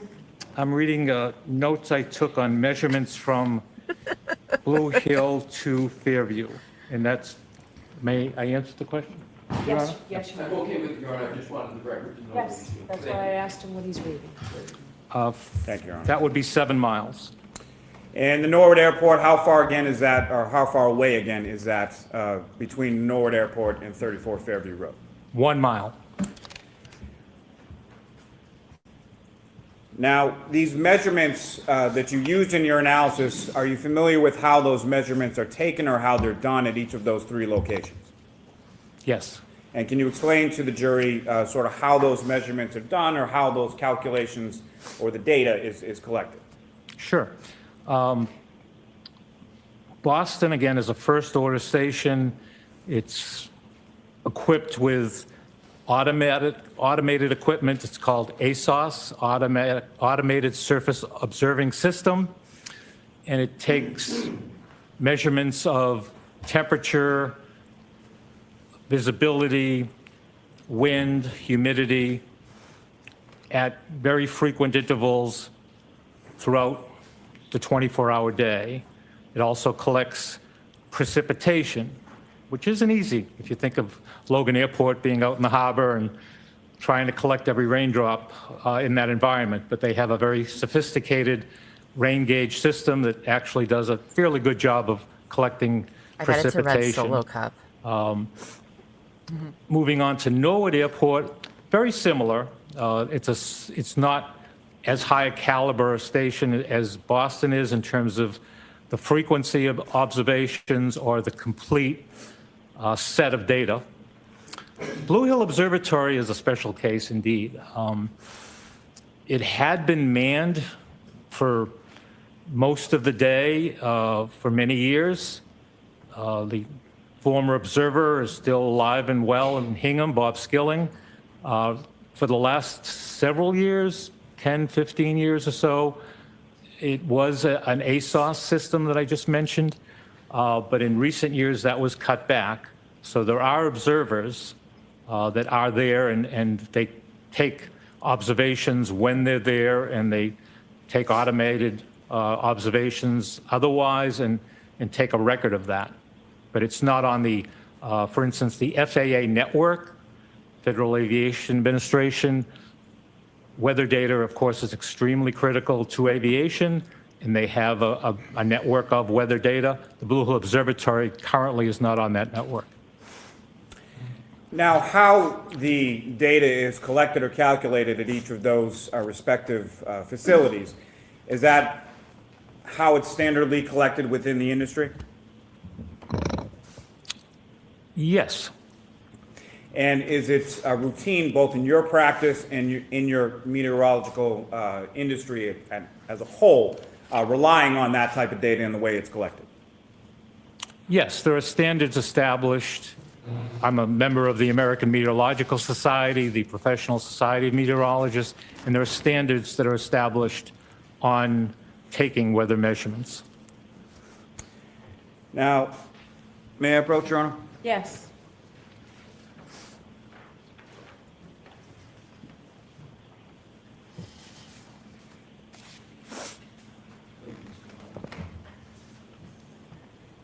Mr. Gilman, Your Honor, may I remain here just Sure. a moment?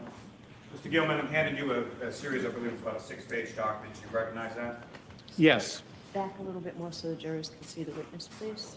Do you recognize that, sir? Yes, I do. Well, what do you recognize that? This is a local climatological data sheet for January 2022 for each day. And I believe there's, as I look through it, hourly reports of weather observations, especially for January 29th at Norwood Airport. And this is published by the U.S. Department of Commerce, NOAA, the National Environmental Satellite Data and Information Service. And at least in part, is that the data that you were testifying about before, as far as the data that you relied upon in your study here? It's one element, that's right. And again, I put a lot of strength to this data because it is in such proximity to Canton, to the location we're concerned about. Your Honor, the Commonwealth will seek to introduce and admit as the next exhibit. No objection, Your Honor. Exhibit 60. And Your Honor, with the court's permission, may I return what's now been marked as Exhibit 60 to the witness? Yes. Thank you.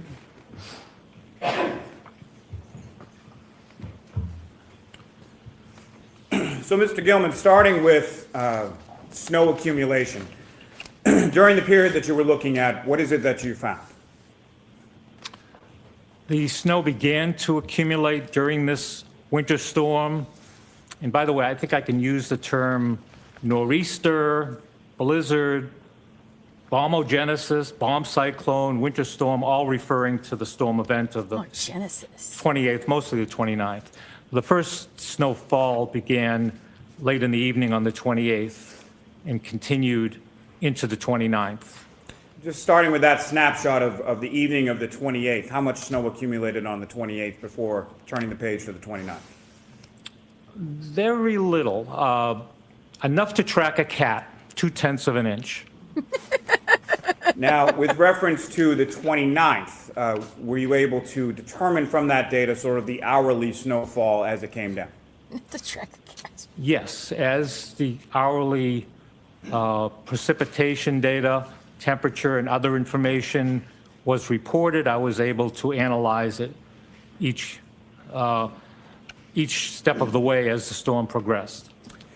And from your analysis, sir, could you describe to the jury, sort of going bit by bit, what was that hourly snowfall for the 29th?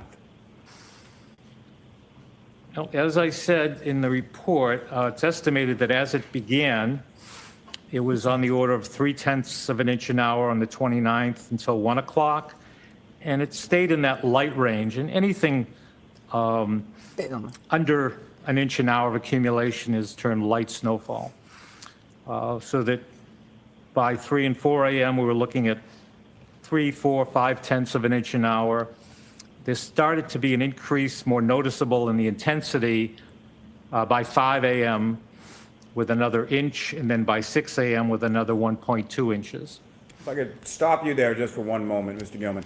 So from the time period from when the storm began on the 28th to the time period of 6 a.m. on the 29th, how much in total snowfall had accumulated at that point?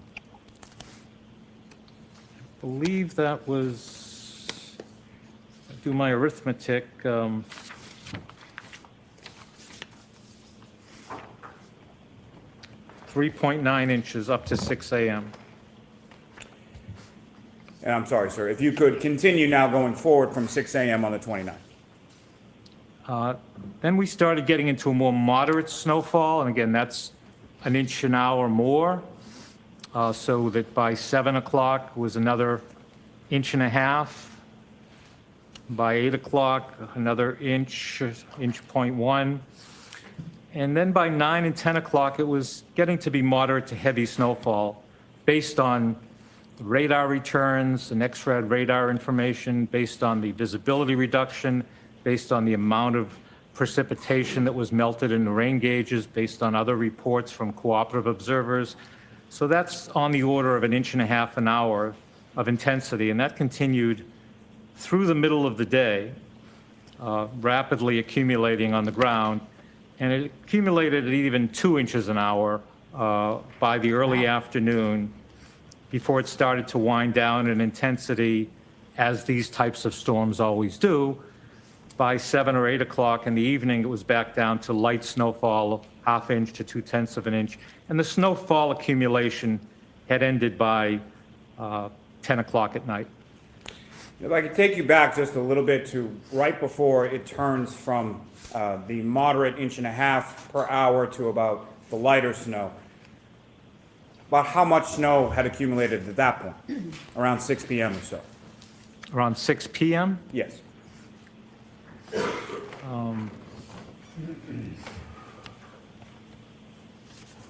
Well, again, I'm just going to do the arithmetic of subtracting the snowfall after 6 p.m., which was 1.3 inches from the total, which was 23.8.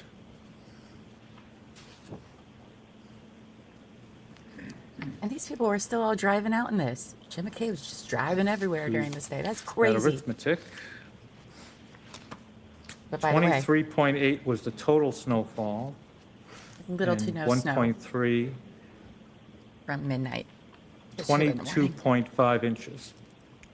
So that's 22.5 inches, just short of 22. Wow. Excuse me. Just short of 22.5 inches by 6 p.m. Is that correct? That's correct. And what was the total snow accumulation from the storm in its entirety again?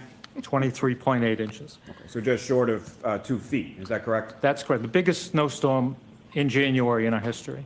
That's crazy. Now, sir, have you prepared some visual aids to assist the jury with the snow accumulation? Yes. May I approach the witness again, Your Honor? Yes. They're going to focus on the total amount instead of what was actually on the ground between 12 and 1:30, which he said was like 3/4 of an inch, enough to track a cat. That's how little snow there was on the ground when everyone was leaving the house, and John Gentlemen, O'Keefe showing you 3 documents. was dead in the yard, apparently. Look at those, look up when you're finished. Not enough snow to cover a human body when they were all leaving the house, that's for sure. Yes, I've seen these, yeah. And what do you recognize each of those three to be? The first one is a storm warning report that was sent to our clients in this area regarding the upcoming snowfall, winter storm. And we began sending this type of a report, as I said, 3 days prior. This was one of the last ones that was sent as the storm was getting underway in this area. So this was sent by my colleague, my partner Bill Guile, at 8 o'clock that Friday evening. And it's a detail of when the snow is going to start, when the first inch will be on the ground, the total snowfall, the duration of the storm, and what's going to happen after the storm, which is also critical for our clients to know how to clean it up and what kind of post-storm conditions as far as temperature and other things to consider. So that's the heading of the form. Then we get into this detailed 6-hour time block series. And of course, that begins at 6 p.m. to midnight, since this was issued at 8 p.m. And we talk about the weather conditions and how much, if any, snowfall. I don't mean to interject, but just, you recognize what's on that, and that is a forecast that you sent out, correct? Yes. Well, our company sent out, my partner Bill Guile actually sent it. And the last two sheets that you have before you, what are those? These are images taken from one of those 3 sets I talked about, the for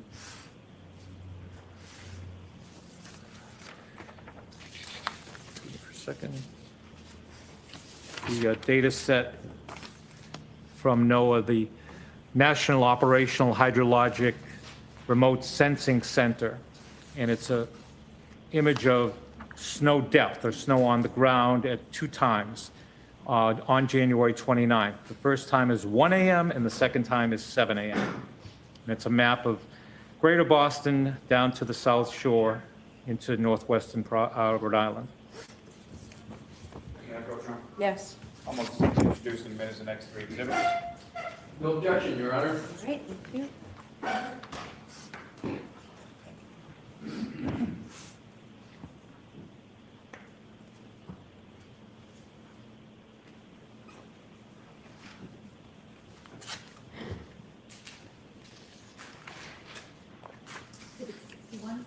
and 63.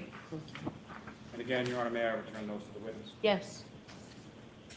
Thank you.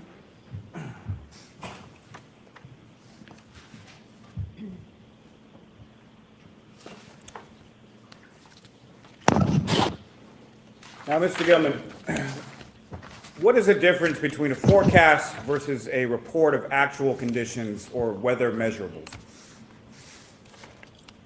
As defined, a forecast is your best estimate based on science and data available of how the future is going to play out in terms of weather, the amount of snowfall, the temperature, the observed data. And I often make the distinction between soup and sandwich. Weather and forecast always seem to go together, but there actually is weather, and that's separate from what the forecast is, and there's always some small distinction.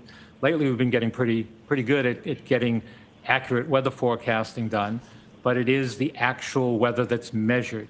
How much snow is on the ground, how much snow fell, what the wind speed was during any given period, temperature, those kind of elements that actually occurred.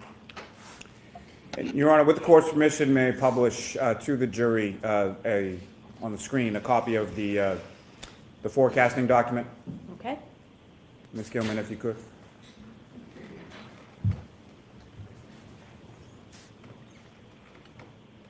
Thank you. And Mr. Gilman, what's up on the screen? Is that what you have before you as the forecasting document that's now been marked as an exhibit? Yes. Okay. And if you could, directing the jury's attention from left to right as far as the columns go, if you could walk the jury through sort of what we're looking at in this particular aid. Sure.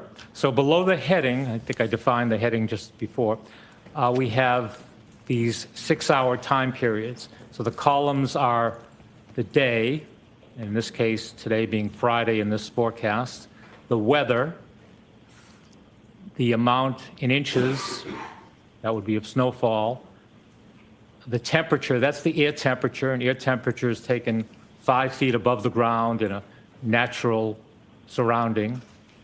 The road temperature, also in Fahrenheit, and that is the surface ground temperature, which is very important to our clients. And then we have wind, both sustained and gusts. Below that, we have special notes to amplify our message. A lot of times people don't read everything, so we try to highlight what's important or add something that wouldn't be in one of those columns. And as far as the air temperature is concerned, as far as it being recorded, does that incorporate wind chill into that temperature, or is that something else? Wind chill is a calculated amount or figure of heat transfer based on how human beings react to temperature. So this is the actual temperature that would be measured on a thermometer. Okay, thank you. And Ms. Gilman, if you could scroll down. And again, on the bottom portion of this aid, again, if you could walk the jury through what we're looking for and what we're looking at, and specifically if you could draw their attention to the snow accumulation that's forecast in this. Certainly. The same applies to the columns. Now we're into the tomorrow. So since this was issued at 8 p.m. on Friday, tomorrow is Saturday. And we're going through each 6-hour period and how much snowfall could be expected. You see it starts with 3 or 4 inches and then ramps up as we get later in the morning to as much as 6 to 10 inches of snow. And you can calculate what that hourly rate might be based on the 6-hour period. We give that type of range because it's scientifically accurate. People really want to know every minute, every hour, and that's just not something that modern science can do. So we give this period to be as accurate as possible while still being extremely precise. 7 to 9 inches during the afternoon period, and then it winds down to 2 to 3 inches toward midnight. Thank you, sir. Ms. Gilman, you can take that down. Now, Mr. Gilman, the snow accumulation, how is that measured as far as the measurements that you get from each of these 3 sites? How is that measured at those sites? At Blue Hill Observatory, there's often an observer, a trained observer, making measurements. The standard is to use what we call a snowboard. And if any of the members of the jury do weather observing or no weather observers, you might be familiar. It's just like a piece of plywood, something that doesn't radiate like pavement would or a house would. Just something that would allow the snowfall to accumulate in a natural way. And then that's cleaned off every 3 hours. And those amounts are added throughout the duration of the snowfall event. So that's the way the observers at the Blue Hill Observatory literally have been doing that since 1885. When you come to Logan Airport, you don't have an observer right there. There was back in before the 70s, 80s, around that time period, before ASOS came into play. There were people that were in the weather office that would go out and make those measurements. Now they contract with an observer, and I'm not sure of the location right now or during this event in 2022. I believe it may be in Winthrop, but it's very nearby to Logan Airport, and this is a contracted observer that makes these measurements. At Norwood, there is no snowfall measurement made right at that location. Now, you've used a term a couple times as far as heavy snow. What is, scientifically, what do you mean by heavy snow? Heavy snow, again, can be defined in 2 ways. Either by the reduction in visibility or by the accumulation rate. So it's an intensity of snowfall. And in terms of visibility, it would be less than 1/4 of a mile, so something like 3/8 of a mile, that's when you get into the heavy snowfall range. Intensity, in terms of the way it accumulates, might be more familiar to most of us since we don't know what that visibility might or might not be, but it's 1.5 inches an hour or more. It's not something that you want to be driving in, or very hazardous and big impact on a lot of our activity. Now, what is the scientific definition of whiteout conditions? I don't know if there's a scientific explanation, but it's a good term that is used quite a bit, and it would be heavy snowfall. Again, snowfall can reduce visibility to near zero, even below 3/8 of a mile. You may be getting 2 inches of accumulation, 3 inches per hour. When you have a very convective, energetic storm, like a thunder snow event, a lot of upward motion in the atmosphere, you could get 4, even 5 inches of snowfall per hour, and that certainly would be termed whiteout. I think it has a lot to do with the fact that we drive a lot these days, that people are familiar with limitations to being able to drive a car. And, if you're driving along, the windshields are going, wipers are going at maximum speed, and you just can't make out anything on the horizon or the car in front of you, you say, it's whiteout conditions. That's the way it's reported. And did each of those, as far as heavy snow and whiteout conditions, occur in this storm? Heavy snow definitely occurred in this storm. I've heard it referred to as whiteout conditions, and it's somewhat in the eye of the beholder, but I would say yes, whiteout conditions did occur. Now, turning your attention, Mr. Gilman, now to the topic of visibility. Can you describe to the jury what your understanding of that term is as it applies to what you do? Well, visibility is just the reduction of how far you can see based on some weather element, as long as we're talking about weather. So haze can reduce visibility, fog, different types of precipitation, smoke can reduce visibility in the atmosphere. But in terms of snowfall, the heavier the intensity of the snowfall, the lower the visibility. And so from a meteorological standpoint, how is that measured? Well, it's measured in miles, or quarters of a mile, which is the standard here in the United States. And you sometimes see it in 1/8 of a mile, but generally with these automated systems, it would be 3/4 of a mile or 1/2 a mile, or as the snow intensity lightened up quite a bit, it may go up to 7 miles. I've seen snow falling at 10, even 11-mile visibility, which you'd hardly notice if you were out. That's not much of a reduction in visibility, but it can come all the way down to near zero. And what was the lowest, if you know, the lowest recorded measurement as far as visibility as it pertained to this storm? I would base that on the Norwood Airport because it was, especially in this immediate area, and they do a good job of measuring visibility, and that came down to 1/4 of a mile at the airport. It certainly may have been lower than that at times, but was on the order of 1/4 to perhaps as low as 3/8 of a mile or 1/8 of a mile between observations. Now, sir, if I could turn your attention to the topic of temperature. How is temperature measured in your analysis as far as the data that you have? Temperature is measured with a thermometer, and there are different types. We depend heavily on electronic thermometers now. It measure the amount of heat in the air, and we get a reading, and we generally use that reading as the air temperature. Now, what is the difference between air temperature and road temperature? Again, air temperature, the standard is the temperature of the atmosphere 5 feet above the ground in a well-ventilated natural surroundings. Road temperature or ground temperature is actually at the surface, so it's out beyond the atmosphere, right at the surface of the ground. And what kind of tools are used or utilized to measure road temperature? There are basically two ways. One way would be to put some kind of sensing device, a probe, in the surface just below the surface.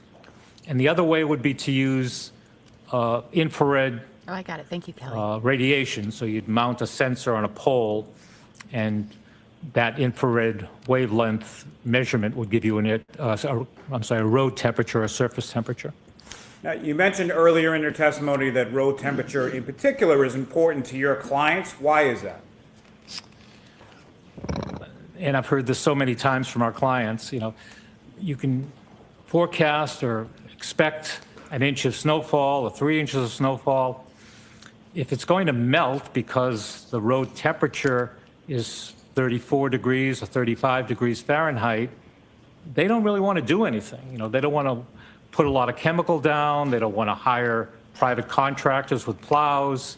Whereas if it's going to accumulate, especially on the road surface, they need to be prepared. And there's so much demand now on having black pavement during winter storm events. There's so many automobiles on the roadways in this area that each of these municipalities is constantly under demand to make sure they do the best job they can. And in order to do that, they need to know what the road temperature is going to be or the ground temperature is going to be in order to best have snow and ice operations to meet those demands.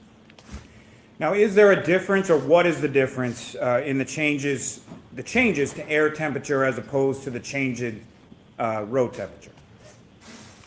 They're different substances, so they have a different pattern of temperature change. Air temperature changes much more quickly. And of course, when we're talking about temperature, we're talking about energy, the way the molecules in the atmosphere are moving. The faster they're moving, the higher the temperature, the more energy.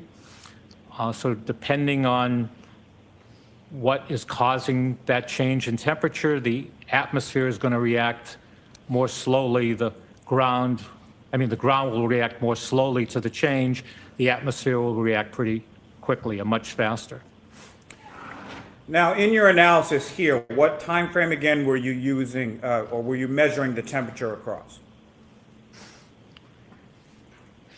Let me ask you this way. You started on January 26th through the 29th, correct? Correct. Okay. And why is it specifically with temperature that you started on the 26th as opposed to anything else? I was asked to start at the 26th, and I said that's a good way to go because it establishes a period of seasonal freezing ground. It typically happens in this climate in the midwinter that our ground freezes. So if you look a few days before, you get a good sense if that was the case. I mean, there have been winters, there have been months of January in recent years that we've reached 60, even 70 degrees, and nothing is going to be frozen during that time. This was not the case in late January of 2022. It was an unusually cold period, and it was important to record that. Now, can you describe to the jury or lay out for the jury the temperature readings throughout that period of time that you analyzed? Yes. I'll start with the 26th and just go without going through more than just the day high and low. A high of 28, a low of 12. On the 27th, the high was 27 and the low was just 9 degrees Fahrenheit. On the 28th, Friday, the high temperature reached 36 and the low was 22. And then on Saturday, the 29th, the high temperature was 29 and the low was down to 15. Now, sir, if I could ask you specifically within that time period, a specific time period of approximately 1:30 a.m. on the 29th through 5 a.m. on the 29th, what does the data demonstrate with respect to the air temperature during that period? From 1:30 to 5:30? Yes, please. On the 29th? All right, I'll consult this data from Norwood Airport if that's the way we should look at this. I would suggest to do that. And at 1:30, the temperature was 31. By 53 in the morning, it was down to 24 degrees. During that time period, before that, is the temperature relatively stagnant during that time period of 1:30 to 5 a.m.? Dedication. Before that time? During that time. Oh, during the early part of the time, and again, this is right at Norwood Airport. It might have been a little bit colder in Canton. It certainly was colder at the Blue Hill Observatory, but I don't have a lot of that, so I'm using this. Sure. So based on this, it was pretty steady through around 2 in the morning. And then because of the 27, nature of actually. this type of storm, it's deepening rapidly. It's low pressure offshore. So the wind tends to back from the northeast to the north-northeast to the north. And that backing wind starts to draw air rather than from the Gulf of Maine, the Atlantic Ocean, the harbor, more from northern New England and Quebec. So that's a tendency of all of these winter storms to tend to get colder as the storm intensifies. And that's what we see starting to happen as you get toward 2:30 in the morning, and especially 4:30, it's down to 28, 26, and then down to 24 degrees just before 6 in the morning. And that temperature sort of fluctuation or lack thereof, is that consistent with what you would expect in this type of storm? It's exactly what I would expect, and this is a classic winter nor'easter, and that temperature drop is part of that. Mhm. And Yeah, lastly, that's sir, if I fine. could just take you back to 8th the the next day. road temperature you were talking about before. How would you describe the temperature readings generally from the 26th through the 29th as far as what type of temperatures were recorded during that time frame that you just testified about? As I said, it's the coldest time of the year anyway, in late January, here in the Boston area around Canton, midwinter. And this particular year, 2022, it was colder than normal. So road temperatures were dropping much of the time. They may have come up a little Also bit true. during the course of the day, thanks to sunshine during the 26th and 27th. A little moderation in the temperature on the 28th, but for the most part, there was a frost in the ground, the soil was frozen, and the temperature was unusually cold at the middle of winter. And what impact would that have on the hardness of the ground over that time period? Well, again, the ground was frozen, the soil was frozen, and the surface of the ground was frozen. And it would have made the ground impenetrable, that hard, you know, as hard as too difficult. You wouldn't be able to dig in the ground. Thank you very much, sir. I have nothing further, Your Honor. All right, Mr. Lessie? Come on, Alessi, focus on the timeline. You got it, buddy.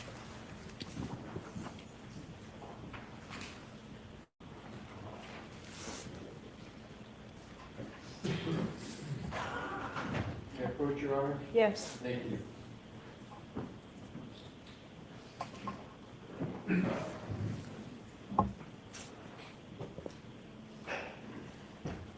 Show Mr. Lally, please.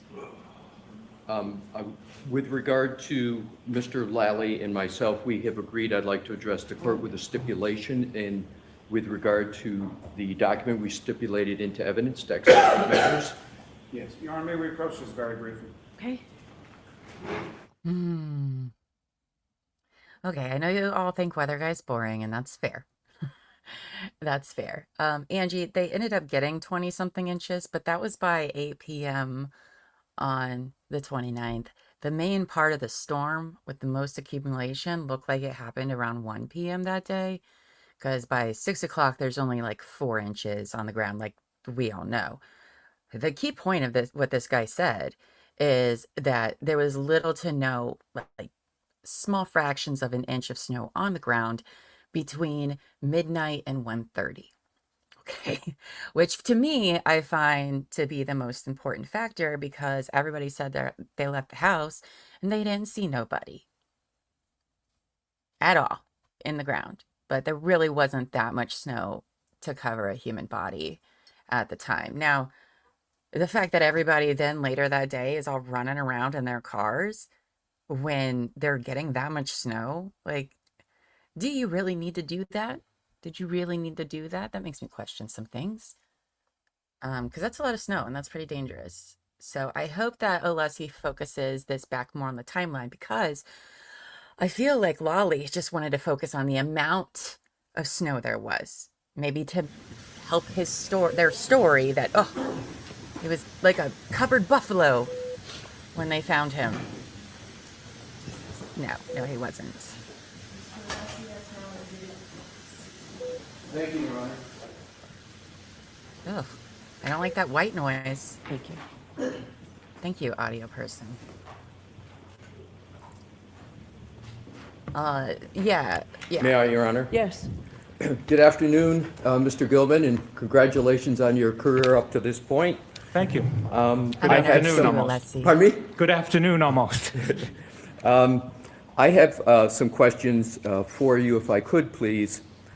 You covered a bunch of topics on your direct examination, and I wanted to confirm some of them. As a meteorologist, you indicated that you look at a variety of areas under the larger umbrella of weather, correct? Correct. And one of those areas is snow accumulation. Correct. Another area is visibility, correct? Correct. Do you have a general understanding about what this case is about? Let me ask it this way. As regards weather conditions, are you familiar with an address of 34 Fairview Road in Canton, New York? Yes. And have you ever been to 34 Fairview, Canton, New York? New York? Not New York. This is I'm we're sorry, in Massachusetts. I'm sorry, Massachusetts, sir? Yes. I've been in many parts of Canton. I don't believe I've ever been to 34 Fairview. Are you generally familiar with that area? Yes. And you've mentioned the Norwood Airport on your direct testimony, correct? Yes. And is the general area of Fairview, is that in close proximity to the Norwood Airport? I mentioned it's a mile away. Right, so it's fairly close, right? A mile. Right, so you would expect that the readings you talked about on your direct examination would have a direct bearing and relevance to the 34 Fairview Road in Canton, is that correct? Yes. Relevance, yes. Yes. So what I would like to do is to draw your attention to the exhibit that was just marked, if Your Honor. We have that. May I approach, please? Yes. Thank you. Mr. Gilman, this is Exhibit 64. If I could hand that to you, please. Thank you. And you can keep that in front of you. If you could publish. Excuse me, Your Honor, may I publish? Yes. Thank you. That's how they collect rain. If you can enlarge, just, no, not the whole thing, just the chart up above, and make that as large as you could for the jury, please. That's you very go. good, thank you. Look at those. You First see row. where we are, and Mr. Goodman, you can either look on the screen or look on the document, whichever is best for you. Thank you. You're welcome. So let's start Estimate. with the top, which is estimated hourly snowfall ending at. This is for January 29th, 2022, correct? Yes. And what does not appear on this chart, but I want to make sure I can get this as accurate as possible, would it be appropriate to, before 1 a.m., to add a 0.2 for what you mentioned on direct for midnight? You mentioned there was a little bit starting, and there was a 0.2. Is that correct? Did I hear that correct? If you want to get the total for the snowfall event, yes. Okay, so we'll just have, if you will, an imaginary 0.2 up at the top. And what I'm going to do, sir, is I'm going to go through the hourly snowfall, because there are times that you have on your chart that are relevant in this matter. So let's start with and just do it chronologically by time. And what I'm going to ask you to do is to do a little bit of math as we go through. If you need a calculator, I think it's going to be fairly straightforward math for someone with your skills, but take your time when we get through it. So we start at midnight, and you mentioned the concept of visibility on your direct examination, correct? Yes. And I believe you said on your direct examination that at midnight there was, quote, very little snow precipitation. Is that correct? I believe I said there was very little snow on the ground. Very little snow on the ground, and I think you used the phrase track a cat? Enough to track a cat, exactly. Right. So I love enough to that. track a cat, but a fairly small amount, correct? I don't know how to define it any better than enough to track a cat. Very That's- good, sir. that's- I'll go with track a Yeah, cat. that's the smallest amount as you can get. And again, that would be on a natural surface, not necessarily on pavement. Right. And what would the variation be, if at all, on pavement? Oh, a lot of factors would come into play. Most importantly, since this was a forecasted storm event, the town may have pre-treated the road. That lowers the freezing point of the precipitation. So it would, even if it was 25 degrees, it might be melting on the road. So in terms of the factor you just talked about, for example, pre-treatment, that could cause the accumulation, the numbers here to be lower than what we're seeing on the chart, correct? Definitely, correct. But there's not a scenario where it could be higher, is it, at this point? Well, there are places, especially with this kind of wind and dry, fluffy snow, that you would have drifting. Right, but with just 0.2 inches on the ground, would you expect drifting? No, Okay. absolutely not. Right, Not unless 'cause- I was a very small animal. I was going to say, tracking a cat wouldn't Yeah. seem to work very well if you've only No. got drifting with 0.2. I thought you were asking about the larger numbers. No, sir, good point. What I'd like to do is to just concentrate on the beginning here and midnight and 1 a.m., and then we'll progress down through, okay? I Okay. want to snapshot it, if you will, starting at the very beginning. So we then move to 1 a.m., which is 0.3 inches, correct? Correct. Now, if you add, and it seems like to be most accurate, to each number here, we would add a 0.2 to get the total, correct? Correct. So if we go to 1 a.m. on January 29, 2022, we've only got 0.5 inches of snow per this chart, correct?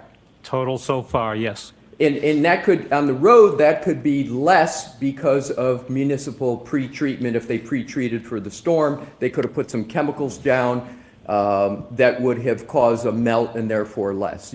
That's a possibility. That's one factor. Another factor would just be the road may be warmer for a number of reasons. So that could be another reason why it might be less, another factor. Absolutely. Okay, so now let's go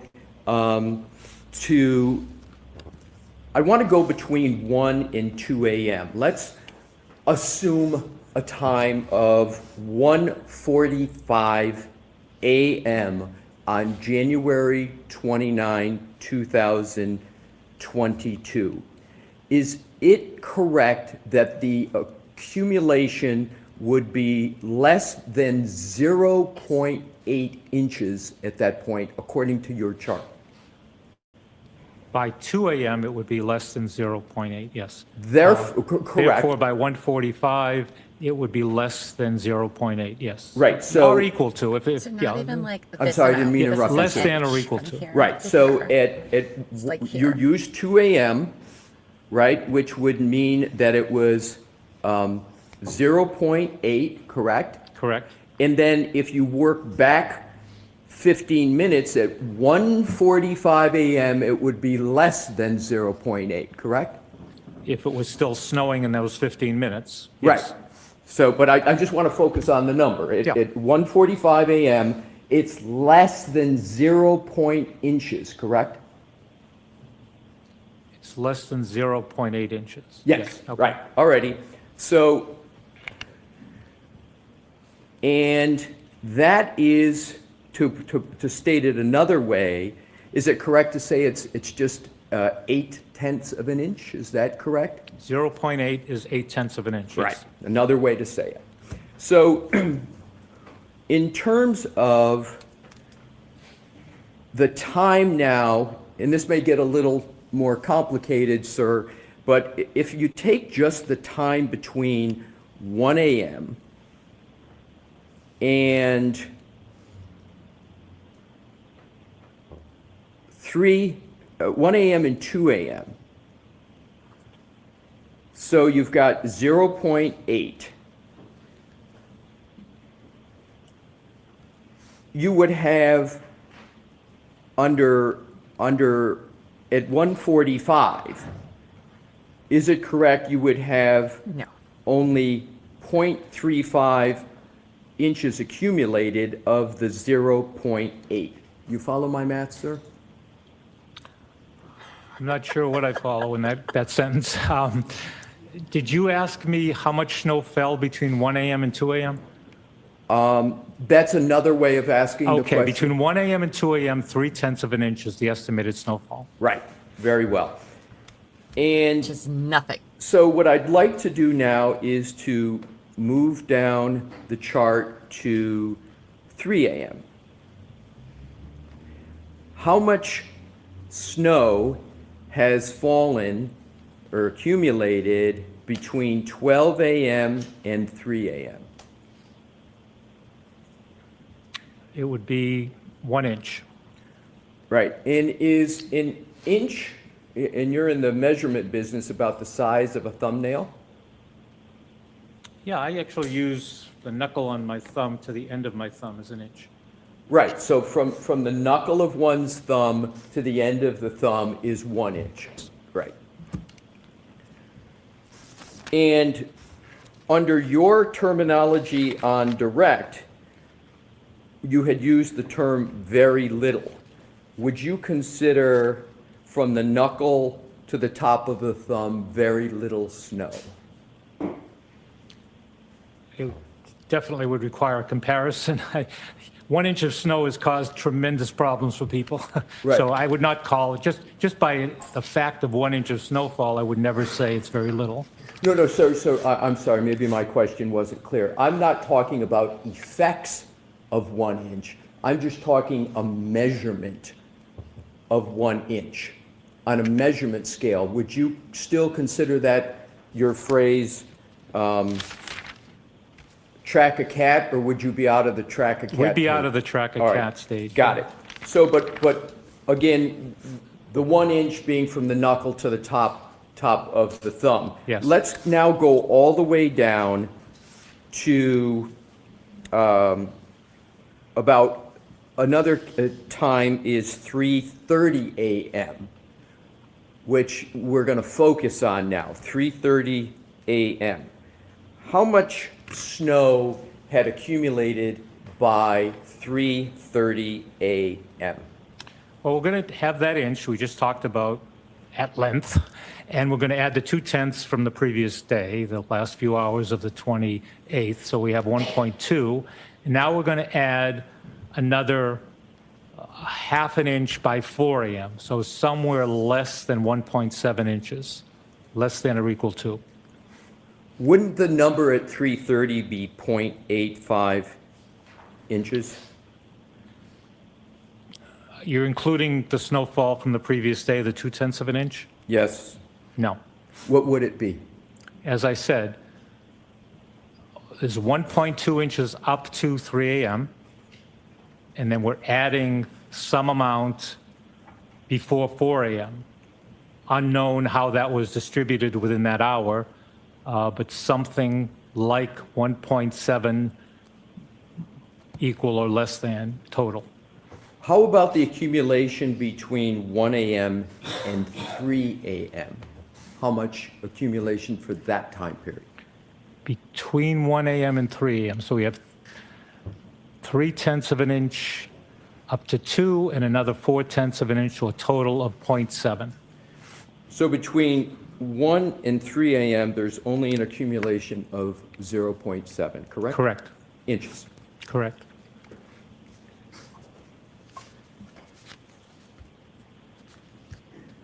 You had spoken a lot on your direct testimony about the magnitude of the storm, a variety of other measurements. But what I wanted to draw really a line at 6 a.m., which you said was an accumulation of 3.9. What I want to do is to now move on to from 7 a.m. on January 29th until noontime. And you can check my math, sir, but I get 12.5 inches total as of noon on January 29th. I can do the arithmetic if it sounds about right. Arithmetic, you're so cute.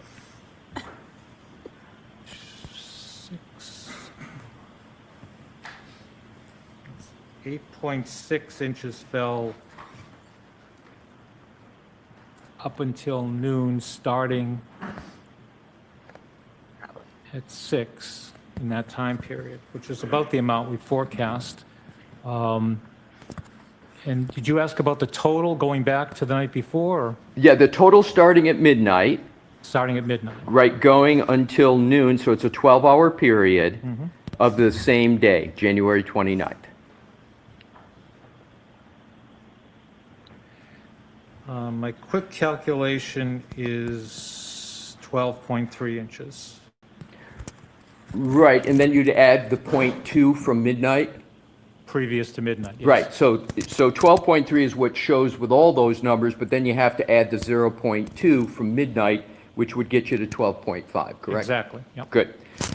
So just to summarize the first column there, all the way down from 1 a.m. to 12 p.m., at 6 a.m. we've got 3.9 inches, and then moving down to 12 p.m. we're at 12.5 inches, correct? I believe so.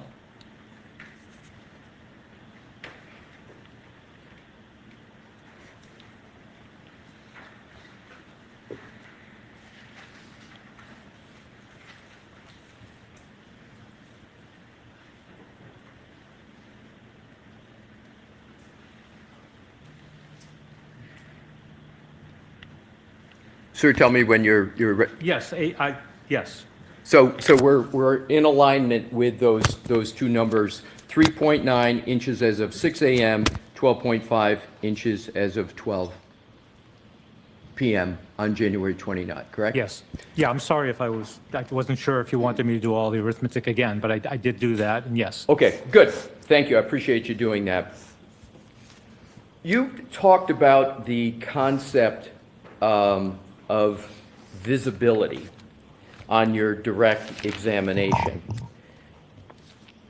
In terms of visibility, did I hear you correctly that there's a correlation between the amount of snow coming down and visibility? The intensity of the snowfall, so the amount over time and visibility, right? Right. So the intensity or amount over time. How would you describe visibility from 12 midnight or 12 a.m. on January 29th until 1 a.m., that 1 hour period? How would you describe visibility? I really don't know exactly. I can look at the report from Norwood Airport. They measure the visibility. Could you do that, sir? Would that be easy enough for you to do? Do you need a light, Mr. Gilman? Do you need lights on? If we're going to do more than one, I would, but let's see if I can. Thank you, Your Honor. And we were asked about 1 a.m., is that? Yes, visibility at 1 a.m. Okay, visibility reported at 1 a.m. was 1.2 miles in light snow. And what does that mean, a visibility of 1.2 miles? 1.25 miles, 1.25 miles. It means that anything that was more than 1.25 miles away from the observer would be hidden by the snowfall. You wouldn't be able to see it. And what does it mean if the visibility was less than 1.25 miles? And as the visibility lowers, your ability to see objects in the distance is reduced. So assume, sir, that somebody is 30 feet away from an object they want to see, and the visibility is 1.25 miles. Would they be able to see that object based upon your experience with visibility and your your career in that area? All other things being equal, yes. Right.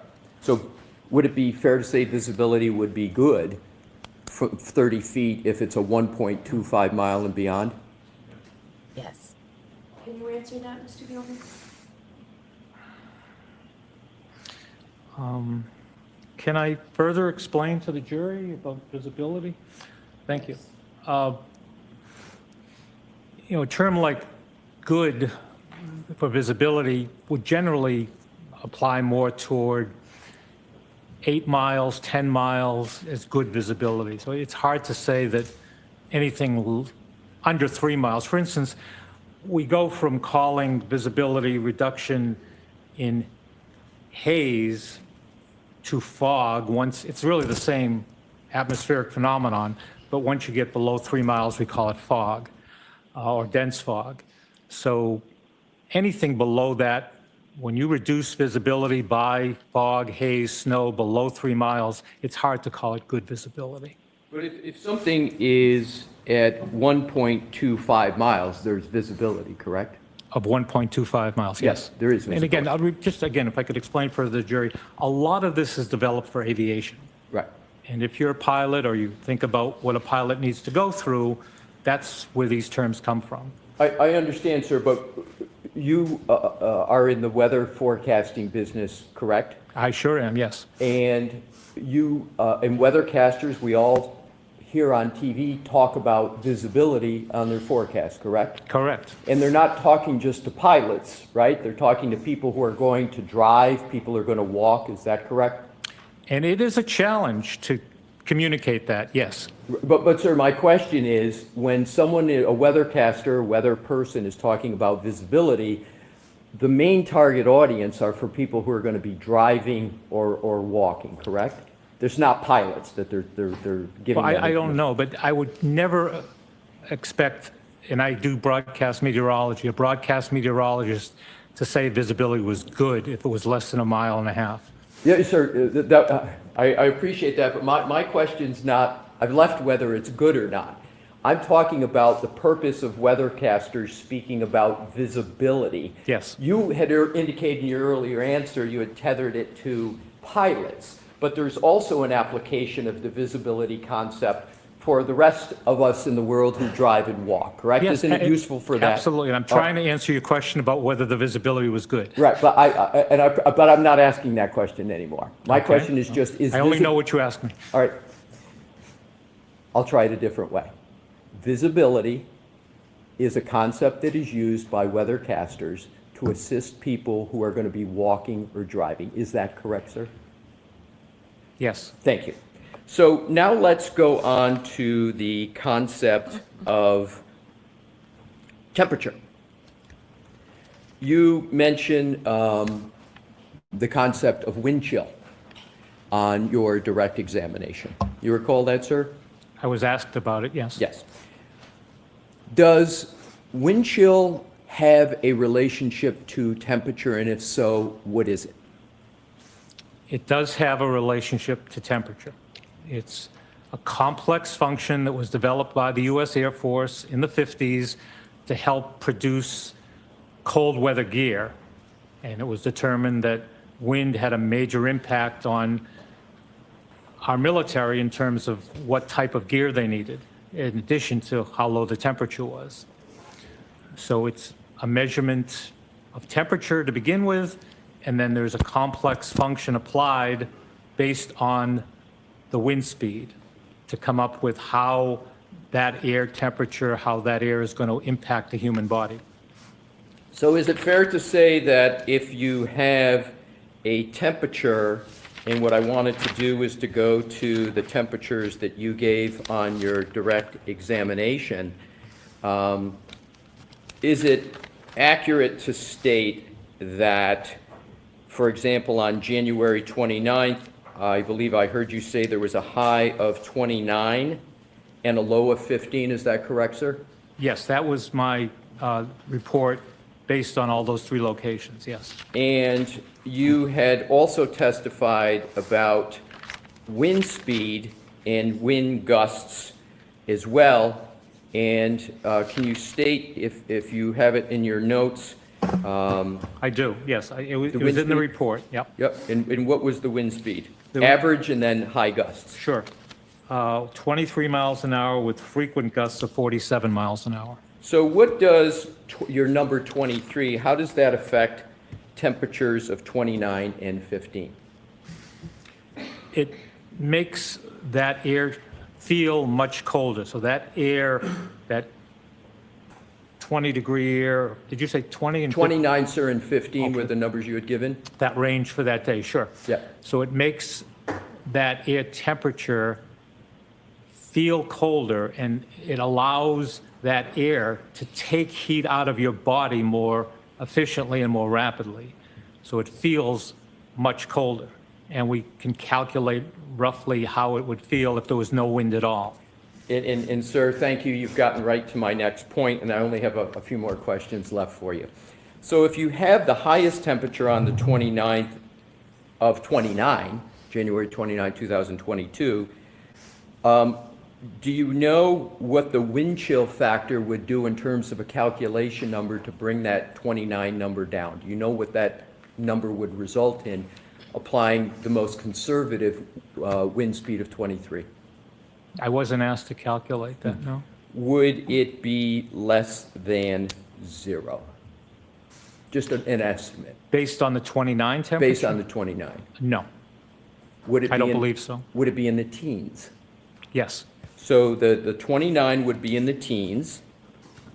And then for the low of 15, approximately what number might that get down to? Again, depending on the wind, if you looked at 5 miles an hour, again, it wasn't that wind all day, and that 15-degree might not have been corresponding to any wind at all. Just using your average that you used on direct of 23. The average wind, again, made it feel much colder, bitterly cold, extremely cold when you were out in the highest wind at the lowest temperature. So it may have felt like 0 to even 10 below 0 at the lowest temperature and the highest wind gusts. So if I got that correct, so 15 was the lowest temperature you gave in direct on January 29th, and you state that it would be, with the wind chill using about an average of 23, would be 0 or maybe minus 10? Is that the number correct? Again, I'm just guessing. I didn't do the calculation. I wasn't asked to do the Fair enough. calculation. But based on my experience of reporting in this area for 45 years, I basically get the idea of what it's like when the temperature's that low and the wind is that high. Yeah. Right, and if we could please have the chart published back up, please. You can keep the lights on, you just make it larger. I want to make sure Mr. Gilman has some facile with his notes. Okay, so is it correct to say that if the total accumulation for the storm was 23.8 inches, that the vast majority of that accumulation came well after 6 a.m.? Yes. And as of 6 a.m., we've only got 3.9 inches compared to what the storm ended up at about 23.8.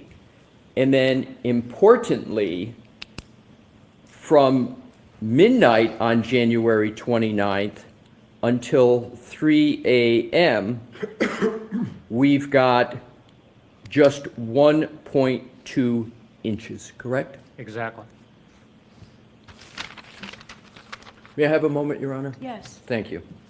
Please bear with me a moment, Mr. Gilman.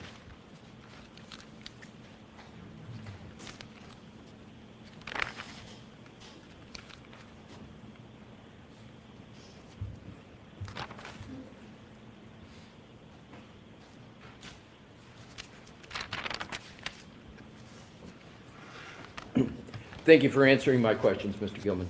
You're welcome. Anything else, Mr. Lally? Okay.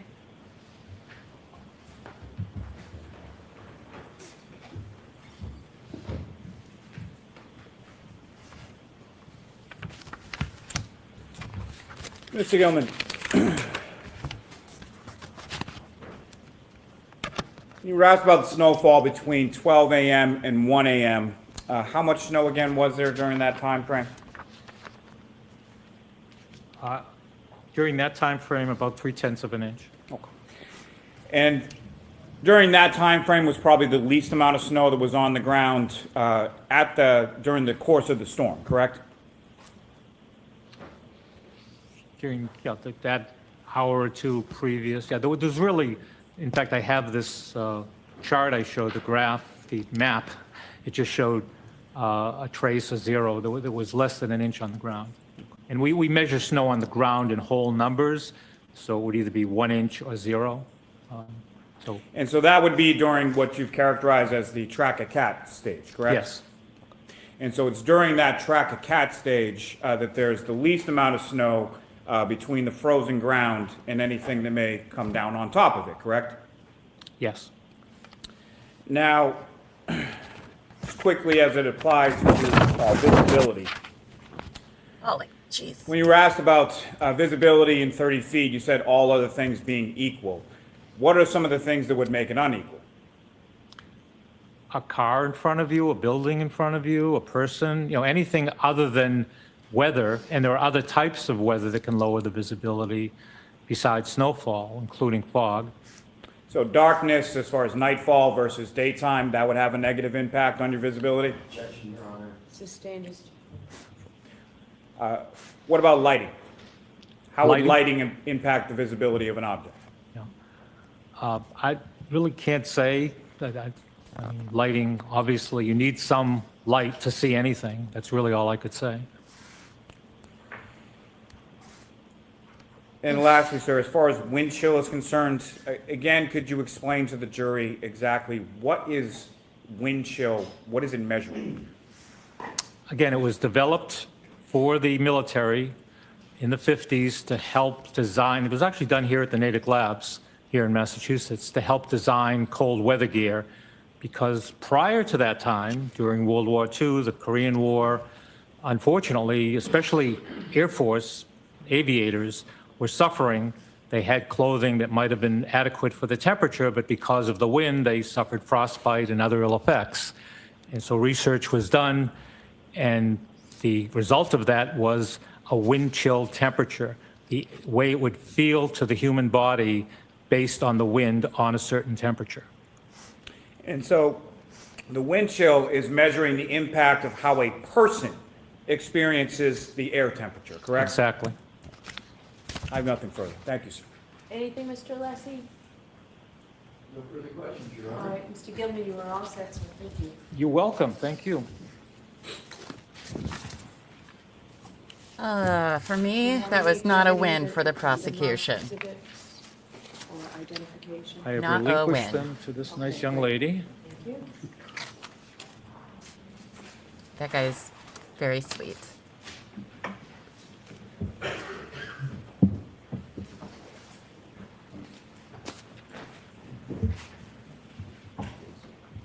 So call me. Next witness. Thank you. The Commonwealth recalls Nick Garino. Okay, Your Honor, I'll inform this will be the last recall for Mr. Garino. thank you. That guy, he's the phone guy. Well, the cop phone guy.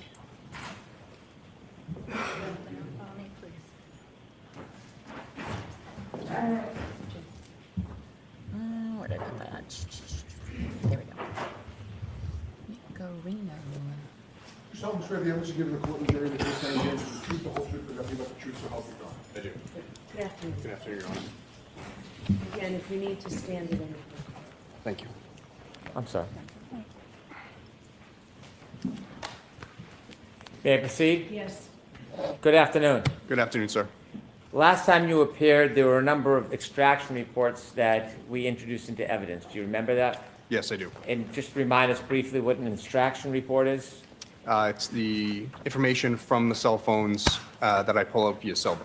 All right, so I'm just going to ask that this witness identify himself. My apologies, Your Honor. Could you please, again, introduce yourself to the jury, spell your last name for the record? I'm Trooper Nicholas Guarino, Guarino. You would explain what an extraction report is. Yes, it's the information in the cell phones. We can create PDFs or portable cases from information, whatever is specified. An extraction report, can it be general or more narrow? Yes, it can be. I want to introduce a few more extraction reports that we didn't get to last time.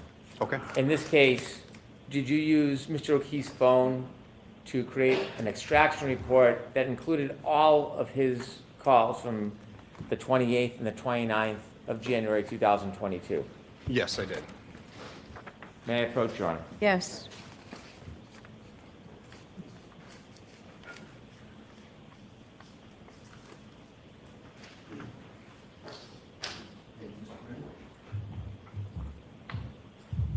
And your document, do you recognize that document?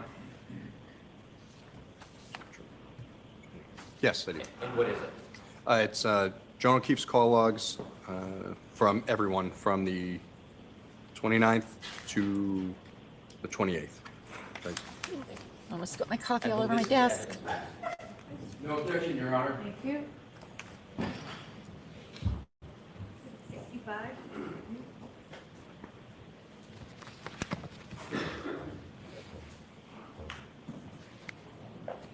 Did you create an extraction report that included a text message between the defendant and Jennifer McCabe?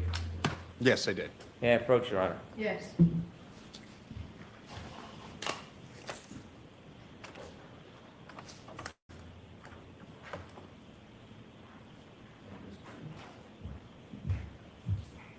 And in your document, do you recognize that? Yes, I do. Can you tell us what that is? Yes, it's the text chain from the defendant to Jen McCabe. I move this into evidence, please. No objection, Your Honor. Thank you. Civic 66.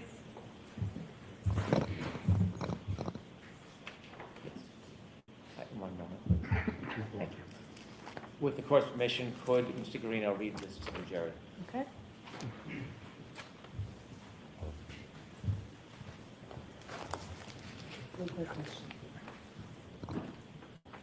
Could you kindly read that and explain it to the jury? With all the information on it. Yes. This is from the defendant to Jen McCabe, 7:26:52 a.m. on the 29th. It says, can you send me Kerry's number? Thank you. Did you further create an extraction? Sorry, Mr. Brennan, in terms of that reading of the document, you just have to check on that, please.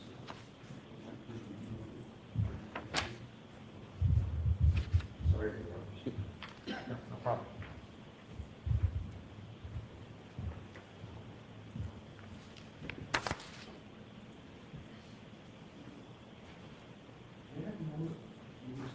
Yes. Nothing makes sense here in Canton, Massachusetts, though. Yaha.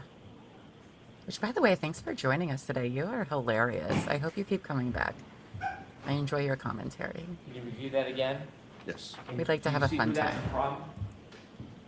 And who it's to? I'm sorry, it's from Jen McCabe to the defendant. And what does it say? Can you send me Kerry's number? What time and date? That is 7:26:52 a.m. on April 29th, 2022. Thank you. Did you do a further extraction report Oh, I forgot to. from John O'Keefe's phone with text messages between him and a person named Kaylee? Yes, I did. May I approach? Yes.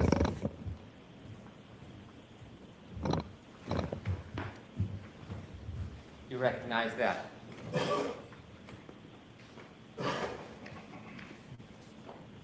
Yes. What is it? It's the text chain between John O'Keefe and Kaylee. The date? It goes,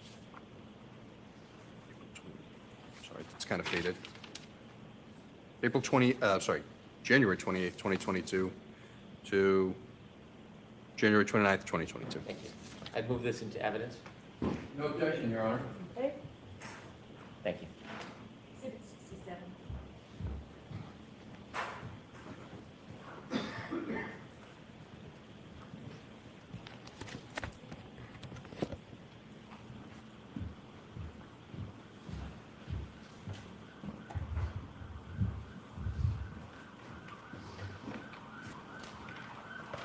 Okay, Trooper Guarino, we're done with extraction reports. Okay. Did you have an opportunity to obtain phone messages, phone calls, and text messages between the defendant and Mr. O'Keefe? Hold on.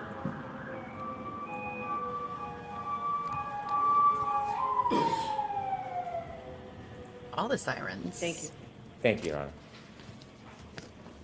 Trooper Guarino, did you have an opportunity to obtain phone calls, voice messages, and text messages from the defendant to Mr. O'Keefe's phone on the evening of January 29th, 2022? Yes, I was. Where did you get the phone call records from? From John O'Keefe's phone. Where did you get the voicemails from? Also from John O'Keefe's phone. Where did you get the text messages from? From John O'Keefe's phone. Did you have an opportunity to take those phone calls, the voice messages, and the text messages and put them in a chronological order? Yes, I did. Did you include all of the phone calls, all the text messages, and all of the voicemails? Between John O'Keefe and the defendant, yes. Did you create a PowerPoint to put them in a chronological order? Yes. May I approach, Your Honor? Yes. Show Mr. Alessi. Sorry.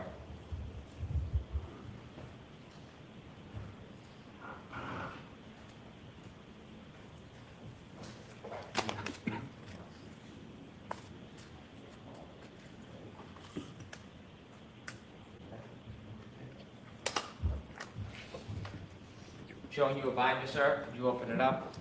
Tell us what this is. Yes, this is the phone calls and text messages between the defendant and John O'Keefe, as well as the voicemails. Well, Is there a package in the front of that binder? yes, there is. And what is that package?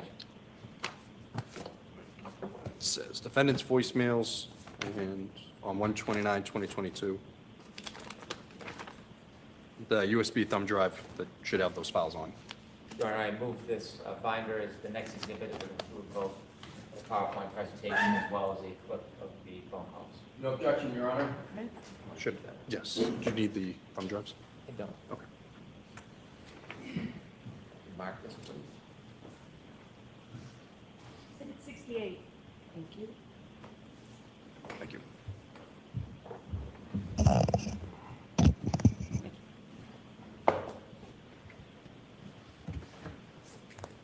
With the court's permission, I would ask that Trooper Guarino take us through the PowerPoint presentation. Yes. Thank you.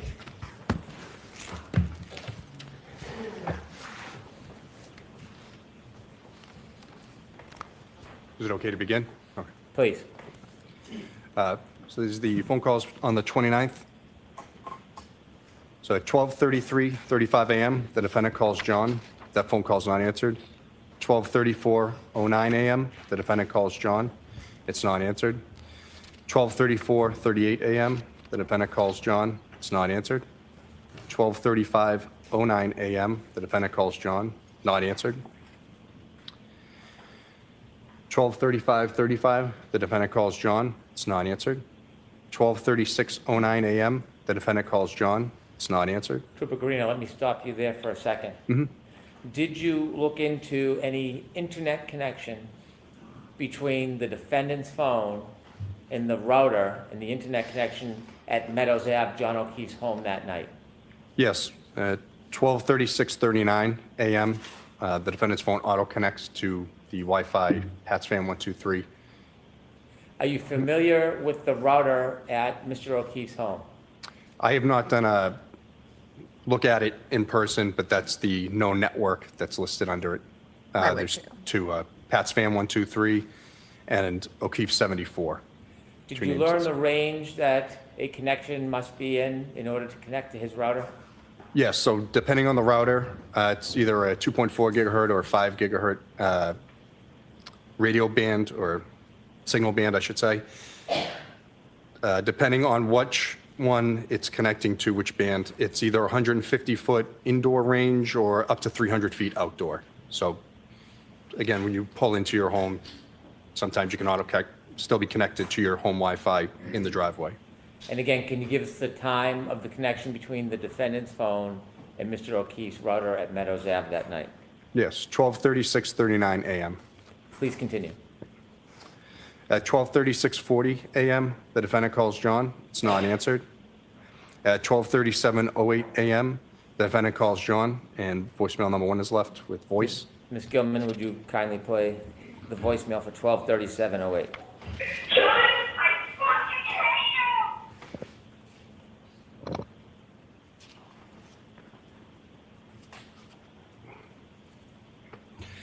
At 12:38:26 a.m., the defendant calls John. It's not answered. 12:39:03 a.m., the defendant calls John. It's not answered.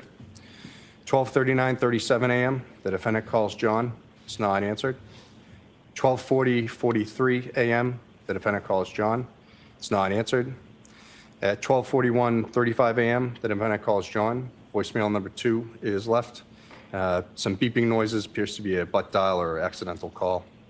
Ms. Gilman, could you play the voice message at 12:41:35? Oh, sorry. Oh, it's awful.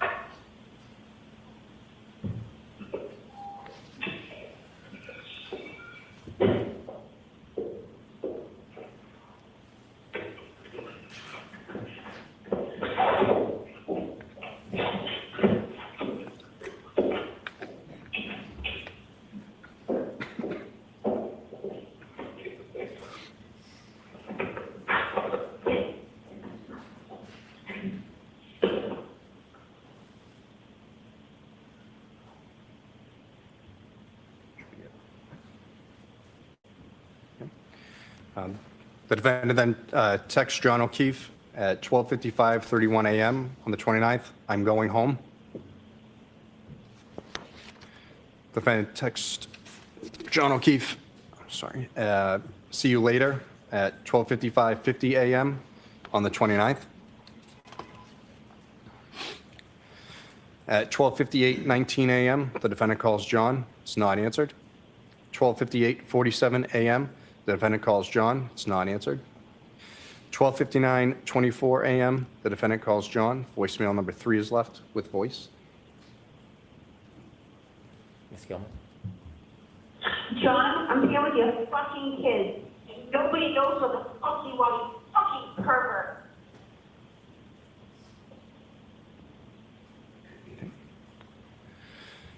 At 1 a.m. and 26 seconds, the defendant calls John. It's not answered. At 1 a.m. 49 seconds, the defendant calls John. Voicemail number 4 is left. It's 1 second called, no sound. Ms. Gilman? That was it.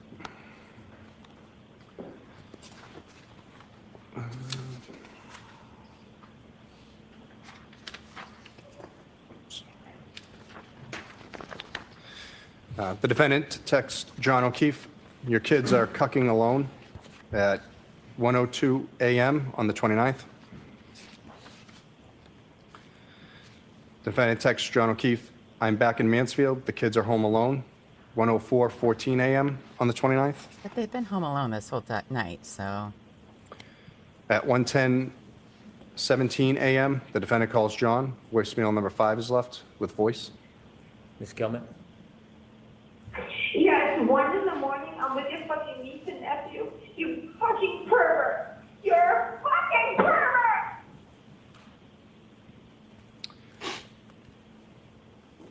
At 1:10:44 a.m., the defendant calls John. It's not answered. At 1:12:18 a.m., the defendant calls John. It's not answered. 1:12:46 a.m., the defendant calls John. It's not answered. 1:13:13 a.m., the defendant calls John. Not answered.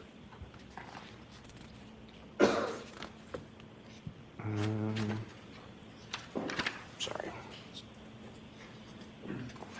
At 1:14:11 a.m., the defendant calls John. It's not answered. 1:14:44 a.m., the defendant calls John. Not answered. 1:16:10 a.m., the defendant calls John. Not answered. 1:16:38 a.m., the defendant calls John. Not answered. At 1:17:37 a.m., the defendant calls John. So when voicemail 6 is left with voice. Ms. Gilman? John, I'm going home. I cannot babysit Amy. I need to go home. You are fucking using me right now. You're fucking another girl. Kim's sleeping next to me. You're a fucking loser. Fuck yourself.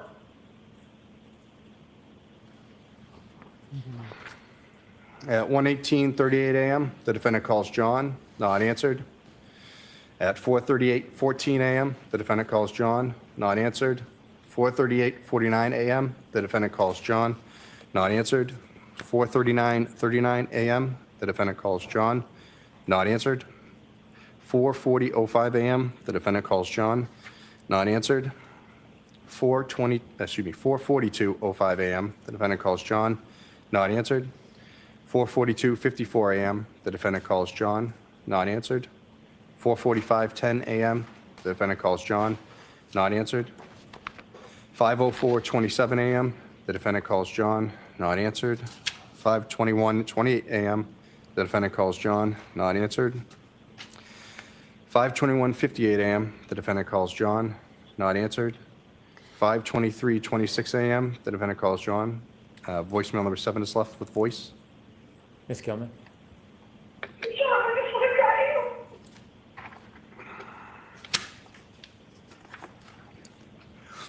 At 5:24:27 a.m., the defendant calls John. Not answered.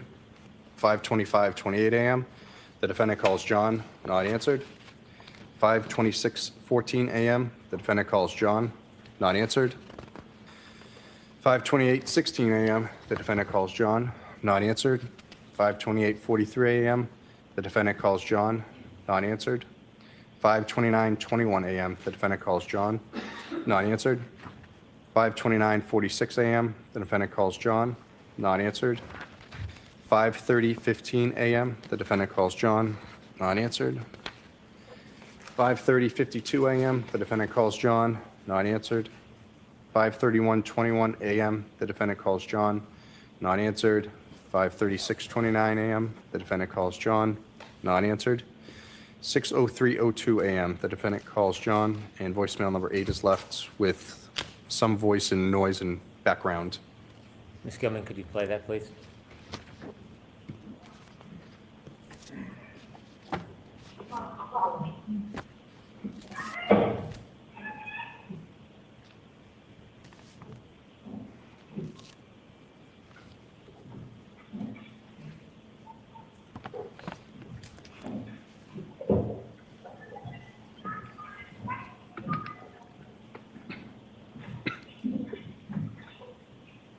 Yes, I need someone to look at you.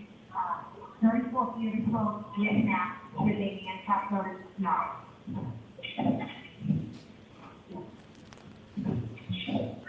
Yeah.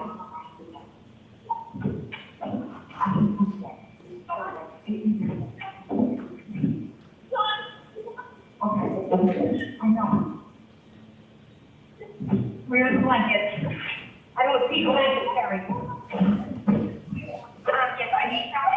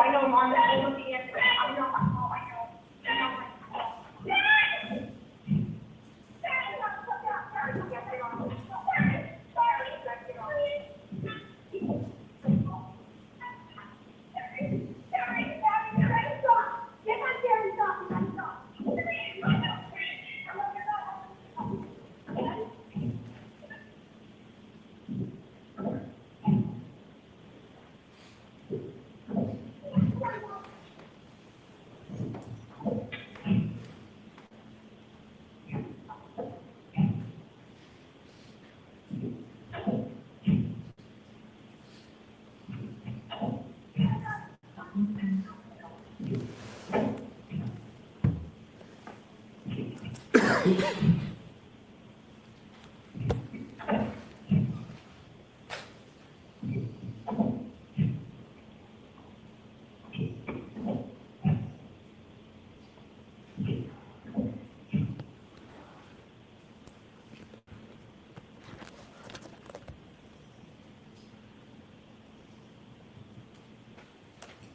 we have the lights on, please.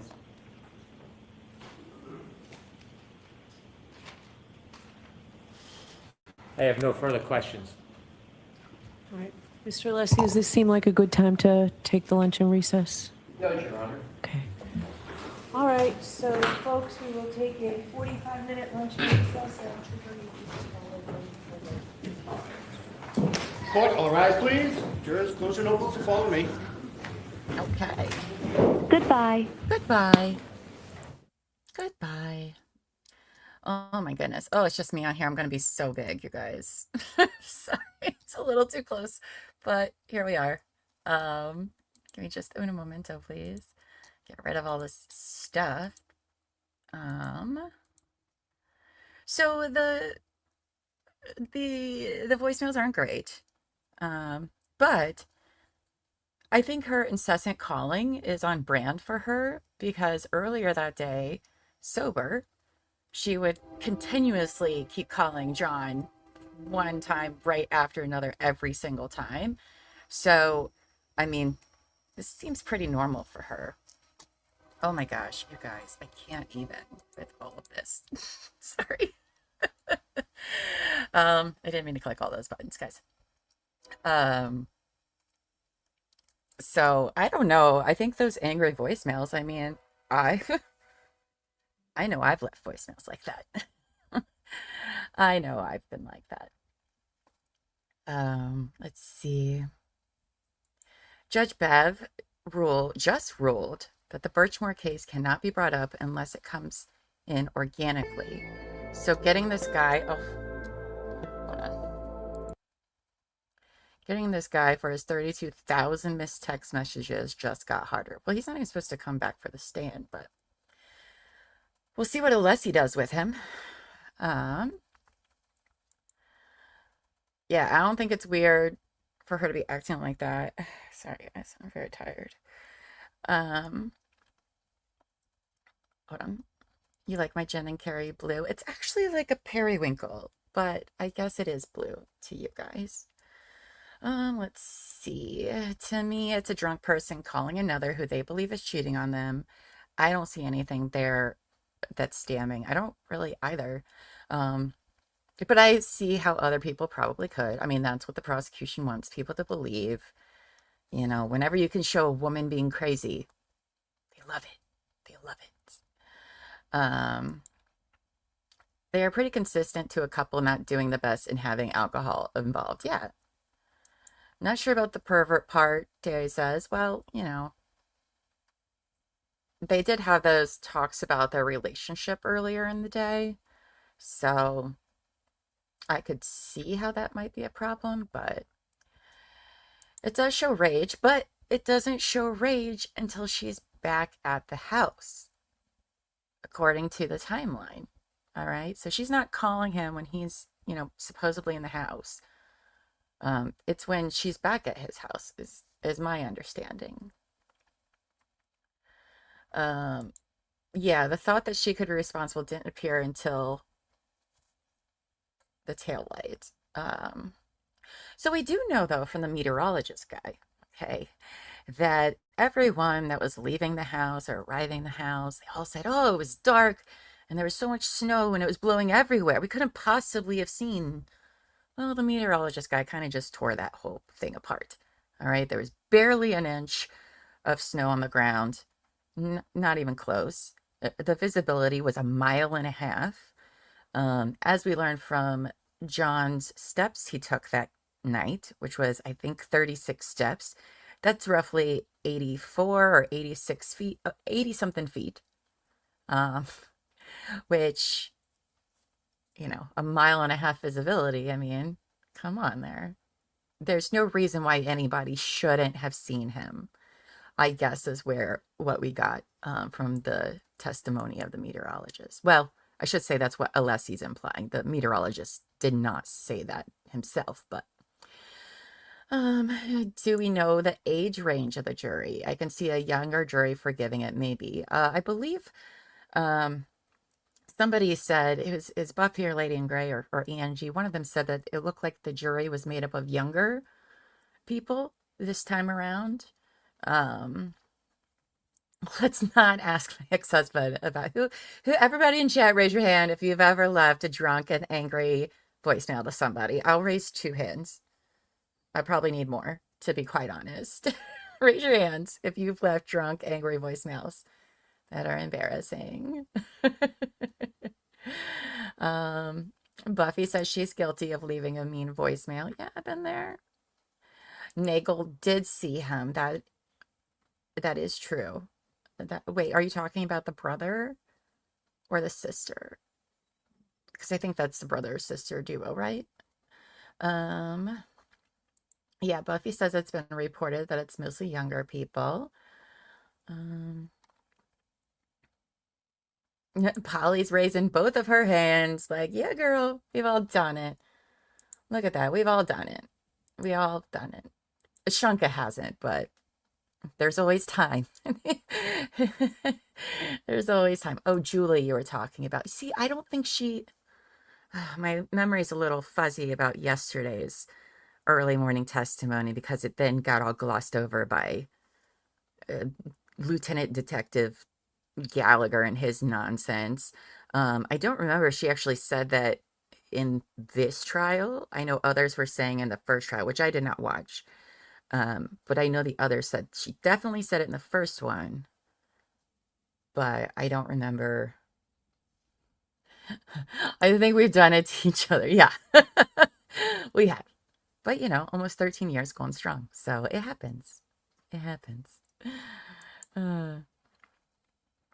It was warranted. I stand by it. Good. Yeah, Julie was questioned 9 months later. Well, you know, they didn't even ask who all was in the house. So now that is not surprising at all. Excuse me. Did the weather guy help or hurt? To be honest, I think he helped the defense a lot. So I know a lot of you zoned out with the weather guy. I was listening intently, and what the prosecutors were, Lolly was trying to basically remind everyone how much snow there was today. Oh, we had this big blizzard coming in, all this snow. Guess what? That didn't happen until the daytime, with most of the heavy snowfall happening at around 1 p.m.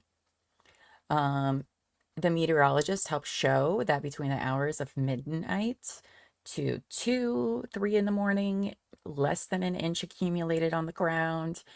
By 6 o'clock, 3 to 4 inches, which does make sense to what we've seen on the camera, the police cruiser camera. So that seems reasonable, but I think it helped the defense a lot, a lot, because so many people that are involved, it's just like, oh, there was so much snow and it was dark. We wouldn't have been able to see anything with all these house lights on. So basically, they're either lying or they're misremembering how bad it was. And if they're misremembering the weather, how do you say that they're not misremembering everything else from that evening? You know?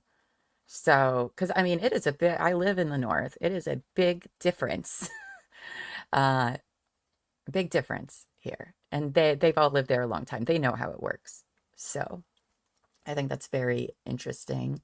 Hello, 80s Music Man. We're on lunch break for 45 minutes, which means they should be back at like 1:35. The investigation itself shows that the prosecution should have not even tried this the first time. Oh my gosh, I can't. So far, I really can't believe it. I really can't. Sam, leaving voicemails gives me anxiety, so I'll just write a full page full of rage and hit send with haste. I will do, that's when you know I'm angry, when I do leave a voicemail, because I do not leave voicemails, ever. But that's when you know I've got things to say and I'm mad. Yes, there's already plenty of reasonable doubt. You know, again, all those people being like, oh, we couldn't see. He would have been covered in snow. How could we possibly have seen him? You guys, that's not enough snow to do that. I mean, even the 3 to 4 inches is questionable, but less than an inch when y'all were leaving between 1:30 and 2:30 or whatever, that's not very much snow at all. As a matter of fact, it's a cat print, tracking cats, which is my favorite part of this morning. We Americans will use anything for measurement. Well, you know how much snow was on the ground? Enough to track a cat. Which I do know what he means when he says that. But yeah. So how are you guys feeling about this morning and the testimony? I mean, granted, we don't have to agree. If you disagree, by all means, please feel free to voice your opinion. We can have a, you know, a decent conversation about it. It won't be rude. Everybody is entitled to their own opinion. Just don't be an a-hole about it. Heather Maxon undermines the claim O'Keefe went inside. Well, not necessarily, because I feel like when she was on the stand, they had asked her if she was on her phone during that time looking down. And she said yes. There were periods of time where she was in the car looking down on her phone, that John could have walked by in the house. They did get her to admit that on the stand yesterday, if I recall. Let me go. If you could bring me the report to see what I said exactly, that would be great. But my story never changes. I'm just kidding. That was a Jen McCabe joke. So Lady in Gray says, I'm so glad y'all are streaming. I am loving the new perspective. Well, thank you. I don't know if I'm contributing much to the conversation, but this is wild. Thank you all for being here while I experience all this in real time. Kelly says a lot of young adults are not good with paying attention to their surroundings. A lot are into their phones. Yeah, and this was the younger crowd of people, you know. So I think that's Amy raising her hand about the angry text message or voicemails. Maxine was inside for hours. No, you know, I'm a little fuzzy because they get there because she's in the ride with Ryan Nagel, right? Because they're supposed to go pick up Sarah, the sister. Okay. I think they do go inside for a period. See, okay, so this is my problem with this entire trial so far, particularly the prosecution, is because of their ordering of all the witnesses, I'm having a very hard time following their timeline because they keep jumping around to having different people testify at different times, that it's really confusing. Like, why would we have these phone things and the weather guy and all the detective after we did like 3 eyewitnesses? It's very confusing. I do think they went in for a little bit, but please, in chat, if you know, by all means, you know, let me know in chat for sure. But I think that they did go in for a little bit. But if you believe that he was in the basement, they could be in the top of the house and not even know by the time they went in. So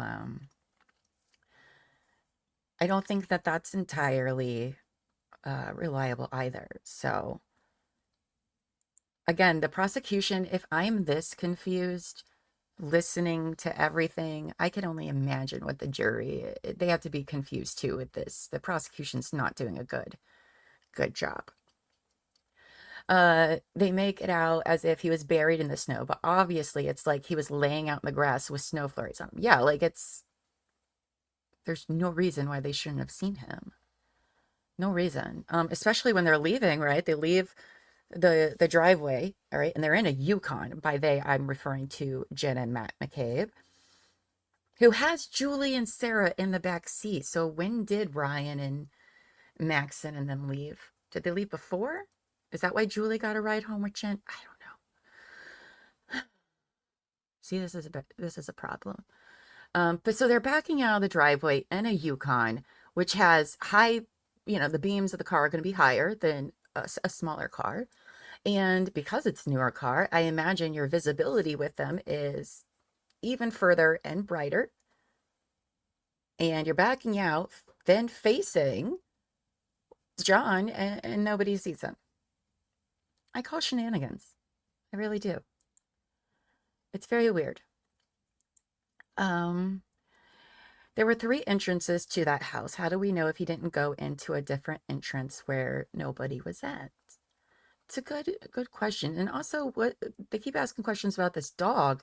Does this dog not bark ever? I mean, I have dogs that don't really bark that often, so I know not all dogs are like that. But I feel like this dog was kind of trained to be a police dog. She failed, but I feel like she'd be a barker. So I don't watch this time, but I think the evidence proves already that Karen Reed is not guilty. But you watched the first one, so I mean, this one I hear is very different,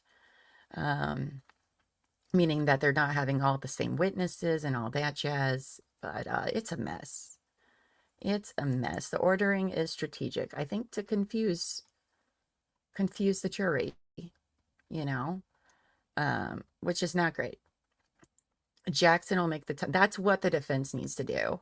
That is, in my opinion. If I was on this jury, I need someone to really lay out the timeline in a good way. And I think that's what defense needs to do for when they do their case in chief, right? Not just in the closing statements.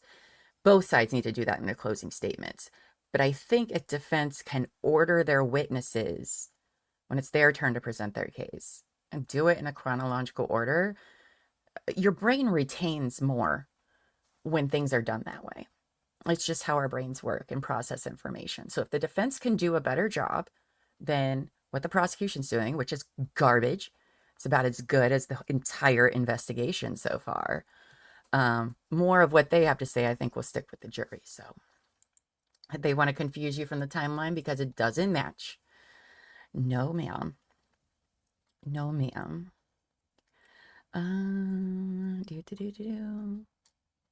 Even if she did hit him, I don't believe it was intentional. I mean, really, at this point, it doesn't matter. It doesn't matter if she hit him or not. This investigation already there's already too much reasonable doubt here. Because even you have the weather guy that kind of ruled some people's, or at least makes you question their testimony and their memory. So Buffy says, well, if she did hit him, I still don't think they can convict her because the investigation is crap and that should not be the standard of conviction. That's where I stand as well. I sure as hell do not think they are going to get this jury to agree guilty on second-degree murder. Under no circumstances so far have they even proven second-degree murder. Now, jury might decide on some of the manslaughter charges, but second-degree murder, no way. I would be so surprised. Bananery, yes.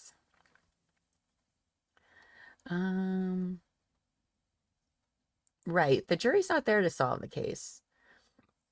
They're there to hold the prosecution responsible. So, my dog barks if the wind blows a leaf. Yeah. Mine just will go outside and just bark at the wind for no reason. She'll let out like 3 barks and then she'll want to come inside. That's all she wanted to do. Kelly says the common denominator between both trials, reasonable doubt. Yes. Oh, Sarah Levison. Wait.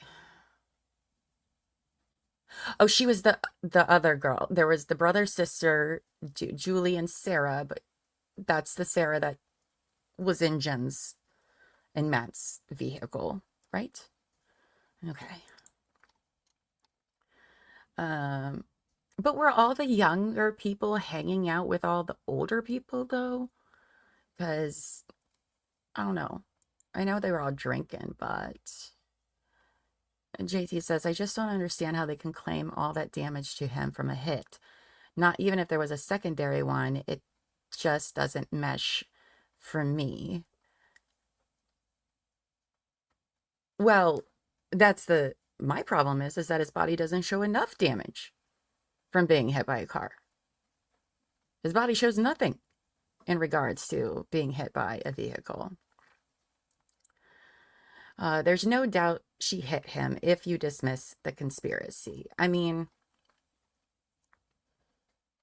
even if there wasn't conspiracy, okay?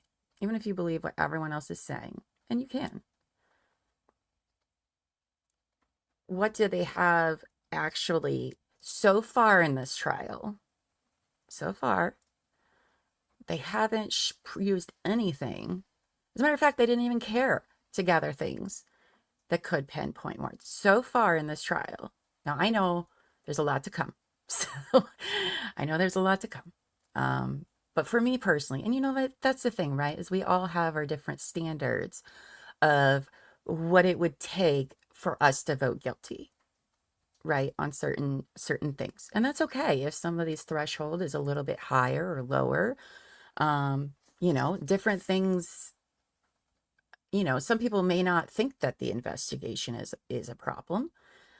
I'm not one of those people, but some people can think that, and that's, you know, that's why we have a jury of our peers, right? So Buffy says, I don't believe in a conspiracy, but I do believe in a cover-up of a crappy investigation. I mean, oh my goodness, it's so... Okay, so Sarah, yes, okay. She's the other one, right. Polly says, Arca added more doubt for me the last trial. Now, that's what everyone's been saying, is wait till Arca gets on the stand. They're, the crash reconstructionist... accident reconstructionist that was hired by the feds when they were doing a federal investigation into this. And now they testified in the first trial, and they're testifying again this time around. So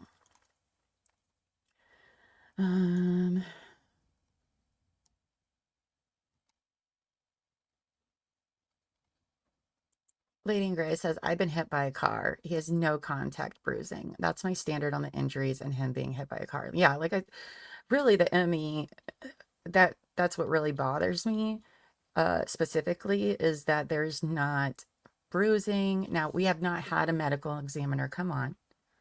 Okay, but from the photos I've seen, I don't really see enough bruising on the right side of his arm, or his right arm, I mean.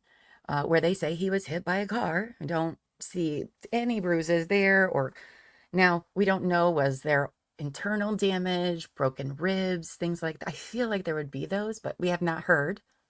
So I don't know. Also, it's our first time watching the trial, so we're noobs with little info and trying to put together for our first time. We don't know anything coming just in this moment. No. So I know a lot of people watched the first trial. I did not, and I didn't have I only knew very vaguely what the case was about from, you know, my friends talking about it the last time around. So I know me, Sam, and Annie, and partly Amos, we didn't watch it, so that's interesting. The greatest problem for the prosecutor is the medical and accident defense testimony. Yeah, I do. If they don't have a lot to say about his body, like, that's just how the human... I'm going to have problems. That is honestly what I'm going to probably be hanging my decision on, right? Because if the body doesn't show, and it should, it absolutely should, then the rest of their story falls apart. So we'll see. We'll see. But that's what I was most excited about, the weather guy. That's what I said in the past, is I'm very excited for the meteorologist, because I wanted to know exactly when snow was accumulating during what hours and how much, because I was questioning what all the witnesses were saying about the weather and the snow and what they saw. It wasn't making sense to me, somebody who lives in a place that gets snow. So I waited for him. My next biggest concern is going to be medical examiners, pathologists, those people, not the blood math lady. But when it comes to John's body, those are two for me, two things I really needed to know about. And the meteorologist guy really helped me out there. Let's see where we at here. Sorry. I'm a little slow reading all these comments, so I might be behind. Oh, I'm not too far behind. Okay. Brennan's timeline is a problem. Yeah. It's a side swipe, not a direct hit. Well, we don't really know that yet in this trial. They haven't said it, is why I'm saying we don't know it. But to me, it doesn't even sound much like a side swipe they were implying. But we haven't got there in this trial, so maybe it's a side swipe instead of a direct hit, I guess. I said WTF a lot last trial. I mean, oof. It's a red flag that the Commonwealth hired an outside medical examiner. Yeah, that's what I heard. I heard that the original medical examiner is not testifying for the prosecution. They're going to be testifying for the defense because the prosecution wasn't satisfied with their results, so they went and hired another person, which, okay, fine. But that doesn't look good. It doesn't look good at all. Because are medical examiners known to sometimes rule the wrong things? Yes, we have seen that in other cases before where they wouldn't do certain tests or, things like that. I don't know if I've seen one, though, where the prosecution doesn't call and the defense does. I know it's happened, but I haven't personally ever seen, like the ME is like the prosecution's gold mine. And they're like usually the biggest of the star witnesses. Let's see.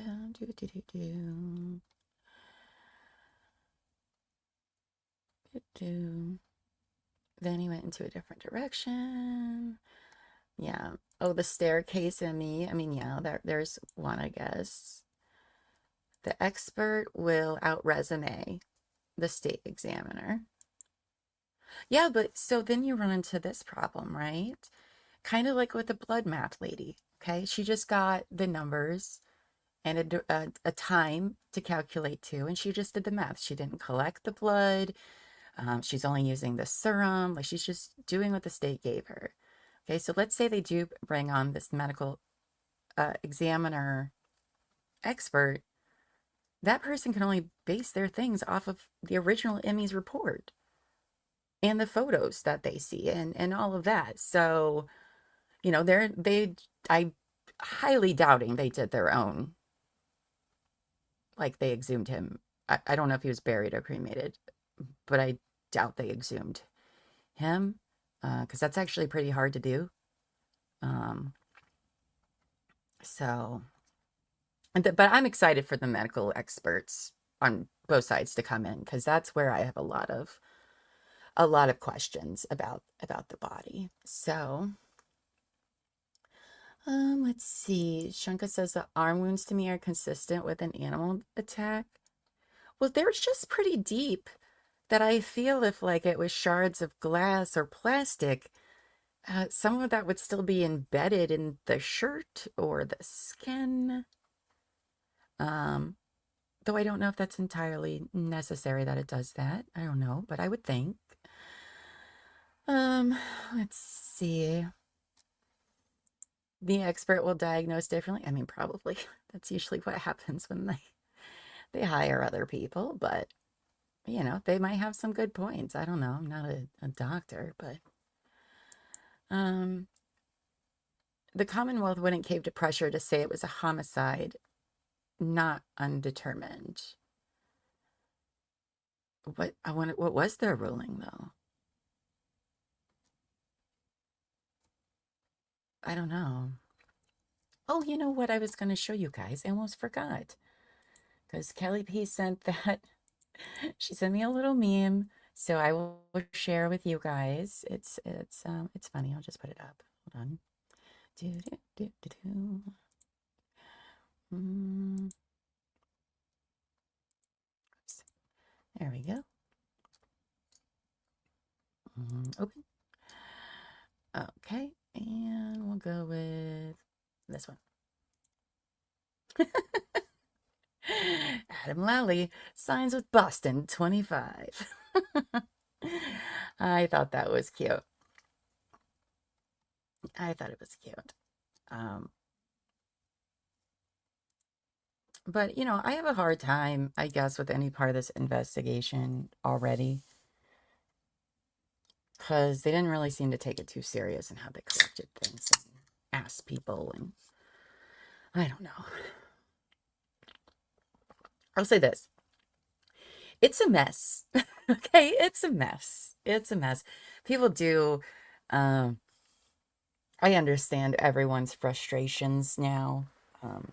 Especially those who are local. If this was local to me, I'd be mad too.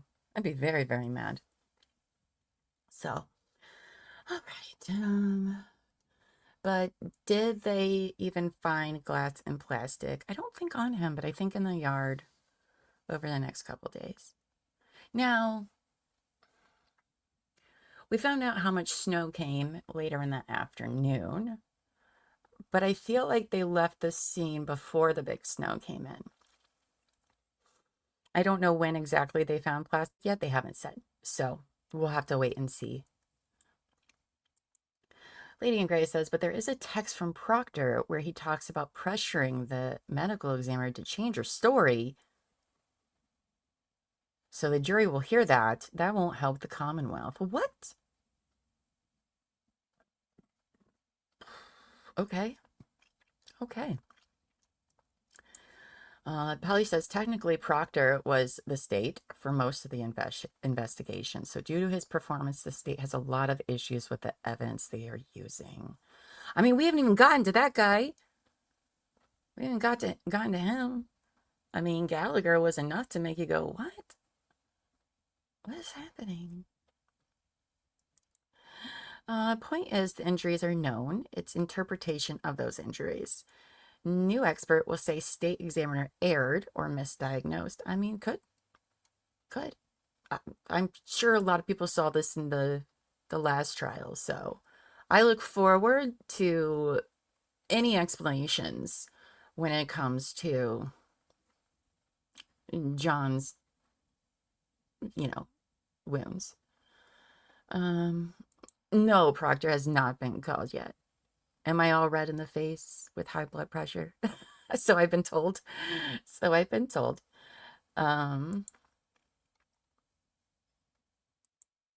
never seen a case where a person has died on the front lawn and the police say, nah, don't mean to go into the house. I know.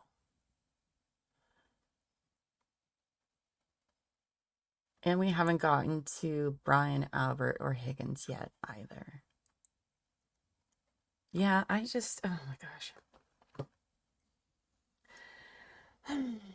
It's a lot. It's a lot. It's a lot. I can't believe they brought this to a retrial. I'll be honest.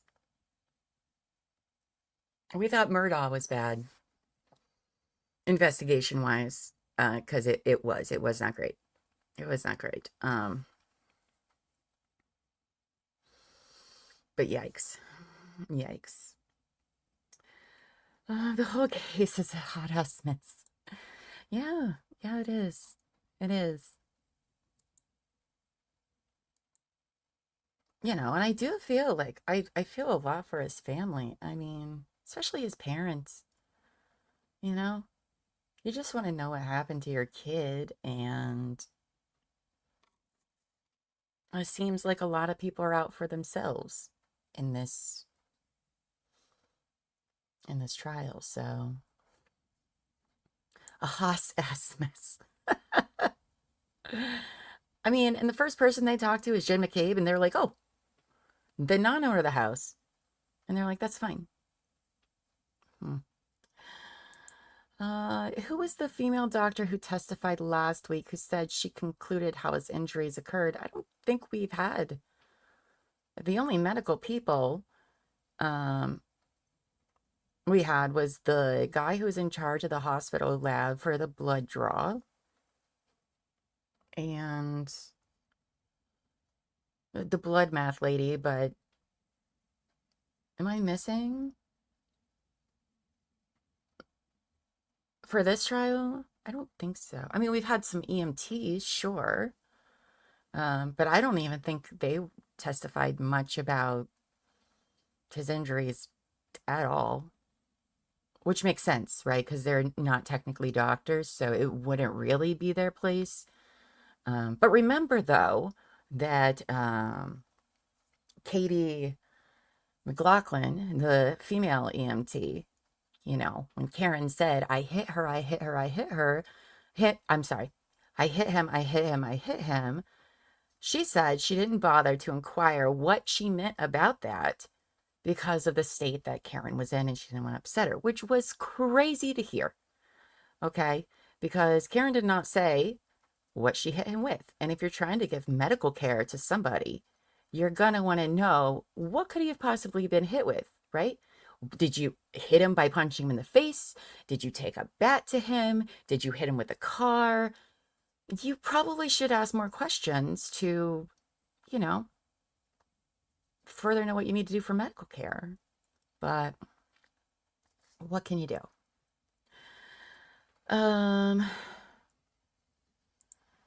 Oh, you guys are talking about the last trial. Yeah, I don't think we've had anyone in yet, but I'm very interested mostly in that. Right? It was just a guy in the snow. Just a guy. No big deal.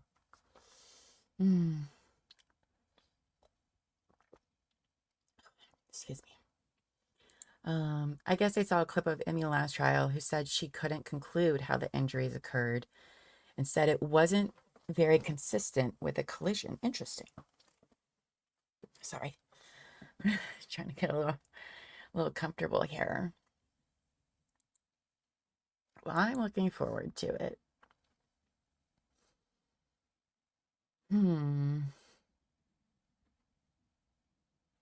For those of you that watched the first trial, did they have the meteorologists again? Sorry, I don't know why I'm going into like the gray smoke monster over here. Just wants to eat me, I guess. So, oh, you missed trial 1 too, but just looking at some clips. Okay. Jen's call, JG says, Jen's calls with dispatch was far more suspicious than Karen's voicemails. Her lack of urgency or care, seemingly. I mean, I agree. I do agree. No, not that meteorologist. Okay. I'm still trying to figure out how the vomit got down the front of him and into his pants. Okay, I'm glad you brought this up because I know that they said it at some point in this trial, and I was like, what? I don't remember if it was in opening. It was very close to the beginning of the trial. And I was like, that's weird. How did that happen? So, I don't know how it all got in his pants, but if the vomit was outside and they were, so let's say he did vomit on himself, and it was mostly on the outside. So you have Jen saying that Karen straddled him and pulled up her shirt and his shirt and rubbed their bodies together, because I guess this is if you believe Jen. And then they're trying to do CPR on him. Maybe their hands and stuff transferred under the shirt or pants or something. That would be my only thing. But they didn't really go into detail about like how much vomit was found there. So, right, and blood too, because Carrie said there was blood all over her hands and her clothes, which doesn't make sense to me. But okay. Right? I don't know. I would hope my friend who knew my birthday was a bit more urgent about requesting help and maybe a bit tore up from the flow up. I mean, everyone does respond to things differently, but like Jen can respond however, but I don't think she should talk shit about how Karen was responding. Oh, she was screaming and hysterical. I would be too. If that was elbow feet, oh my gosh. I would have woken somebody up in the house yelling so much. So, but the vomit and blood was on his underwear. Okay. Interesting. Interesting. Yeah, I'm thinking it could be from there, but they have not elaborated at all on this, and it is something I've been wondering about. So I'm glad that you guys brought it back up because that's on my list of kind of things. We're gonna need a shirt tucking expert. Oh gosh. Yes, Jen has showcased herself as a reactive and dramatic person, but not on the call, just at trial. Yeah, I mean, she toned it down for this one, but yeah. In the long history of homicide, how many victims have been dropped outside of the house they were killed in? I mean, I don't know, but people are dumb. So, I mean, you'd be surprised. If there's one thing that true crime and trials have taught me is that people are dumb. Okay? They've literally put bodies in their trash can next to the house. So I think there was just one in Florida, this past fall, where this guy had killed the lady who owned the house, lived in the house for like several weeks while her body was in the trash can beside the house, stinking up the whole place. So you'd be surprised. You'd be surprised. People are dumb. And, you know, let's say, hypothetically, let's say we want to go into the whole conspiracy who was killed in the house and brought outside. I mean, they were expecting a blizzard, right? So they were probably like, oh, by the time it's in the morning, his body's going to be completely covered and nobody will know any of the wiser. Now, I'm not saying that theory is true, okay? I'm not saying that theory is true at all, but they did know a blizzard was coming. So, and then when it freezes and melts, it could do things with decomp, right? So we won't get into talking decomp. It's not great. You saw a lot of Jen McCabe. She was something, huh? I have never seen a witness so hostile and defensive, and I've never seen anyone behave the way she did. And I know she was toned down, toned down this time around, but like, wow, she made it so complicated. I felt like it was really unnecessary. But if the homeowner is a cop and knew all the investigating cops and knew he wouldn't get any shit because he's a Boston cop too, stranger things have happened. I mean, that is true, right? Life is stranger than fiction. I know it's like a cliche to say that, but like, yeah, we've seen wild things happen that you're just like, what? I want to go to the body farm. No, thank you. No, thank you. Not for me. Not for me. Thank you very much. They knew his last whereabouts, so they'd find him immediately. Well, you know, though, okay, so Karen and Carrie arrive at Jen's house, right? And Jen is like, oh my God, Karen wanted us to go right over to my sister's house, but I was like, why would he be there? We'll just go back to his house and look for him there in case you missed him. And Karen is like, why are we going back to his house I just came from? Because Jen is like, let's go look for him at his house. Maybe you and the teenage niece missed him somewhere instead of going back to where Karen said that was where I dropped him off last. That was the last place I saw him. And everyone tried to gaslight her because I had made a comment when they said this. Like, everyone knows when you lose something, the best place to check is the last place you were at. And Karen seemed to grasp that in her hysteria, But Jen was like, no, let's not go there first. So, I mean, yeah, I don't know. I don't know. They're just something else, aren't they? Can we get Steve Martin to play Mr. Gilman in any future documentaries? I mean, I also found that guy to be a credible witness. I mean, he had no reason to, he didn't seem wrong about anything. And as a matter of fact, he really helped the defense along. I think. Anyway. I think he could help the prosecution when they later bring up not being able to find the red pieces of taillight later. I mean, the meteorologist helped by saying that there was, 27 inches of snow on the ground or whatever by 8 o'clock. Because I forget how many he said, because it did start snowing very heavily during the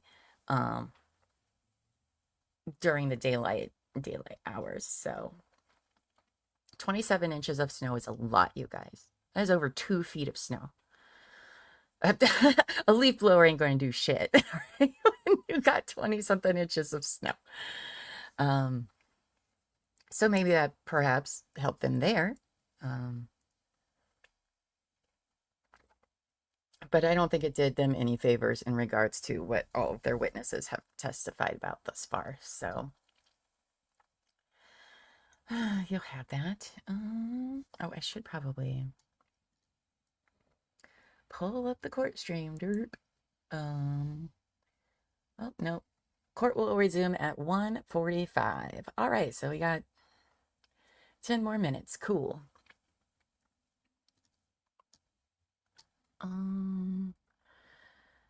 There's nothing funnier to you than 2 grown men talking about inches in the courtroom. Yeah, it is pretty funny. The defense has to argue conspiracy and planting of evidence with taillight shards in his hair, right? I don't know about, in this trial, we have not gotten to the taillight shards yet. So I'm not sure where they find them or where they're located. They have not gotten there. What we do know from the investigation is when he's leaf blowing, okay, he doesn't find the taillights. He just finds the glass. And I don't, somebody had testified, I think it was Carrie that first said it maybe, that there was like a piece of glass, clear glass, laying on his nose, or maybe somebody said there was clear glass laying on his nose, and they like took it out and he started bleeding from the nose. But the defense is arguing a third-party culprit, which many would think, oh, in trials you can always do a third-party culprit defense. No, you can't, okay? It has to be approved by the court to even do it. If you know anything about Delphi, the Indiana versus Richard Allen, they wanted to do a third-party culprit, and they were denied. Like, you are not entitled to a third, like somebody else did it. It can be, I've seen it denied several times in trial. You have to have a lot, actually, usually, to get a ruling that you can do that. But again, I'm not a lawyer, y'all. Okay, I'm not a lawyer. I'm not a legal expert. I just like to watch trials as a hobby and true crime because I'm a nerd. So, let's see here. But the former chief found the largest piece of taillight 3 weeks later near where they found John's shoe weeks before, and they never saw it then. Well, you know, it'd be great if we had a timeline and where exactly they found things, but as Mr. Gallagher said, they didn't document any of that, which is not helpful. It is not helpful at all. Maybe they do a better job when we go looking for the taillights. I don't know. We'll see. When the Department of Justice has to call in their own internal investigation that results in firing of the lead investigation, there is a problem. Yeah, it is. That's a big problem, you guys. Now, we don't know the results of that investigation, do we? it's federal. Usually, good luck getting any federal information out of any federal cases or anything, which is, in my opinion, is a bunch of BS. Okay, I think courts should be transparent, and I do believe that the federal courts should be particularly even more transparent. But you cannot video anything. They are very hard to get information from any federal case. So, but you know, it takes a lot to get someone in Proctor's position fired. So if he did, that means no bueno. No bueno. It's astonishing to me that Jen had so much control over so many people that night and what they should do or not be doing. I mean, when somebody's a control freak, sometimes it's the loudest people, right? So, yeah, Delphi was, they wanted to do the Odinist third-party culprits. Well, it was more than one third party. There was like 4 people they were name dropping in that Frank's motion, which is a really interesting read, but they were denied to bring up a third-party defense at all. They tried to bring it up in little clever ways here and there, but they were basically denied from doing any sort of defense. They did their best, but they denied all of the things in that trial. All of it. Like, I know everyone says Bev is bad and stuff, but like, Gull, don't. It was not live streamed. It was, they didn't stream the trial, and they sequestered the jury. So we had to do a lot of research, because we covered that on a show we did this fall called Night Court. And we tried to cover that trial as best as was possible. But yeah, it was something. Testing found that tiny pieces of taillight were discovered in his clothing. So clothing, not hair. Okay. Well, that's going to be something that the medical experts will, or should have in mind. But then I heard that Proctor had John's clothes in his vehicle, in his trunk or something like that, and didn't even turn John's clothes from that day into evidence until a month and a half later, which is what? That's crazy to me. Longest Frank's motion ever, but it was a fascinating read. Fascinating read. That's true. The defense doesn't have to prove a damn thing. Jury likes it when the defense proves has something to say, but they don't have to do a damn thing. Their whole goal is to say, hey, the state has to prove to you that I did this beyond a reasonable doubt. That is the only thing a defense has to do. But juries and people, the public, they like there to be something presented in most cases. Let's see. There was also pig DNA found on his clothes too. I heard that. Again, that's why I cannot wait for all the medical things regarding John's body and clothes. I can't wait to hear all of that. So, okay. All right. I will take a look at those.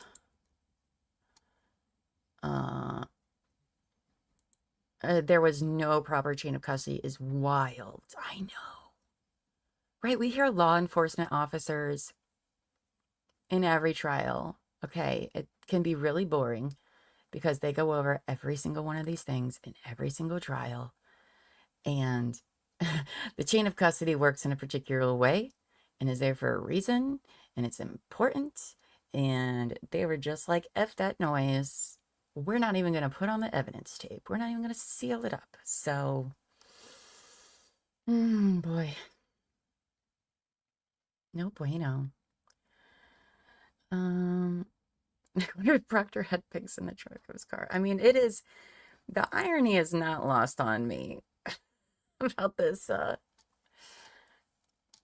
pig DNA. It's very interesting. So,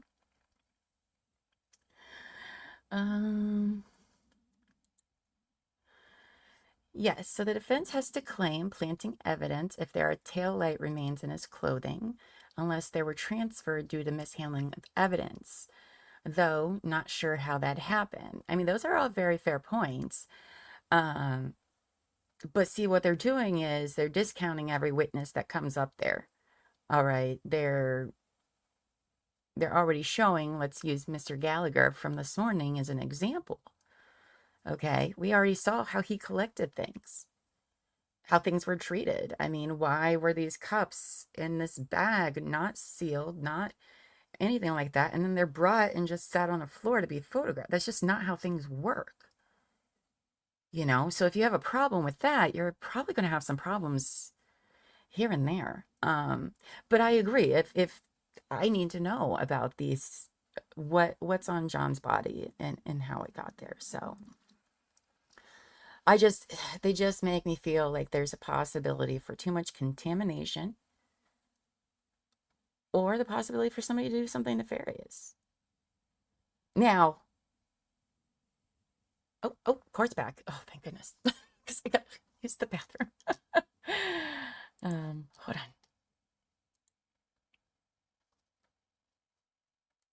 Un momento, please.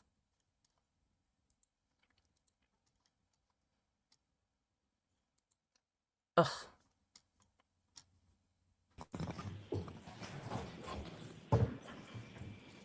There's some other matters he wants to discuss.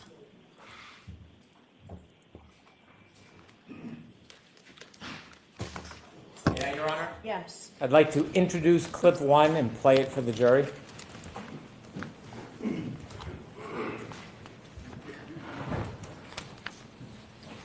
Okay. I mean, I didn't think I hit him, but could I have clipped him? Could I have tapped him in the knee and incapacitated him? He didn't look mortally wounded as far as I could see, but could I have done something that knocked him out and in drunkenness and in the cold didn't come to again? In this particular moment, you would drop him off at the party. Yeah, would have had to.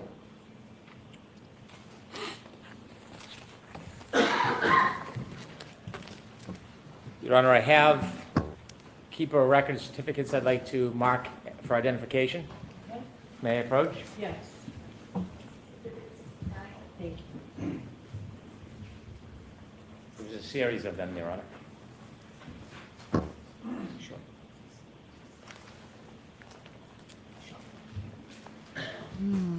Okay.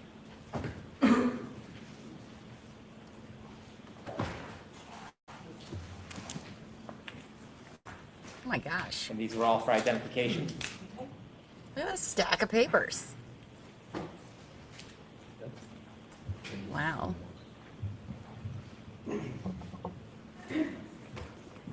For identification.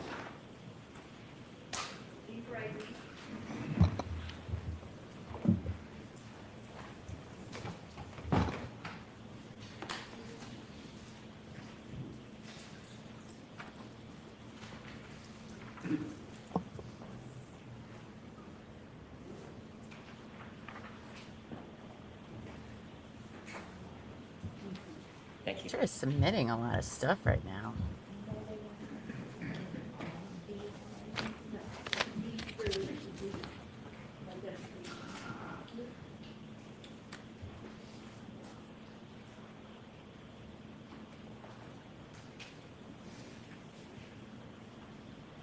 Next, I'd like to introduce as an exhibit the text messages that I read with Mrs. McCabe during her testimony.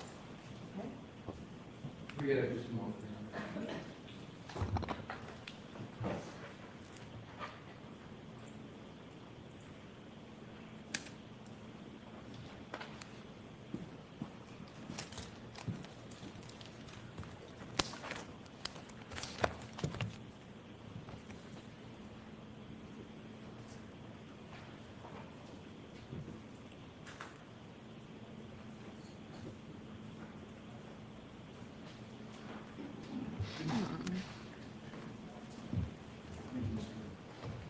I'd move this into evidence, please. Okay, No objection, Your Honor. thank you. Exhibit 7. Exhibit 7. Thank you. Your Honor, may I call the Commonwealth's next witness? Please. Commonwealth calls Charles Ray.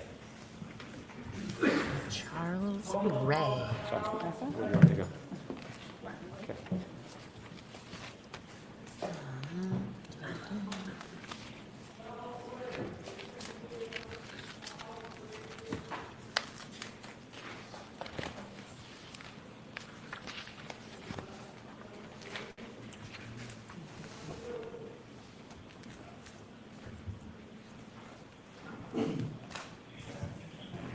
I'll be back.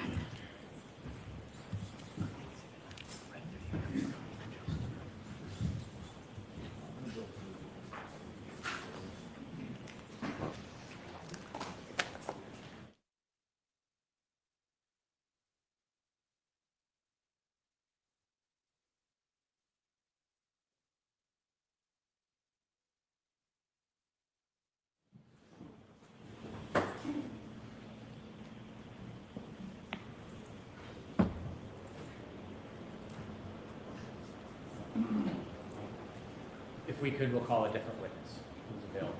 Okay. We'll call Kevin O'Hara, please.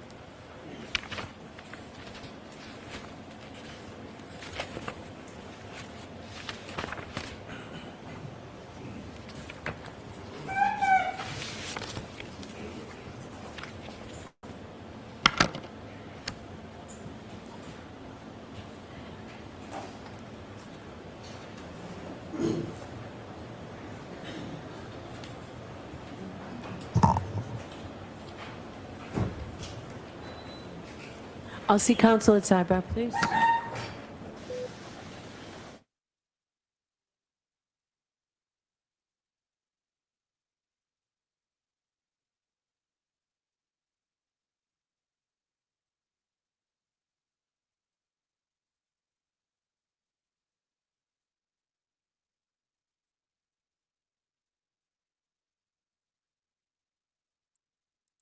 Oh my goodness. I step away just to go to the bathroom and we're at a sidebar already?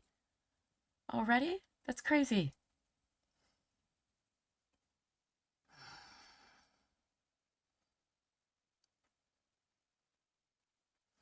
Oh my goodness. Oh, that's not there. What?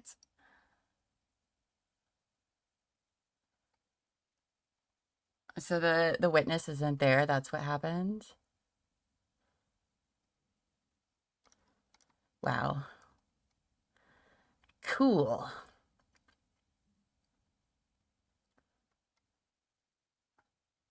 Who is Charles Ray? Let's see. He's light blue in this little chart thing I have, which makes him law enforcement.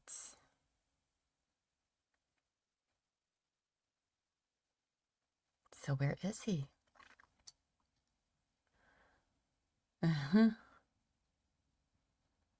So we're not doing Charles. Okay. Well, we'll take that down for now, I guess.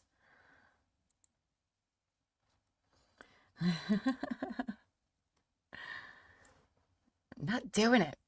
I've seen what the internet's been saying. I don't want to go on. It's embarrassing. Oh, goodness. Okay, well, here we are.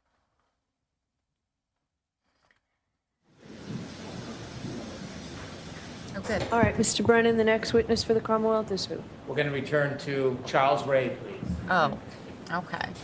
Jurors, thank you for your patience.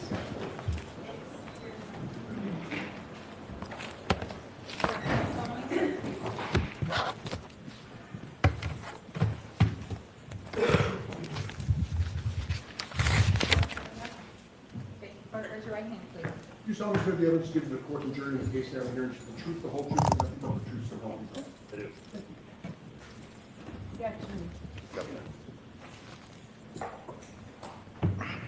All right, Mr. Brennan, whenever you're ready. Thank you, Your Honor. Sir, could you please introduce yourself to the jury? Why are we yelling? Yes, good afternoon. My name is Charles Ray. I'm a lieutenant with the Canton Police, last name R-A-E. How long have you worked for the Canton Police Department? Approximately 25 years. And when were you assigned lieutenant? Approximately 10 years ago. I want to go back to January 29th, 2022. Do you remember that morning? Yes. Were you working that morning? Yes, I came in for the day shift. When you first came in for the day shift, did you have any particular duties or responsibilities? I would have been a patrol shift commander for the 7:45 a.m. to 3:45 p.m. Incoming shift. Had you learned about an event that occurred at 34 Fairview Road? I had. Were you part of that response or group of officers that went to 34 Fairview Road? No, I was not. Your role that morning was unrelated to 34 Fairview Road? Correct. At some point, did you learn the name of the person who was at 34 Fairview Road that needed medical attention? I did. And what was that person's name? Mr. John O'Keefe. Did you learn that Mr. O'Keefe was brought to the hospital? I did. At some point, were you advised of his status? At some point later in the day, yes.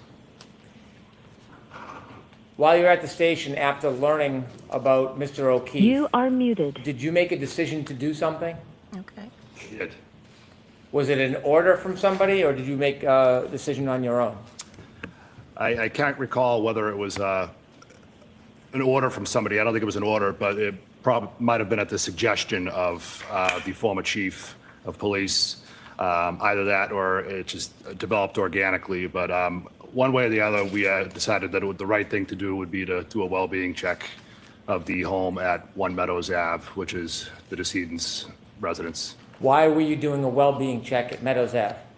We, at that time, we were under the impression that there may be 2 unattended young children at the home.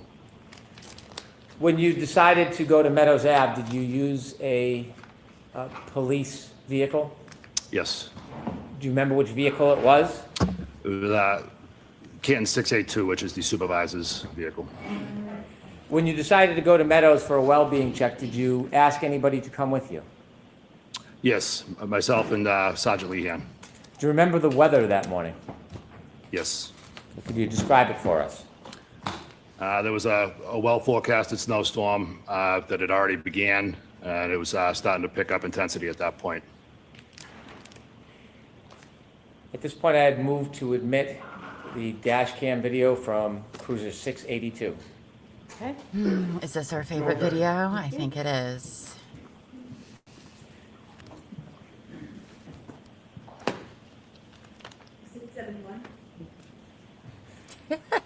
Did you travel from the police station to Meadows? Yes, Do you remember about how long that took you? a few minutes. Who was driving? Sergeant Lehan was driving. And where were you seated? I was in the passenger seat. Do you remember arriving at Meadows? Yes. With the court's permission, I would show a portion of Cruiser 682. Okay.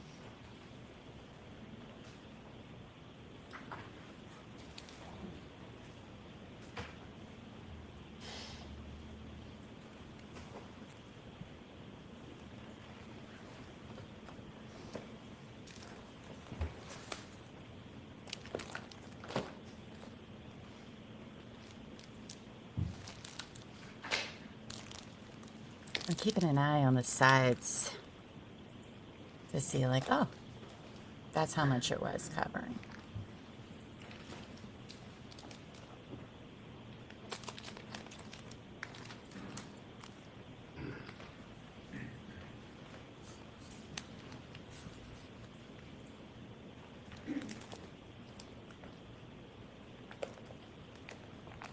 It's true. Good wipers, that's for sure.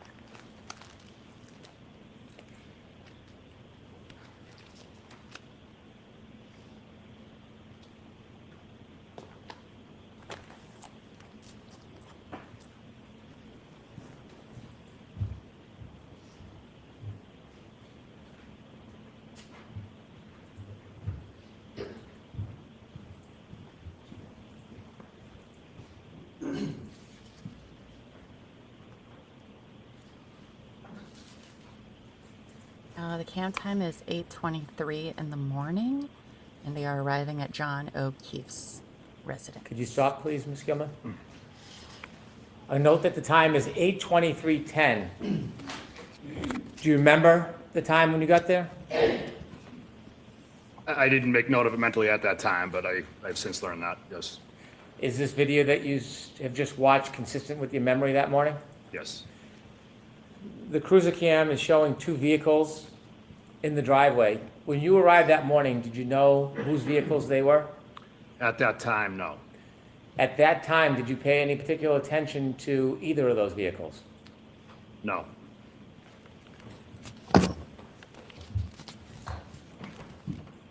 If I could show Exhibit 10, please.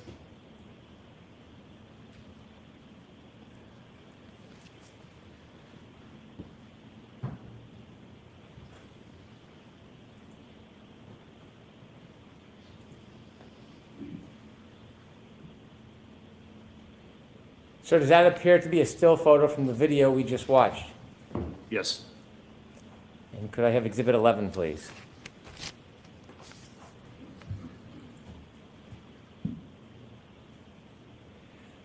When you arrived for the wellness check that morning, were you working as an investigator in any way? No, I was not. Did you happen to pay any particular attention to the right side of the back of that car that morning?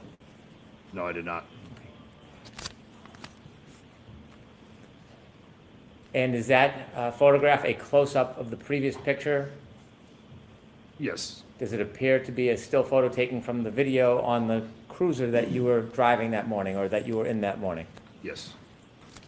Okay, you can take that down, please. Thank you. After you arrived at Meadows, did you do anything?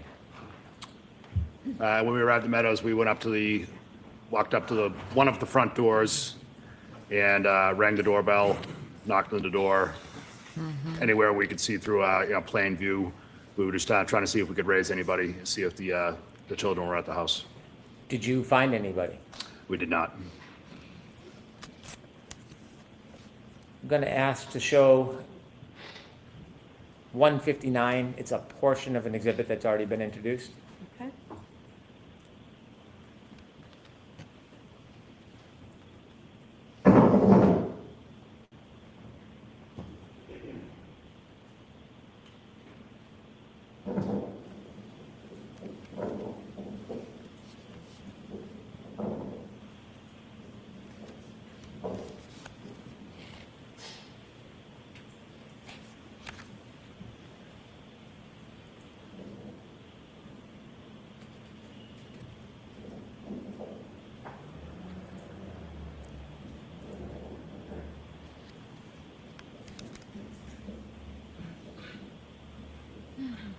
Oh my goodness. Oh my goodness.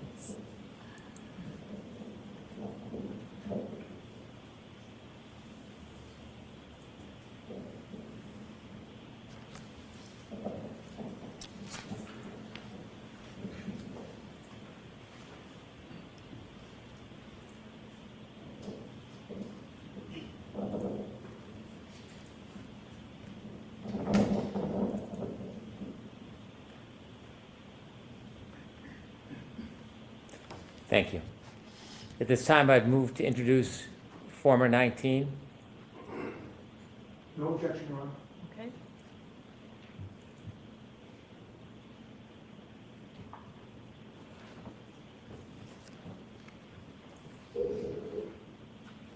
Exhibit 72.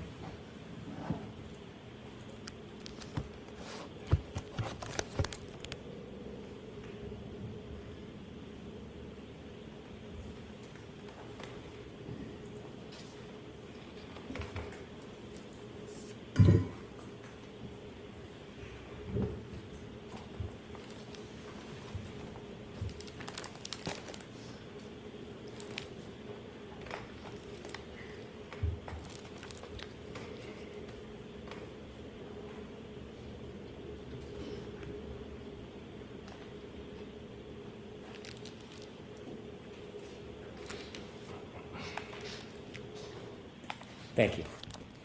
The first video well, the second to last video you just saw, is that you and your partner arriving? Correct. In the last video, who's in the doorway? I was on the right side of the frame, and Sergeant Lehan was on the left side of the frame. How long did you spend at the residence for the wellness check? A few minutes. I don't think more than 5 minutes. Thank you. I have no further questions for the witness. All right, any questions, Mr. Yanez? We have no questions, Your Honor. Thank you. All right, so you are all set until we thank you.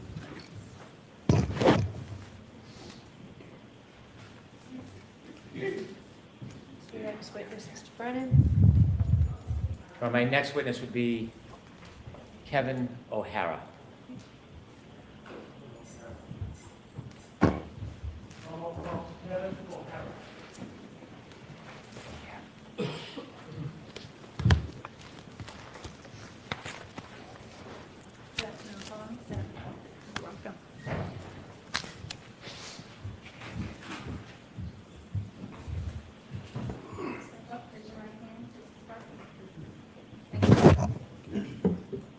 You solemnly swear the evidence to give to the court and jury in the case now and here is the truth, the whole truth, and nothing but the truth, so help you God.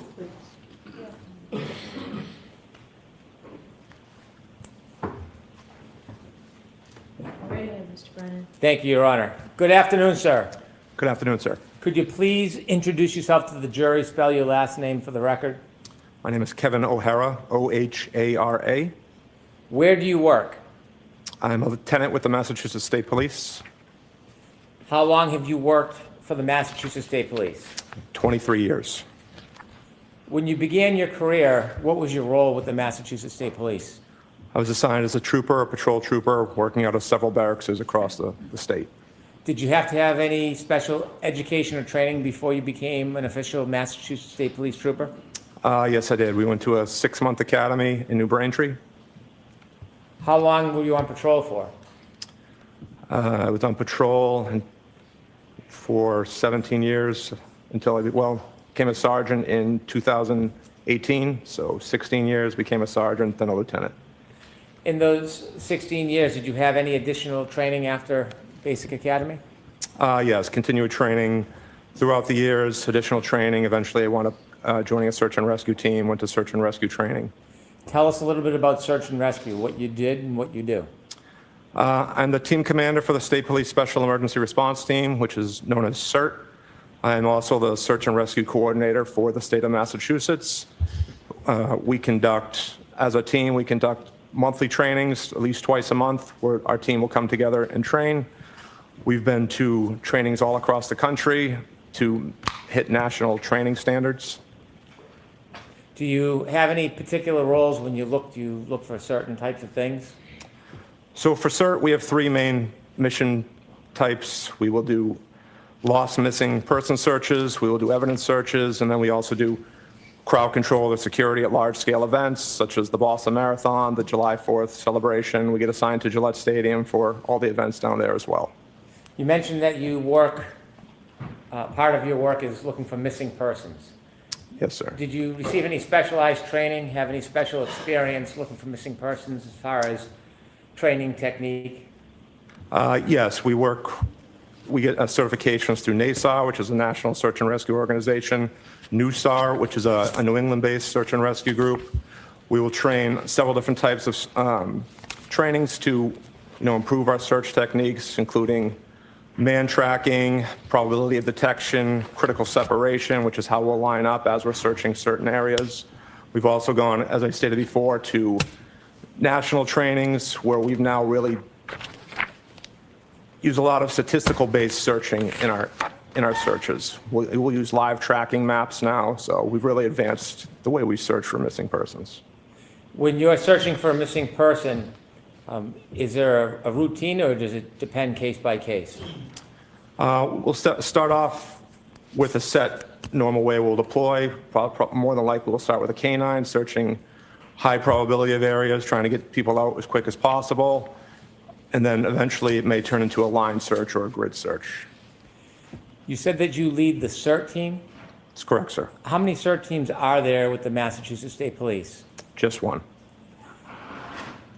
How do you decide what different cases or situations to get involved in? Is that at your request? It's not at our request. We'll receive requests either internally through other members of our department or externally from outside agencies. So can you take us through very basically how would a typical request come to you?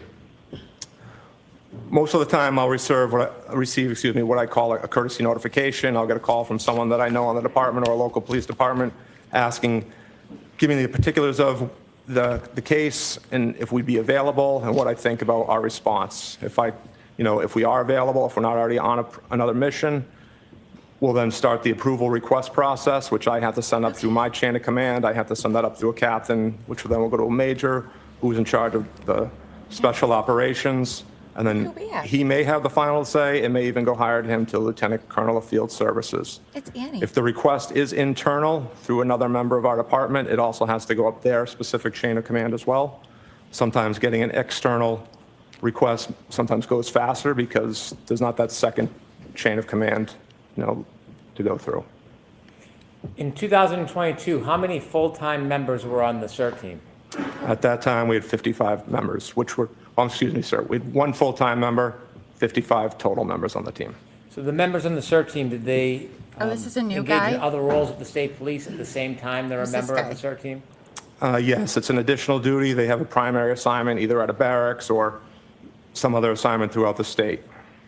If you decided on accepting a mission or you were assigned a mission, who determines how many people from the CERT team would attend?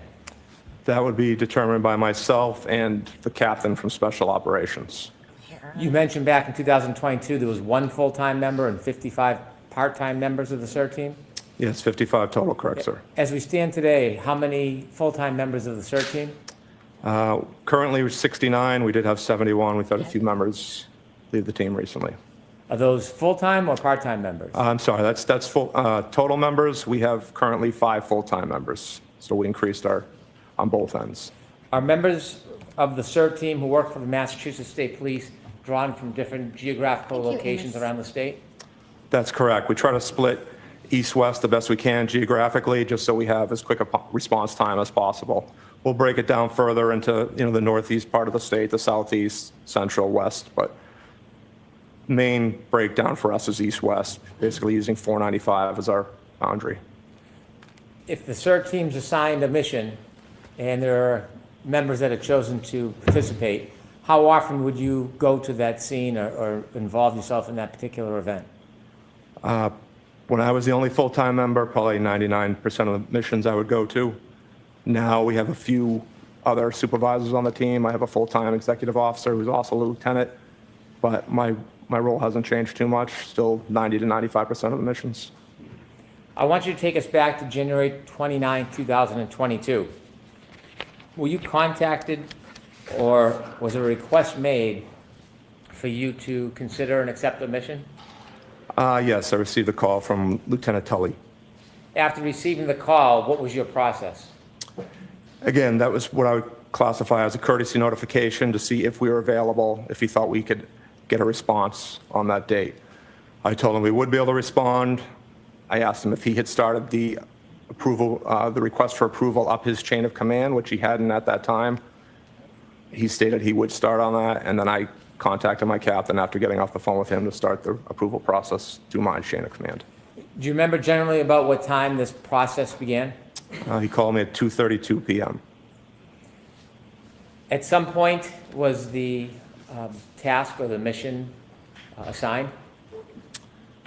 So I told Lieutenant Tully that, we had received a snow that day. I told him most of the members, including myself, may not have shoveled out their driveway. I told him at best case scenario would be an hour plus response time, depending on how long, it would take people to shovel out their driveway. So at 2:53, I contacted one of the West team members, a sergeant from the West team, to have him send out an alert to our full team, just to build an availability list to see who was available. So at 2:53, that got sent out to the entire team. At some point, were you able to acquire or compile a team? Yes, Sergeant Simpson was able to put that list together. And what time did you start to begin your way towards Fairview Road? At 3:48, we sent out an alert for the activation of our team, including notifying the team which members would actually be responding. I had just finished shoveling my driveway. By the time I changed into my uniform, got all my equipment together, I left my house at 4:13 p.m. When you left your house, were you in an assigned cruiser or a personal vehicle? Assigned cruiser, sir. Is there tracking of assigned cruisers? Yes, there is. Could you share with us how that works? So each cruiser has a automated vehicle locator or GPS system. It tracks everywhere you go, marking every time you stop. And did the vehicle you were driving have that system? Yes, it did, sir.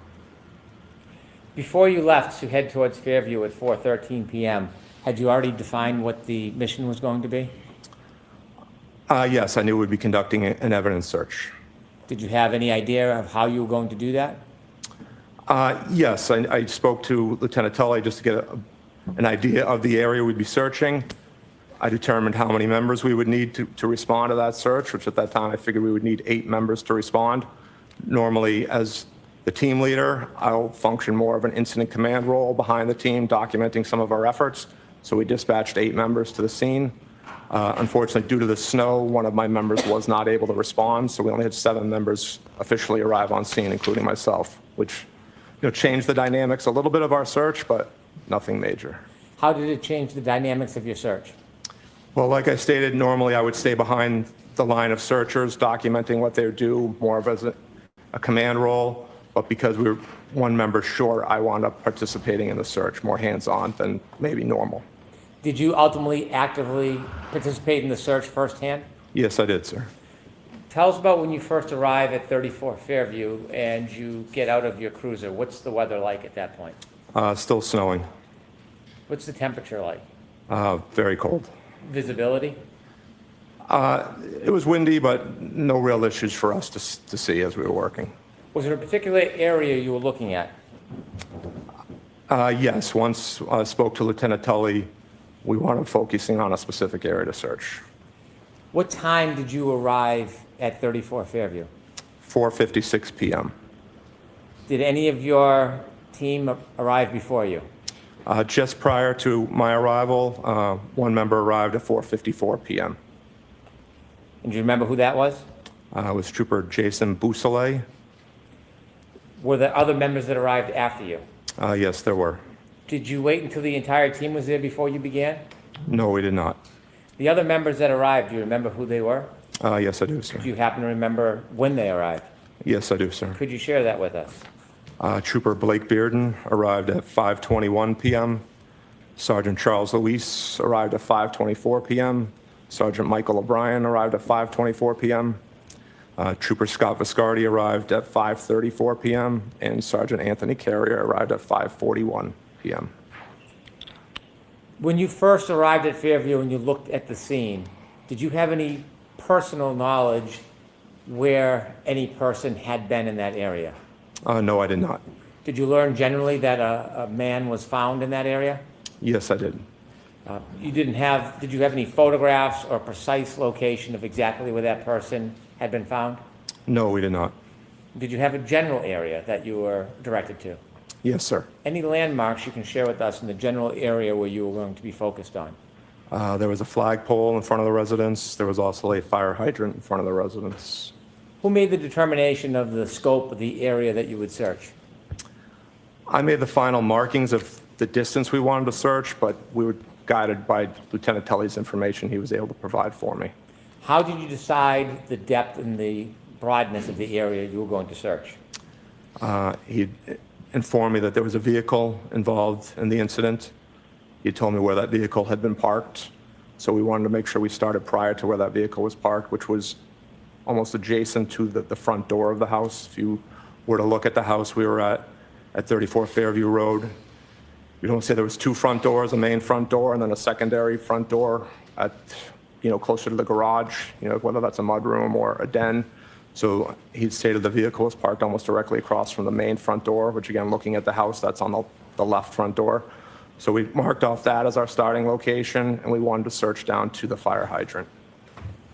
Were you looking randomly or was there any specific items you may have been looking for? No, we were instructed that it was believed that the vehicle may have had a broken taillight, so we were looking for taillight pieces. We also were informed the victim in this incident was missing his shoe, so we're going to be looking for his sneaker as well. What tools did you and your team bring to begin the search? We brought shovels. We also brought push broom. I brought a couple of garden rakes, and we also were all equipped with headlamps, hiking lamps that you would wear. Were the headlamps the only lighting you had for the search? Once we began the search, we wound up turning a few of the cruisers around just to put some extra headlights on the scene. Were the cruisers parked so they were facing the yard? They were parked on the street, just covering the street, sir, not angled towards the yard at all. I want to ask you some questions about the tools you brought. You said you had shovels, some garden rakes, and brooms? Yes, sir. What was the purpose of the brooms? Just to help us sift through the snow very carefully. We want to be slow and methodical as we went through the area. How about the shovels? Were you concerned that if you used the shovel, you could hit an item and break it? Yes, but we went as slow as we could, layer by layer, as we moved down throughout the snow. When you use shovels, were you digging like you would dig vegetables in a garden? No, sir. Could you explain a little bit about the process before we get into the actual search of how you as a team would look through snow? Would you just pick it up and turn it over, or was there a process in place? No, eventually we wound up going again. Our searches, we'll call it a grid search, but it's a line search where we're all lined up. Again, talking about critical spacing. If we're searching for a particular item on a search, we may use a replica item to say, okay, how far can each member be away from each other? Because this was such a small search area, our members lined up almost shoulder to shoulder.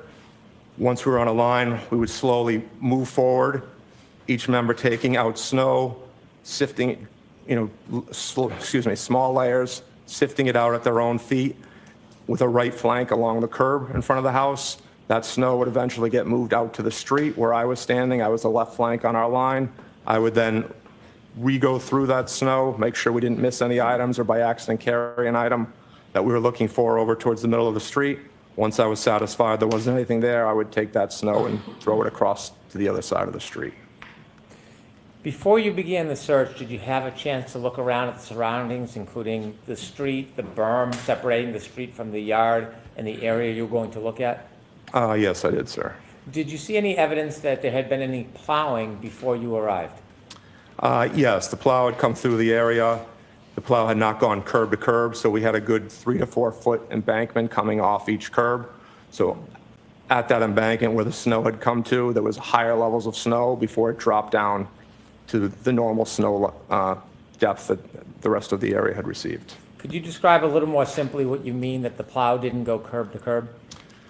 So again, the plow had probably only done enough distance for maybe 2 vehicles to safely pass each other, not enough to go all the way to the curb on each side of the street. As we wound up parking, the responding members, as they wound up parking in the snow closer to the curb, and at the end of the night, several of the cruisers were stuck. We had to push them out. When you looked at the snow that appeared to have been pushed by the plow, did that snow that had been displaced reach the berm, the separation between the street and the yard? No, there was 3 to 4 feet between the edge from where the plow was to where the curbing in front of the house was located, sir. The area where you searched or where you were pointed to where Mr. O'Keefe was in that general area, did it look like any snow from any plow had reached that area? No, it did not. When you began the searching, do you know what time it was that you actually began searching? We moved my cruiser and Trooper Boussolet's cruiser at 5:20. We had started gridding off where we wanted to search, but at 5:20, that's when we moved our cruisers to put the headlights on. That's right. Trooper Bearden and the 2 sergeants arrived quickly after on scene. So by 5:24, we started. All 5 of us were lined up shoveling. When the 2 other members arrived on scene, they just joined in on the line to help us move. From when you first arrived at 4:56 p.m. to when you began the search at 5:20 p.m., did you see anybody enter the area that you were going to search other than you or a CERT team member? No, they did not. Were there other people in the area outside the scene or the grid that you were going to search, other than you and members of your CERT team? Lieutenant Tully arrived on scene. Was there anybody with Lieutenant Tully? At one point, he had several other people with him. Maybe, I believe, 5 throughout our search. Maybe 5 different people, including him, were on scene. Were those people part of state police? At least 1, maybe 2. Unfortunately, I don't recognize all 2,500 members on our department, but there were probably about 5 total people on scene, sir. Was there somebody who was picking up any evidence that you may find and putting it in bags and preserving it? After we found located evidence, it was documented on scene by the detectives. So you yourself were not documenting?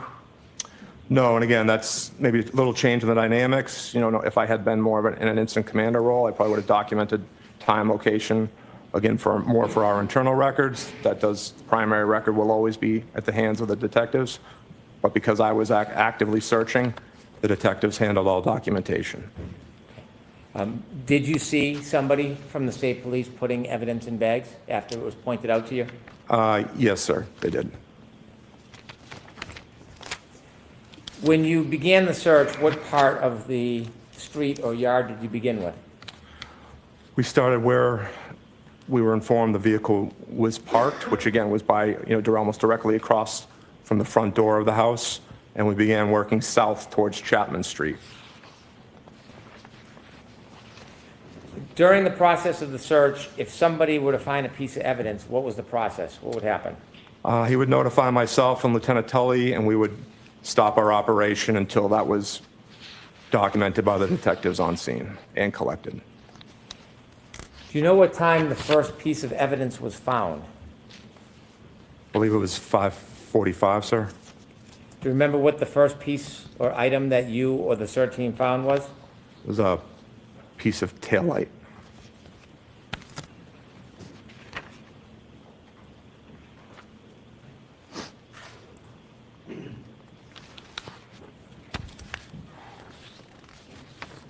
May I approach, Your Honor? Yes.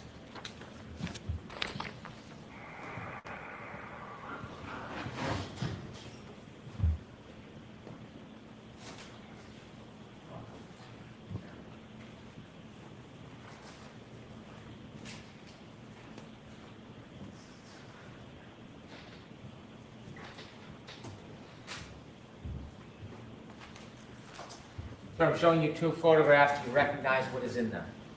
First one? Yes, sir. What is that? It is a piece of clear lens from a taillight. And the second photograph? It's the same lens, just a little enhanced, closer. A close-up? Yes, sir. I'd move to introduce these 2 photographs into evidence. No objection, Your Honor. All right, so one is a close-up of the other. It is. So Madam Court Reporter will be the next, plus A. 73 and 73A.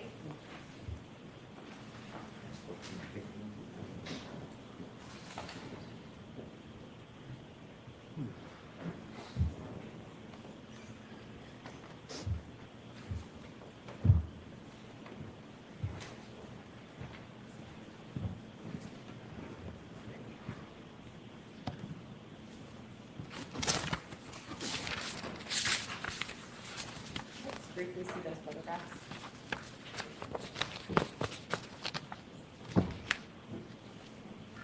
With the court's permission, could I show the exhibits? Yes.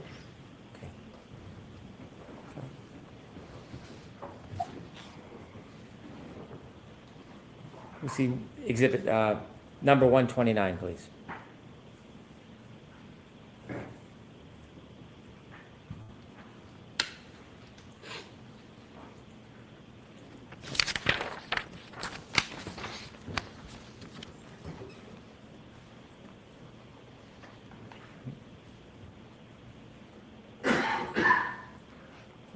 Oh.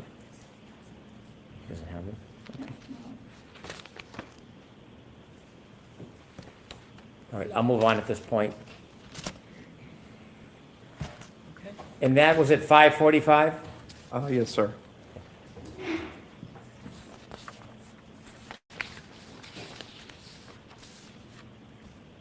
At 5:50, do you know if another item was found?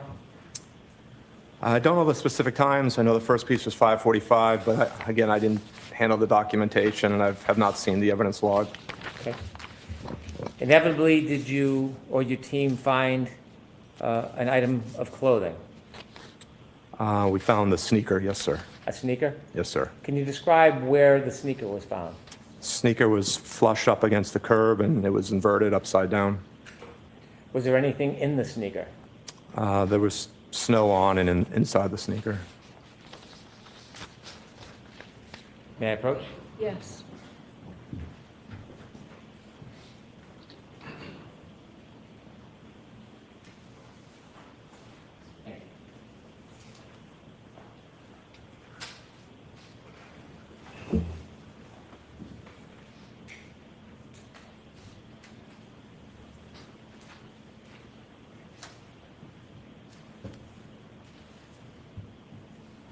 Sir, I'm showing you 3 photographs. Do you recognize the first one? Yes, sir. That's a photograph of the sneaker we recovered. And where is it located in reference to the berm? It's directly up against the curb. Can you show, take a look at the second photograph, please? What do you see? It's a close-up picture of the same sneaker we located. And third photograph, please. Again, just a close-up, different angle photo of the sneaker we located. Thank you. Go ahead and remove these 3 photos into evidence, please. No objection, Madam. Thank you. All right, so Madam Court Reporter 74A.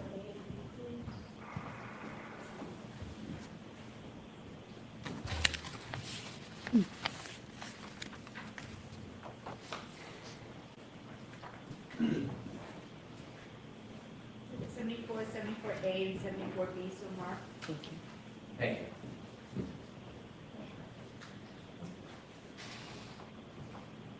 I had to step away to eat some food. I needed to replenish.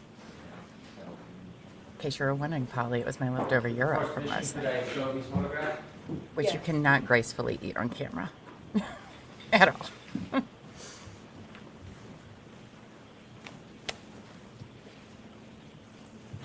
Could we get a more of a close-up, Ms. Gillen?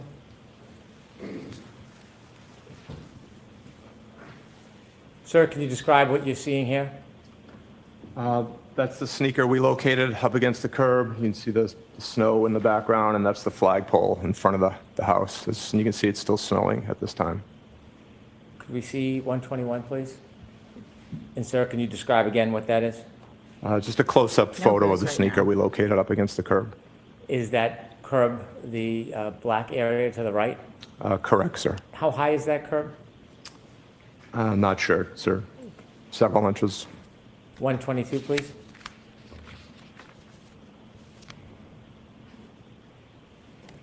I already ate it, Polly.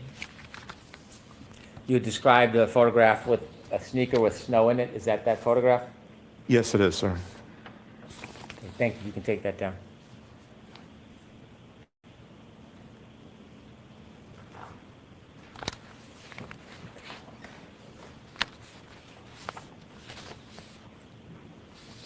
That night, do you recall if there was any other pieces of taillight recovered?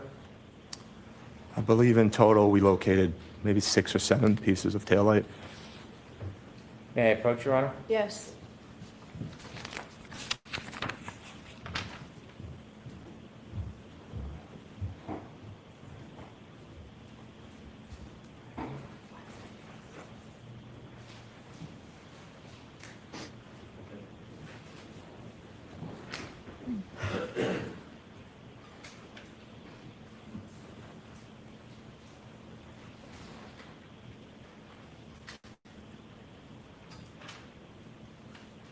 Oh, that's like my least I'm handing you favorite. 3 photographs.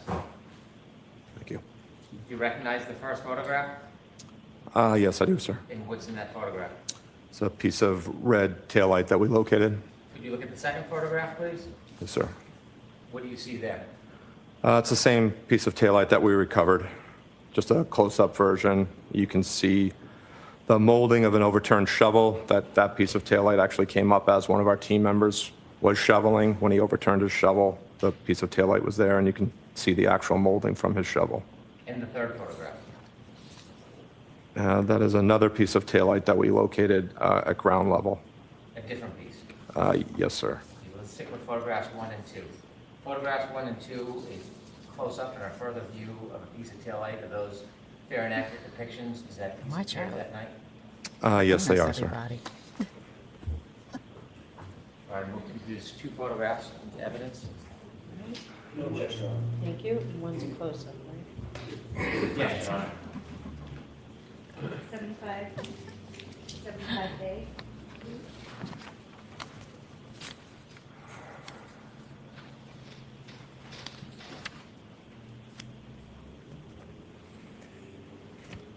So when these items were found, did you examine or study the depth of those items when they were found? I did not, sir. Gave them a glance when our team members told us we found something, and then Lieutenant Tully took over documentation. I returned to my place, on our line. Do you know if any of the items were touching the ground or were they on snow? A couple of the pieces were found at ground level, touching the asphalt.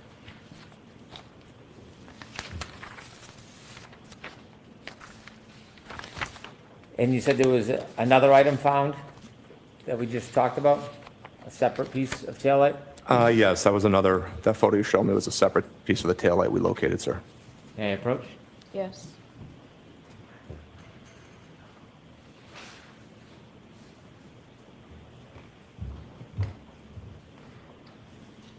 Showing you 2 photographs, could you look at the first photograph?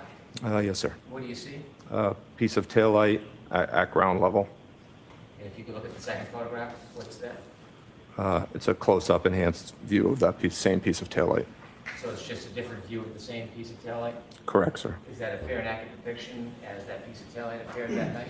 Yes, it is, sir. I would move these 2 into evidence, 1 photograph and a second is a closer-up view. No objection. Okay. No, Zoe. Why? 76 and 76A. Stop it. While you were conducting the search, did anybody but your team, Trooper Tully, the person who was documenting the evidence, did you see any other people who were not law enforcement in the area? At some point during our search, the media arrived on scene, began filming us or taking photos. Was there anybody from your department or a different department that was managing the crowd? No, there were members with Lieutenant Tully that I believe were not state police members, but I wouldn't know how to characterize what their job description was, sir. At any time, did anybody enter that area or scene, the grid that you and your members were working on, other than your group and Trooper Tully and the people with him? No, correct. Once we marked off our area, no one came forward of our line. That whole search area was fresh, undisturbed snow as we moved through the area, and no one moved past our line. Even when Lieutenant Tully and the member who works in his unit came to collect the evidence, they didn't move past the point we had searched up to at that time. Why were you so careful about anybody coming onto your grid? We don't want to disturb our scene, but we also don't want to move forward unless we're all moving together, acting in unison. Given you had brushes and rakes and shovels, did you get through every piece of that area? We didn't go all the way to where I had marked off originally, because after we'd found everything that was collected, we had gone approximately 8 to 10 feet without finding any other evidence.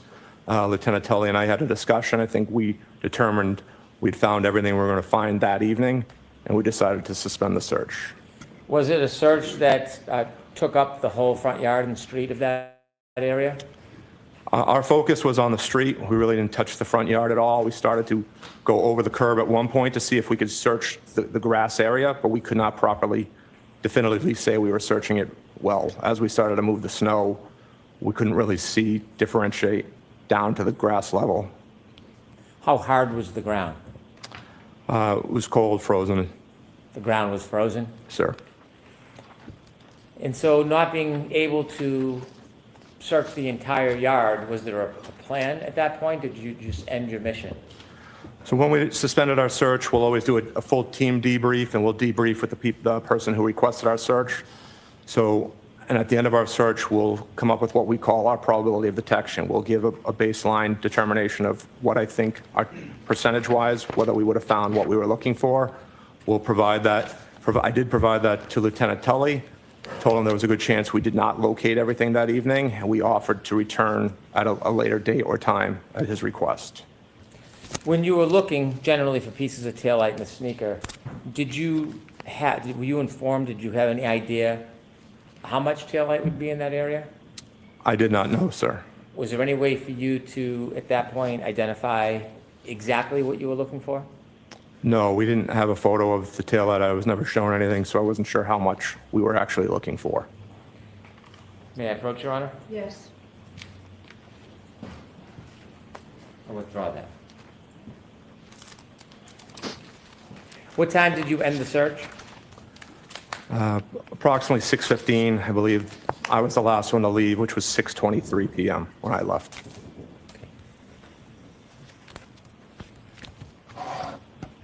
And so how long was the entire search?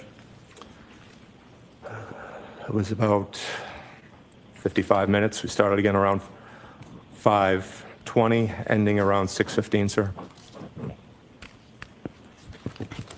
Do you know if any other colleagues or members went back at a later date? I've been informed that they did, yes, but not from my team, but other members of our department. I'll allow it, just move on. Did your team go back? We did not, sir, no. Thank you. I have no further questions.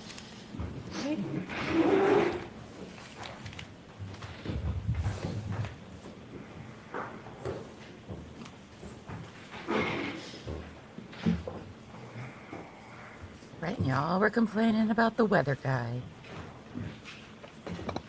Way more interesting. No, I did miss half this guy's testimony, so I'm not going to have much to say on him because I was busy shoving food in my face. So, Good afternoon, Lieutenant. and I can't Good afternoon, multitask, sir. everybody knows that. When you first arrived at the scene, was there crime scene tape up? No, there was not, sir. Was there any barricade up at all? No, there was not. Was there any evidence that the crime scene was being secured at that time? There was no police presence on scene, sir. Okay. So that when you arrived, the scene had been left unsecured. Do you know how long it had been left unsecured? I do not, sir. So before you arrived, at least, and before your presence was known, for some time before you got there, that scene could have been accessed by anyone, to your knowledge? Well, I think the weather played a good help in us with the scene security, because with that being fresh, undisturbed snow, and with the man tracking we do, we would be able to determine if anyone had accessed that area. Of course, of course. But you don't have any personal knowledge of anybody actually securing that scene for onlookers, bypassers, anybody that wanted access to it, they could have had it? Not that I'm aware of, sir. Okay. You indicated that Lieutenant Tully first contacted you but exactly at 2:32 p.m., correct? That is correct, sir. At that time, your team was not stood up. In other words, you were not activated because that was an initial call by Lieutenant Tully, not an activation call, correct? Correct. That's a courtesy notification, sir. And at that time, Lieutenant Tully had not received the proper protocol, the proper approvals through the protocol to actually have your team activate and have your team dispatched. Yes, I think he'll normally, when we get activated, before they start the process going through their chain of command, they'll call me just to see if we're available and if we could actually respond instead of wasting other people's time calling us if I were to say, no, we are already assigned on another mission at this time. Right. So around 2:53, you indicated that one of your subordinates, Sergeant Simpson, notified the rest of the team that get ready, but we have not been given the green light, correct? Correct, sir. Building an availability list of who could respond. Okay. That was just kind of a precursor, if you will, for lack of a better phrase, to make sure that you had the available personnel so when the green light, or if the green light came, you could activate. Correct, and to help start giving people the heads up to start shoveling their driveway. Like I said, as soon as I received that call from Lieutenant Tully, I hadn't shoveled my driveway yet. Okay. I went out and had to go clear my driveway and my cruiser. And the end of my driveway, we usually get plowed in by our plows. We had several feet of snow at the end of my driveway, sir. Lucky you. Yes. All right. Did Lieutenant Tully inform you in that first phone call that colleagues of his, Massachusetts State Police colleagues of his, were already en route to Dighton to retrieve or seize the SUV? He did not say that, sir. Did Lieutenant Tully inform you that Massachusetts State Police had actually contacted the Dighton Police Department for their assistance in potentially seizing that SUV? He did not tell me that, sir. Did he indicate to you, you indicated that your conversation was at 12:32. Did he indicate that he had just gotten off the phone with Dighton PD at 12:31, just a minute prior? Our phone call is at 2:32, sir. I'm sorry. I don't know if that can, Did I say 12:32? that's a different time you're looking to. 2:32, and he had just gotten off the phone with Dighton PD at 2:31. Did he indicate anything like that? No, we did not, sir. Okay. So we do know that at that 2:30-ish hour, you were not authorized to respond to the unit, to the location at that point. None of your units were en route at that point. No, neither one of us had requested approval through our chain of command at that time, sir. And you've already told us that you didn't head out until just after 4, sometime after 4 p.m.? Yes, my GPS data has me leaving my driveway at 4:13 p.m. Got it.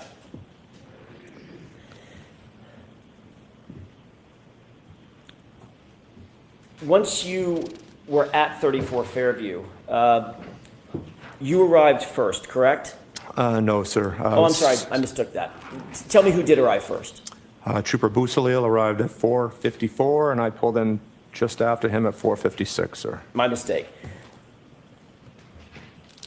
When you first arrived, you were awaiting others of your team to arrive as well in their personal vehicles or their marked vehicles, correct? They were all still en route at that time, yes, sir. When you got there, you did not know at that point where you were going to be directed to search, correct? I did not know, sir. All you knew was a residence and an address, correct? Correct. As your team members arrived, were they arriving in personal vehicles, cruisers, or some combination thereof? They were all arriving in state-issued cruisers. Okay, so all 7 of you arrived. There were 7 total, correct? Correct. We, again, initially started 8. One member was not able to get off the end of their street due to plowing, so we were 1 member short from the original dispatch. Understood. Lieutenant, when you arrived, given the fact that you did not know where you'd be searching, you've actually indicated previously that the flagpole, the fire hydrant, et cetera, that part of the lawn, that part of the yard was behind you as the cruisers pulled up and you parked your cruisers waiting for everybody to get there, correct? When I arrived, I parked almost at the end of the driveway of that residence, sir. Okay, was your tail facing the flagpole or was your nose facing the flagpole? Tail was facing the flagpole. So sir. you pulled up to the driveway, I'm guessing from Chapman? Yes. Heading north? Correct, sir. Yes, from Chapman. Okay, so you pulled over to the edge of the driveway, sort of on the wrong side of the street, I'm guessing. Same side as 34 Fairview, sir. Understood. So the area and the grid area that you ultimately decided to search and ultimately were directed to search, that was all behind you? Yes, it was, sir. And it was dark out, obviously? Yes, it was, sir. Getting dark? It was dark. It was winter, so it was dark. Okay. It was dark. Your focus was certainly not on the area behind you at that point, correct? While As a we were matter of fact, your driving, sir? focus wasn't really anywhere, was it? Because you No. didn't know where you were going to search. Correct, sir. Okay. Ultimately, your team members began to arrive one by one, and each one of them would stay in their car, or would they get out and come coordinate with you, like at your cruiser? No, as they arrived on scene, they would come out because Lieutenant Tully had already arrived on scene. He was technically the third member of the state police on scene. Okay. So once he got on scene, I was already out talking to him, and I was marking off the area we were going to search. Understood. He ultimately, at some point, did direct you to a location behind you, which you were not currently focused on, toward the flagpole, the fire hydrant, you said. Yeah, I wasn't focused on any area at that time, sir, no. You marked those, the areas out that Lieutenant Tully directed you to with some sort of grid coordinates, or was it just sort of a mental grid? No, I wound up marking, stepping it off in the area I wanted to search, sir. Did you use any string or rope or anything like that to physically grid the area off? No, I just marked a line in the snow, sir, where I wanted to start and where we wanted to end. And you did that with footprints? No, with the shovel, I made a mark where we wanted to start and end, I sir. see. So sort of dragging a shovel in the line? Oh, In the just snow? where the berm was, sir. I knocked the berm down, made an obvious impression of where the shovel was. Okay. At the starting location where ideally I wanted to end. Perfect. You indicated that the area that you were searching was relatively undisturbed snow. You said that in direct examination, correct? It was undisturbed, yes, sir. But the street, everything from the berm in, the street had been plowed, correct? To a point, yes, sir. All right, and so that would be disturbed snow. Yeah, to a point, yes, sir. And what was the point? To where the snow that got plowed in, it all rose up just like the end of your driveway would. There was a good 3 to 4 foot high barrier on each side of the street. Once you were able to knock down that initial barrier of snow, the level of snow dropped down to the normal depths that you would have seen in anyone's front lawn at that time, sir. And is that what you're calling the undisturbed portion of the snow? Correct, sir. Okay. Lieutenant Tully told you that you were going to be looking for a man's shoe, a sneaker of some sort, or a shoe of some sort, correct? He said sneaker, yes, sir. And he told you that you'd be searching for plastic, red plastic potentially from a taillight, is that right? He said taillight pieces, yes, sir. Did he indicate that some of them would be red, some might be clear, might be a combination of the two? He didn't indicate a color either way, sir. He did direct you to where he believed you should search. It was his direction that sort of gave you your grid coordinates, correct? He indicated where the vehicle had been parked and where the victim's body had been located and suggested that was the primary area to search. Did he tell you whether or not he knew from personal knowledge where where John O'Keefe's body had been? He did not, sir, no. Did he tell you whether he had personal knowledge where any taillight material might be? He did not know, sir. Did he tell you that he had any personal knowledge where an impact site might have been? He did not know. Did he tell you that he had personal knowledge that there had been an impact site at the location? No, he just said he believed the incident involved the vehicle. Okay. One of your goals when looking at the search location was to obviously remove the snow as methodically as you could, correct? Yes, sir. You wanted to not only remove layers of snow, but then ultimately expose the layer beneath it with as little disturbance as possible. Is that right? Correct, sir. I think you noted that the plow had not plowed all the way to the curb, so the snowbank was sort of in the street, not in the yard, or at least a few inches from the curb line and not in the yard, correct? Correct, sir. As I stated, as some of the responding members parked, they were thinking they were parking in a safe spot in the street, and their cruisers wound up being stuck at the end of the night. And you and your team had some experience doing searches in snowy conditions, being from Massachusetts, I'm guessing. Missing person searches, we've never been out for an evidence search in this specific type of conditions, but we have done missing person searches. So this was the first time you and your team had executed a search of this nature in these kinds of conditions for these kinds of items? In blizzard conditions, yes, for an evidence search, yes. But you did indicate on direct examination that although it was blizzard conditions and the winds were high, and we've learned that windy conditions sort of define a blizzard in some respects, the visibility was relatively good. Yeah, with our headlamps, we had pretty decent visibility.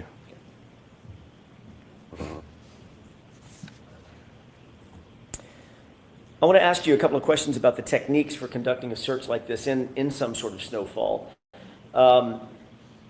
Obviously, as a specialist in searches, one of the things that you put as the highest priority is documenting exactly where the search is conducted, what techniques are used to conduct the search, and what, if anything, is found and exactly where it's found, correct?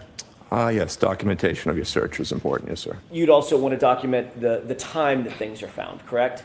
Yes, you want those documented. And you'd want to document the relative locations between and among items that are found. How close are they to each other? How close are they or far are they from a stable landmark, a static landmark, correct?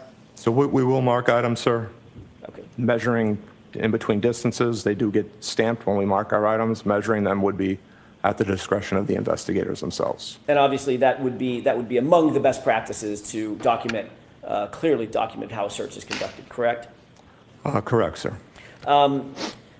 Another way to document the evidence or the search is to do it through either video evidence or photographic techniques, right? Just photographing, forensic photographs of where things are found, contextual photographs moving into close-up photographs, correct? That would be at the discretion of the detective, sir. And in this case, that discretion lay with Lieutenant Tully, correct? Yeah, he was the incident commander, correct, sir. You indicated a number of hand tools that you brought with you to the search to make sure that you had the tools necessary to get through the snow and get to the items that you were, if there were any items out there, to get to the items you were looking for. Is that right? Correct, sir. And you did, in fact, remove layer by layer of snow and sort of sift through it as best you could, correct? Yes, sir. That also included some shovels where a shovel full of snow might be gathered and then turned over, correct? Yes, sir. All right. That was done somewhat methodically, is that right? Yes, it was, sir. And you wanted to make sure that you weren't missing anything as you were digging through the top layers of snow and getting down to something closer to the surface, correct? Correct, sir. And at that time, what was the level of snow, if you can estimate it? How much snowfall? I believe the area, not living that far from that location myself, was anywhere from 15 to 18 up to maybe 20 inches in certain towns. And again, this is after 5:45, 5:48 in the evening of January 29th. When the first item was discovered, it was 5:45. Okay. Yes, sir.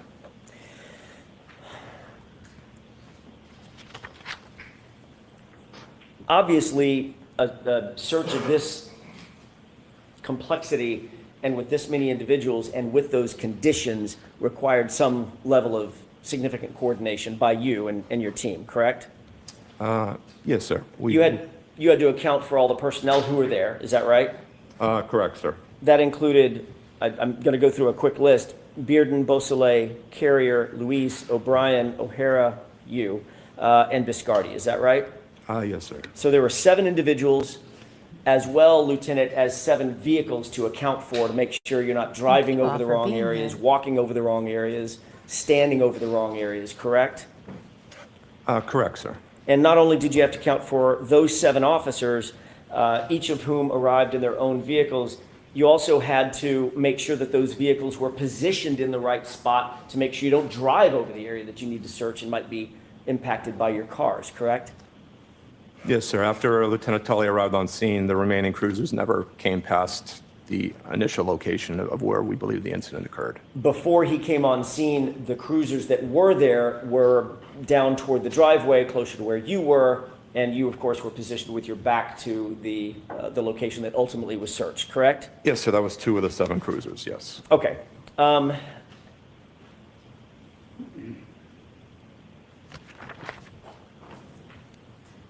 Once you learned where you wanted to search, you literally had to sort of turn around, physically turn things around to begin searching behind where you had originally positioned yourself. No fault of your own, you just didn't know where to go. You had to sort of turn around and go backward toward the area of the flagpole, away from the area of the driveway, correct? Yes, sir. And so as you began to focus on the other side of the house, the other side of the driveway, you had to actually reposition a couple of the cruisers. You didn't have to, but you chose to reposition a couple of the cruisers to turn their lights back around, correct? Oh, that is correct, sir. At some point, you've indicated that there were other individuals who you noticed were at the scene. Is that right? Yes, there were non-cert members on scene, sir. Okay. And those non-cert members included, or they numbered at least 5 individuals, not including Lieutenant Tully. Is that right? I believe that includes Lieutenant Tully, sir. I believe, The- I believe the it was 5 5 total. Okay, so 5 does include Lieutenant Tully. There were 4 others that were non-cert members, correct? Correct, sir. And those were members, I think you've earlier testified that those were members of either Massachusetts State Police or Canton Police or both. Is that right? I believe it was both, yes, sir. And you did not recognize those individuals?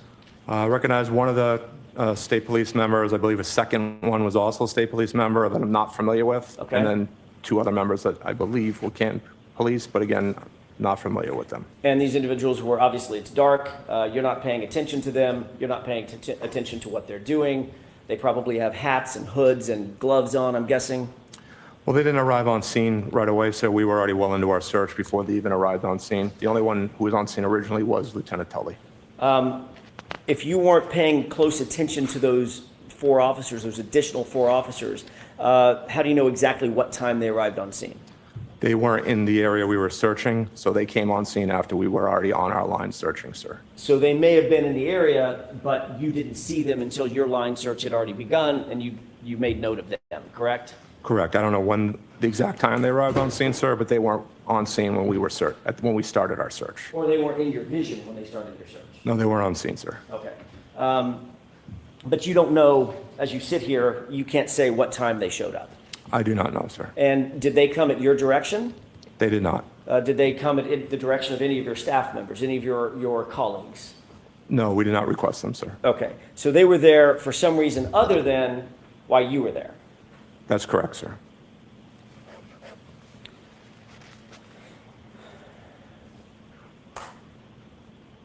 Okay. If I may have just a moment, Your Honor. Yes. These individuals, you noted they were either from, I think you said 2 from Massachusetts State Police and 2 from Canton Police, correct? Yeah, including Lieutenant Tully, it would probably be three MSP and 2 Canton Police, sir. Okay. Excluding Lieutenant Tully, who was working very closely with you, the other 4 individuals, they were in full uniform or they were plain clothes? Plain clothes, sir. And your focus, once you began your search, once you stood up the team, turned your cars around, and realized exactly the grid where you were going to search, that's what your focus was on, correct? Yeah, I was focused on our search area, correct, sir. And when you're searching a line, for instance, if it's a line that extends to your right or to your left, the search that you're conducting is literally right directly in front of you, correct?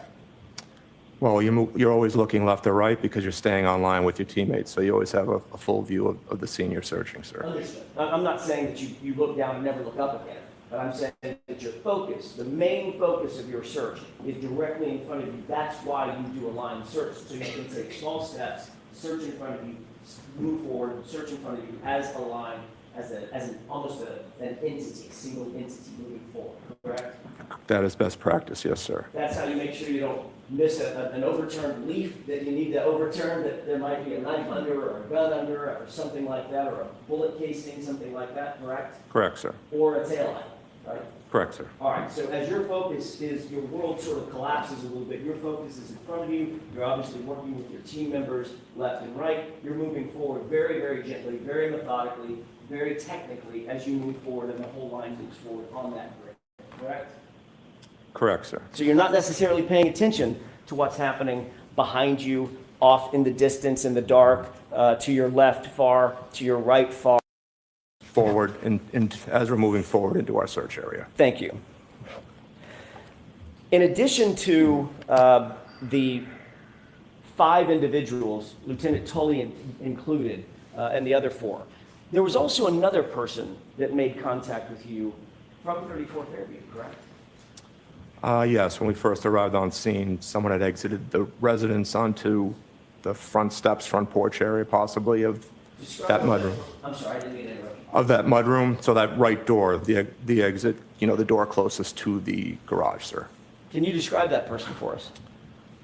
It was an adult male wearing a hooded sweatshirt. Did that person approach you or one of your team members? No, he never left the front door area. Did he say anything to you or one of the team members? He asked if we were here for what happened earlier. We replied yes, and he turned and went back inside the residence. And as you sit here, you don't know who that person is?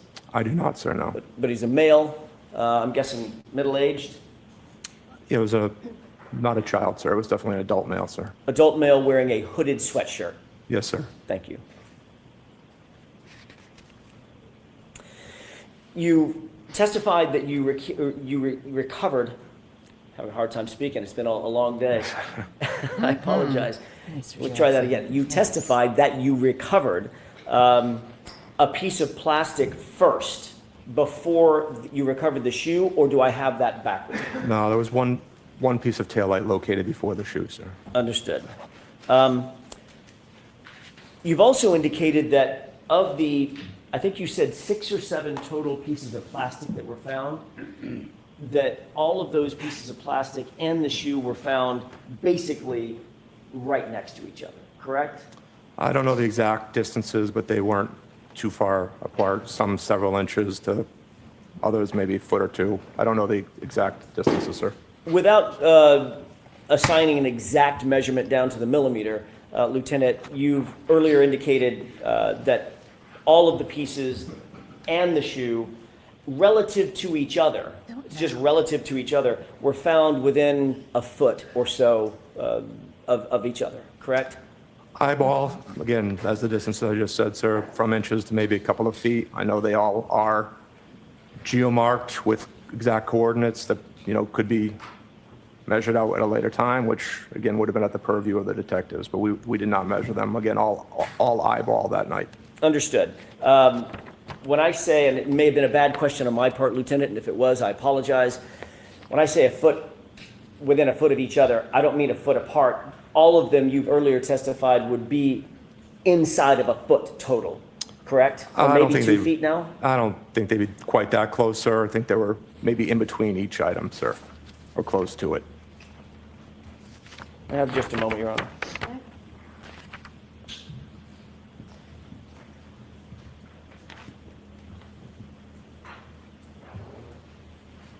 Okay.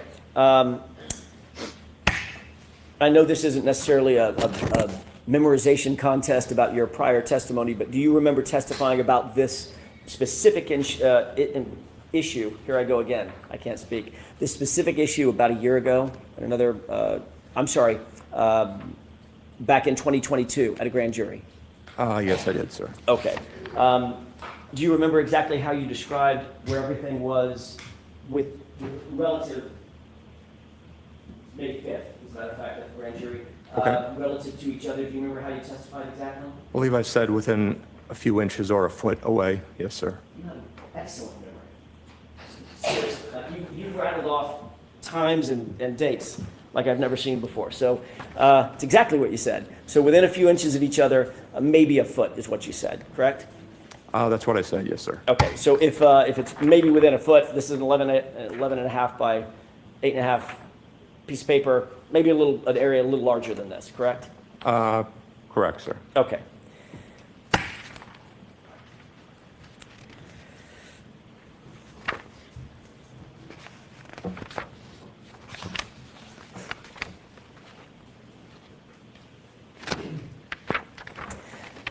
As you found items of evidence, did you alert Lieutenant Tully to that specific piece of evidence?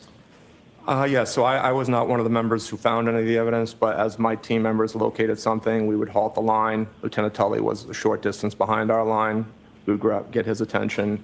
We would cease our operations until he informed us that he felt it was properly documented. And ultimately, Lieutenant Tully was the person responsible for documenting that item, is that right?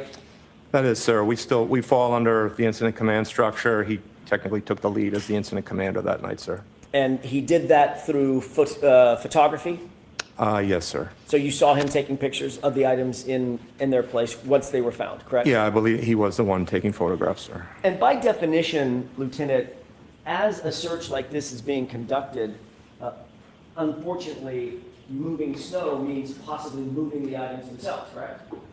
Potentially, yes, sir. They might end up in a shovel full of snow, you turn it upside down. That's not where the piece of evidence was to begin with, correct? Correct. It's been moved at that point. But in this case, nearly all of the pieces that you did find, including the shoe, were nearly next to each other, meaning within inches of one another, correct? I don't know the exact distance again, sir, ballpark eye distance, but again, that is why we provided the GPS coordinates of each location, because we did stamp those with a handheld GPS as we found items of evidence, and all those locations were turned over with our report to be measured at the desire of the detectives, sir. Certainly, using that very impressive memory of yours, your memory back in May of 2022, May 5th of 2022, was that they were within inches of each other. I believe that's what I stated, yes, sir. Okay.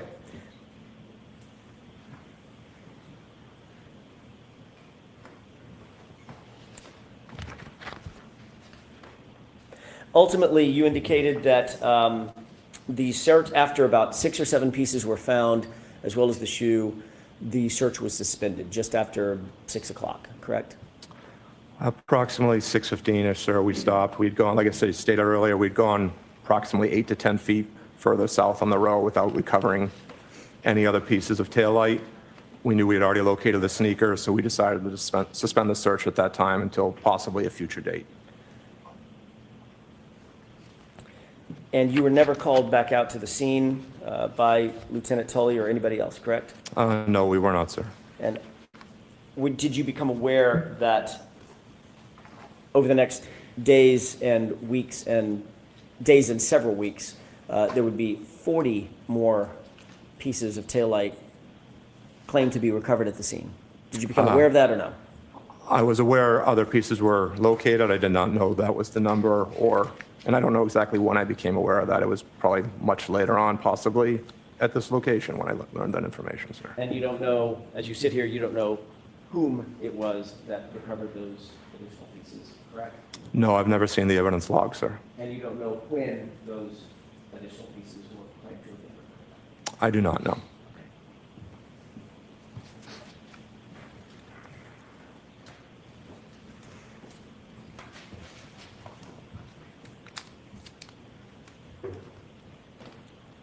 When Lieutenant Tully and you had a conversation about shutting down the scene, was Lieutenant Tully's comment to you after those first few pieces were found that he was, quote, very satisfied that you had recovered everything that you were going to recover from that night, from that search? Objection. Sustained.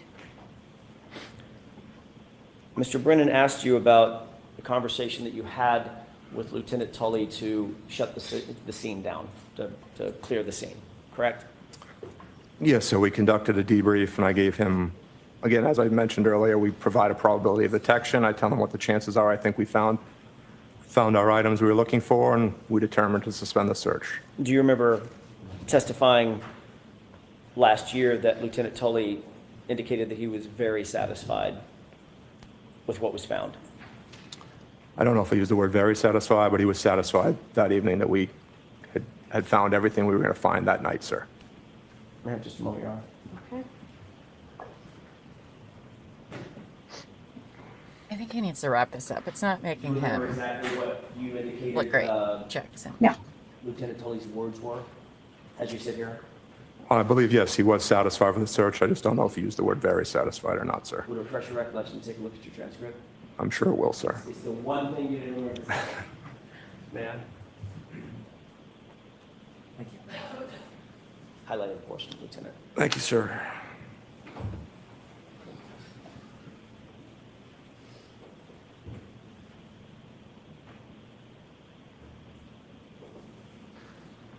I'm just going on the date. Is this from last year, or would this be from the grand jury, sir?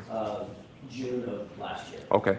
Yes, sir. So it does state here that I stated he was very satisfied with the search. Does that refresh your recollection that was the words that he used, or at least you remember him using at that time? Yeah, I believe, to the best of my recollection, sir. Fair. Fair. Yes. Thank you. Thank you, sir. Thank you, Lieutenant. May I have just a moment, Your Honor? Yes.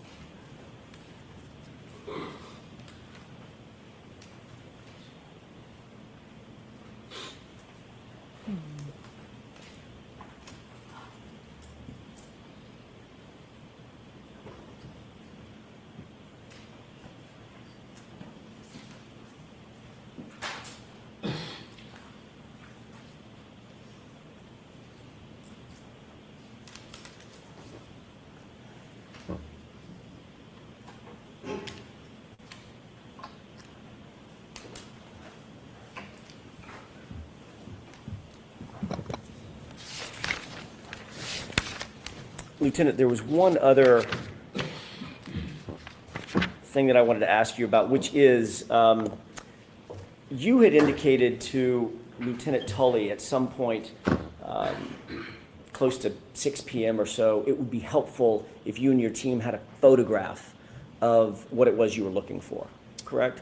Yeah, I believe after we found the first piece or two, I asked him if he had a photograph that we could look at just to see how large of an area, So that how would- large of a piece we were looking for, sir, yes. Fine. So that would, just timing-wise, if you found the first piece at 5:45, first piece or two, maybe 2 or 3 or 4 minutes later, after that, maybe 5 minutes later, so let's place it at 5:50, close to 6, something like that? Yeah, probably between 5:45 and 5:50 possibly, sir. And you said to him at the time it'd be helpful if we had a photograph of what it is we're looking for, correct?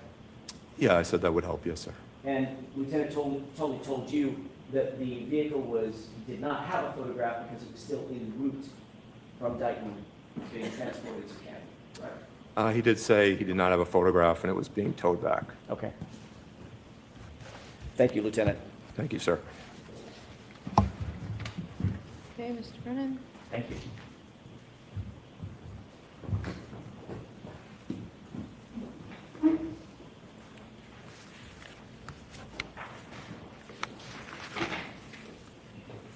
Sir, you mentioned that there were about 5 people not on your CERT team at some point arriving at Fairview Road or the area of it. Yes, that's correct, sir. 3 of them were Mass State Police. You mentioned Tully and 2 of his colleagues. Correct, sir. Did you see anybody taking photographs of the items that you found? Yes, Lieutenant Tully was taking photographs while we were there, sir. And did you see somebody putting the items in bags? Yes, they did, sir. Was that one of the 2 people that were with Lieutenant Tully? Yes, correct, sir. And you mentioned there were 2 Canton police officers. Were they part of the search? They were not, sir, no. Were they on the grid? They were not, sir. Did you ever see them in the area on the grid? I did not, no, sir. They were there. Were they involved in any way in the crowd?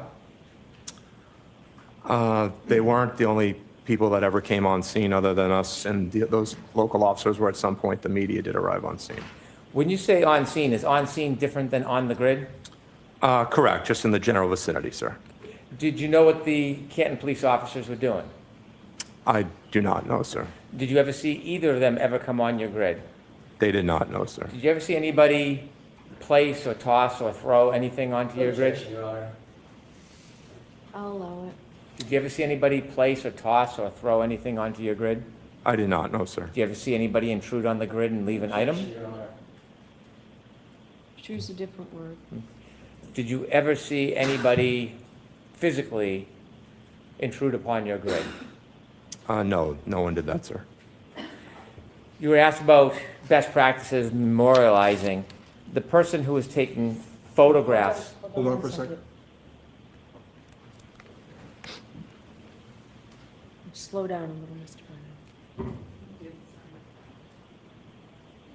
You mentioned best practices of memorializing items. And you also mentioned Lieutenant Tully was taking photographs. Yes, that's correct, sir. Do you know if those photographs were time and date stamped? I believe they were, sir. Is time and date stamping with photographs best practices in memorializing things? Yes, they are, sir. Now, before you defined the grid, and before you began that search, you knew other state police officers, didn't you? Yes, I do. Did you know a person by the name of Trooper Yuri Buchanek? Yes, I do know him, sir. Did you know somebody at the time known as Trooper Michael Proctor? Yes, I do know him, sir. Were either Michael Proctor or Trooper Yuri Buchanek at Fairview that night? No, they were not, sir. Did you see them at any time from the point you got there at 4:56 p.m. until when you left? No, I did not see them there, sir. You mentioned that somebody came out of a side door at 34 Fairview who had a hoodie on. Yes, that's correct, sir. How long were they outside for? Maybe 10 seconds, sir. Did they at any time interfere with your search? No, they did not. Did they at any time try to discourage or dissuade you from searching? Objection, Your Next question, I'll sustain that. Did that person do anything to impede your search? No, he did not.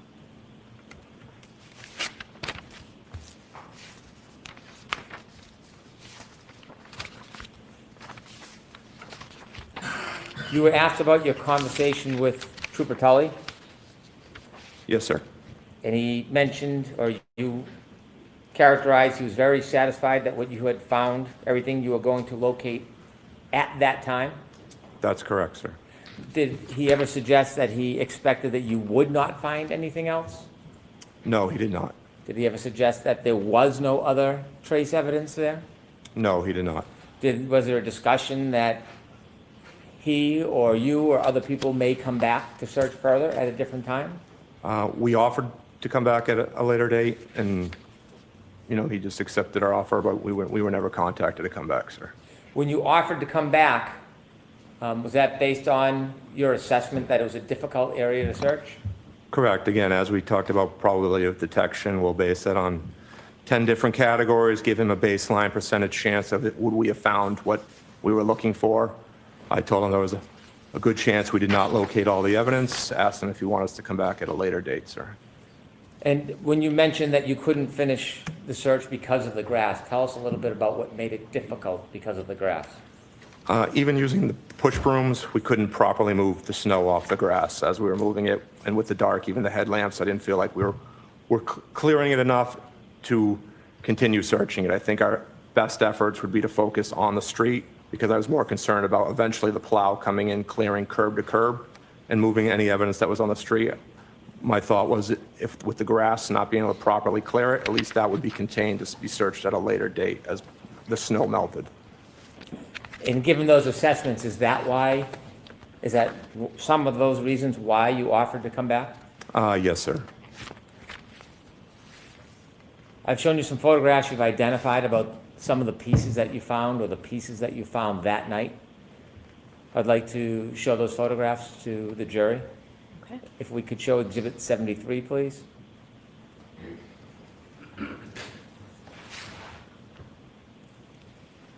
Is that one of the photographs you identified earlier? Yes, it is, sir. Is there a chance, Ms. Gilman, that we could do a close-up of that? Can you describe what you're seeing? It's a piece of clear taillight. It's got rigid edges, some indentations on it, distinctive markings. Did all of the pieces you found have those type of markings on it? Not sure if they had those exact same markings, sir. I'd have to compare the photos. Was there different colors of pieces that you found that night? Yes, we also found pieces of red taillight as well. Could we see 73A, please? Without blowing it up, if you could go back. Is 73A a picture from further away of the same piece? Yes, that's what it appears to be, sir. Was it easier to see these pieces that night in person than it is in photos, or was there any difference in the ability to identify these pieces? Objection, Your Honor. Sustained. When you saw the piece from where you were standing, did it look any different than it does in this photo? No, it doesn't, sir. Could we see 75, please?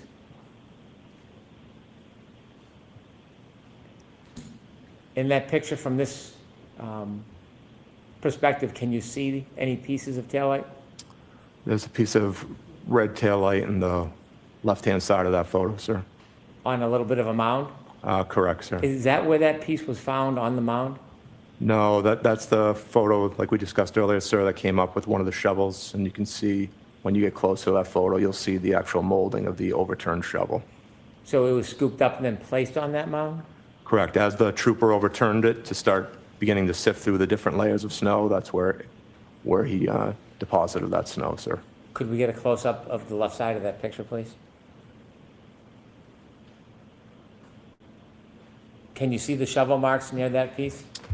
Yes, they're directly behind it and off to the left. You can see the molding of the shovel. You can see a bit of a divot to the left of the red? Yes, correct, sir. Is that part of imprint from the shovel?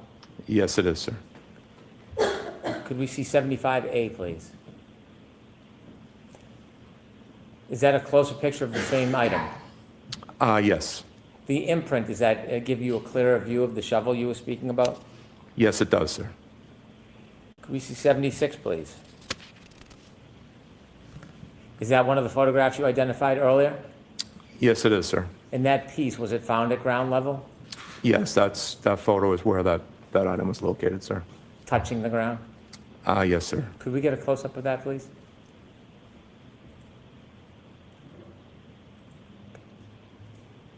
And if we could have 76A, please. Is that a picture of the same item? Yes, it is. Just zoomed in, sir.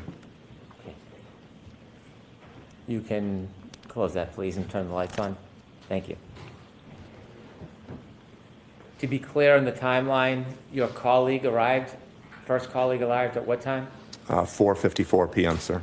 And you arrived at? 4:56. You mentioned that it looked like fresh snow. Yes, sir. The area we searched was fresh, undisturbed snow. And when you got there at 4:56, when you described fresh, undisturbed snow, is that your impression when you first got there at 4:56? Yes, I had realized that the plow had not cleared curb to curb. You began your actual search at what time? Right around 5:20, we wound up again. We moved a couple of our cruisers around just to add extra headlights, extra lighting on the scene itself. And the first piece of evidence was found at what time? 5:45, sir. Your area that you searched, did you say it was 8 to 10 feet? No, sir. The area marked off was just over approximately 60 feet. We'd gone about 8 to 10 feet towards the end of the search without locating any more items, and that's where when we suspended the search. How much of your focus was near the street area?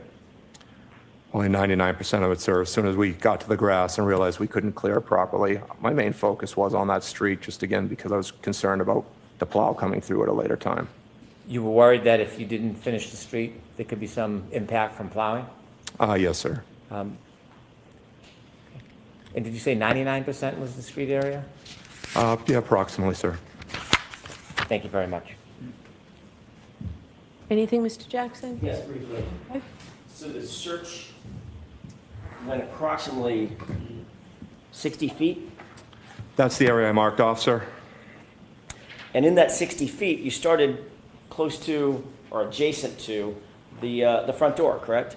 Correct, sir. And in that 60 feet, you were doing the type of search that we described earlier, you described earlier, about going just a few paces at a time and starting to move material out of the way to try to get down to the surface, correct? Yes, sir. All working together. Yes, sir. And you did not find 40 pieces of tail light at or near or on that street or the lawn or any place else, correct?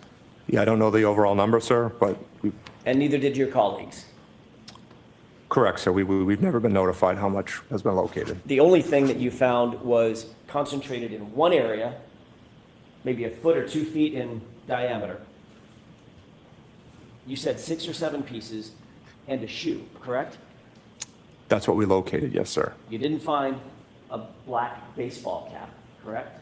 We did not know, sir. And in the photographs that we've seen, that's clearly not undisturbed snow, correct? The photographs are us moving after having moved the snow, sir. Some of it is y'all moving the snow. Some of it is disturbed snow on the street or at the curb, correct? After we had moved it, yes, sir. You indicated that Trooper Proctor and Trooper Butnick, you know both of them, correct? I know who they are, yes, sir. Or know who they are.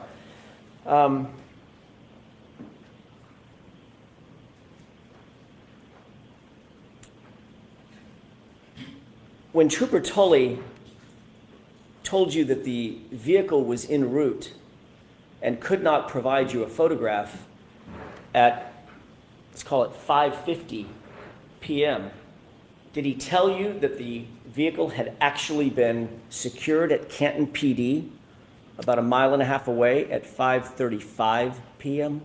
No, he did not say that, sir. Did you know through any other means that that vehicle was just a mile and a half away at 5:35 p.m. before you ever found the first piece of taillight? Did you know that?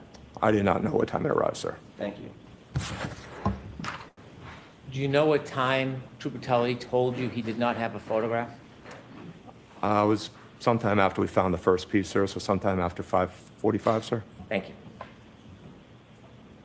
All right. That's all I have. All right, Lieutenant, you are all set, sir. Here we approach. Okay. Come on up, please. Okay, so they're going to go to a sidebar. Now, I'm just going to straight up say I was kind of in and out for this guy's testimony. But from what I did see, and he seemed he seemed like he actually knew what he was doing when it came to his job, unlike everyone else, which I think gives him some credibility there. I will say that what they found in the street, one, they finally take pictures of something. That's nice. I mean, we have no reason to believe that that isn't what they found in the street. I think it seems credible to me that that's what happened, according to this witness. What I don't understand is why they wouldn't call the team back when the weather's getting better, because this is towards the end of a blizzard, you know. So, jurors, every day I've been asking counsel whether we are on track. Usually, I haven't reported it to you as much, but I can tell you now that we are definitely on track, maybe a little ahead of schedule, which may just mean down the road a little bit, we'll be back on track. But because we're on track a little ahead of schedule right now, we're done for today. So we'll let you leave for today with those same cautions. Please do not discuss this case with anyone. Don't do any independent research or investigation into this case. If you happen to see, hear, or read anything about this case, please disregard it and let us know. Be very careful with your social media use. We'll see you tomorrow morning. All rise for the court, please. Close your notebooks and follow me. All right, we will wait to see if there's lawyer talk. Goodbye. Goodbye. We will wait to see if there's lawyer talk later. She said bye. Goodbye.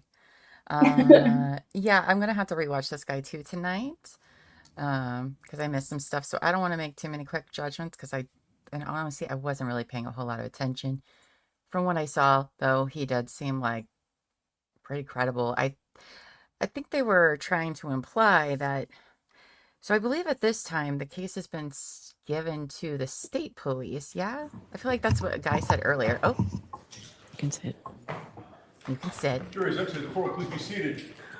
All right, so counsel, since we have ended a little bit early today, I would like you to go through those exhibits that Mr. McDermott brought to your attention at sidebar and make sure all the redactions are appropriate so we can at least square away that issue. Okay? Yes, Your Honor. All right, thank you. Okay, and that was it. Nothing juicy. All rise. Okay. All right. Well, there's that for the day, kiddos.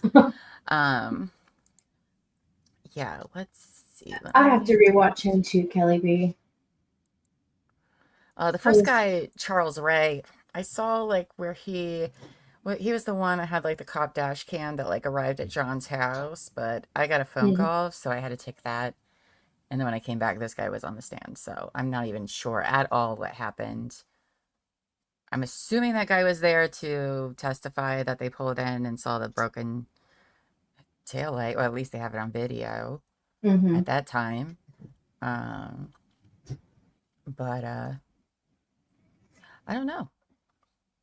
I had a husband that was adjusting multiple things at my desk. So I was also in and out. I mean, I find helpful, but from my understanding of CERT, right? They're like search and rescue sort of thing. Like they methodically go about doing things. So I don't see them really, effing around too much because they're usually in really serious matters. And I think defense was trying to imply that, I know there's a theory around that they planted, red taillights, but they didn't go into the yard, right? They just stuck to the street. So, as far as we've heard. Yeah. I mean, so far, this is the only credible law enforcement guy where I'm like, oh, you don't sound like a dumbass, so that's good. I feel like I thought I heard the person Was that? Oh, that was B. Okay. I thought I heard the person that planted it was Proctor, and obviously we haven't heard from him yet. And he's not going to say that he did if he had. Mm-hmm. But so I might just have misunderstood that. I don't know. I mean, obviously that's not evidence. So. No, and I do understand them wanting to clear the road, at least Mhm. that night, because that is exactly what would happen when they go to plow the next day. All right. Mhm. So that part was smart to do, but why they did not call these people back for like the next 2 days? Like I understand 2 feet of snow is a lot to go through, but they didn't call them back at all, which is interesting because all they found was a shoe and a couple of pieces One. of taillight, Mhm. right? So what about his hat? You know, what about other things? Because I imagine they probably took a few days for that much snow to melt. Yeah, they have not yet. Oh, they asked him if Proctor was at the scene while they were doing their searches, I thought. Mhm. Okay, that's right. Okay, I knew search sounded familiar. I was like, why do I know about this? Search. Duh. 'Cause Terry's the director of one. I was like, I knew they sounded familiar. Sorry. We're There you just go. all over the place. Yeah, so I mean, Bell said, "Okay, so once." I'll say that it does seem like that last witness. I don't think Jackson got where he was trying to go with that. Didn't sway me. I thought the last witness, from what I heard, and again, I will go and rewatch it. I don't want to say too much because I didn't watch all of it, but he seemed to be a good witness for the prosecution. So I'm sure people don't like that, but Mm. I do feel like he was a good witness for them comparatively. I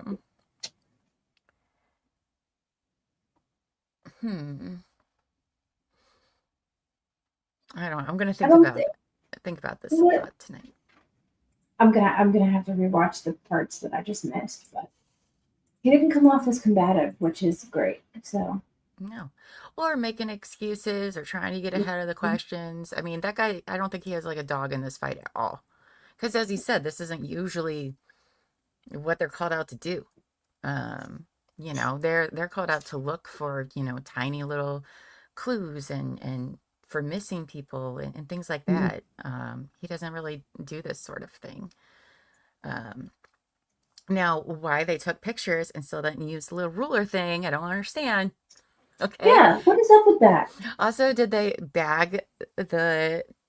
bring appropriate evidence collecting things when they found these taillights? Is what I want to know.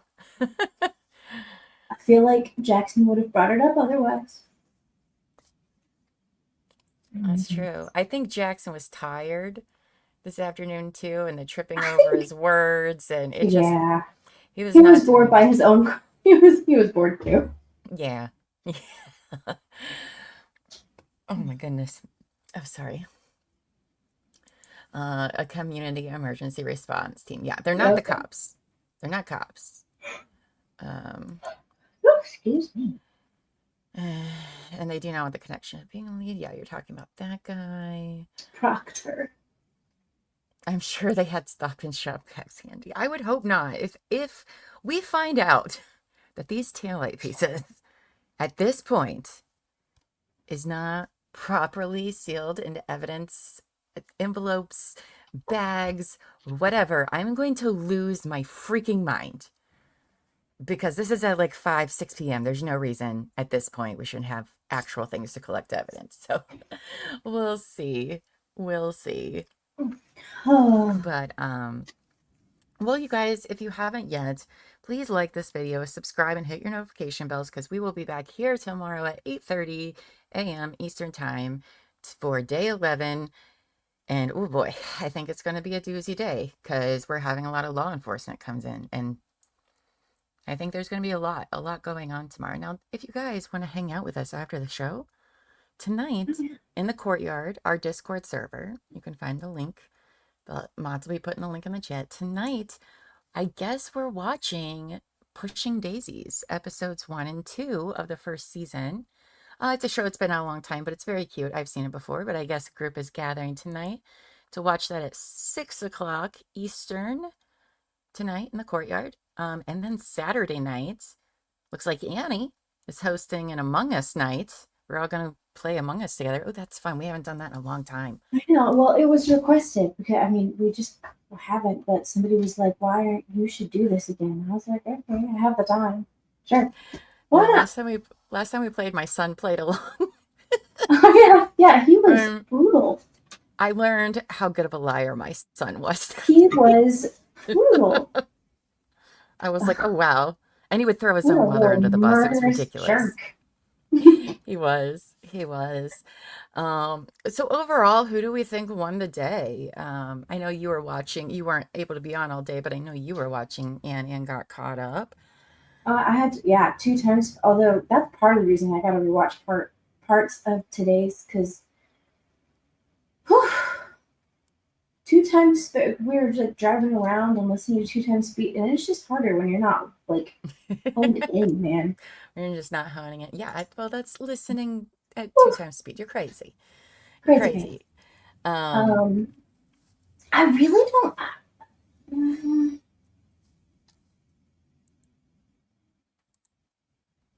I don't know that anybody won today. I wouldn't.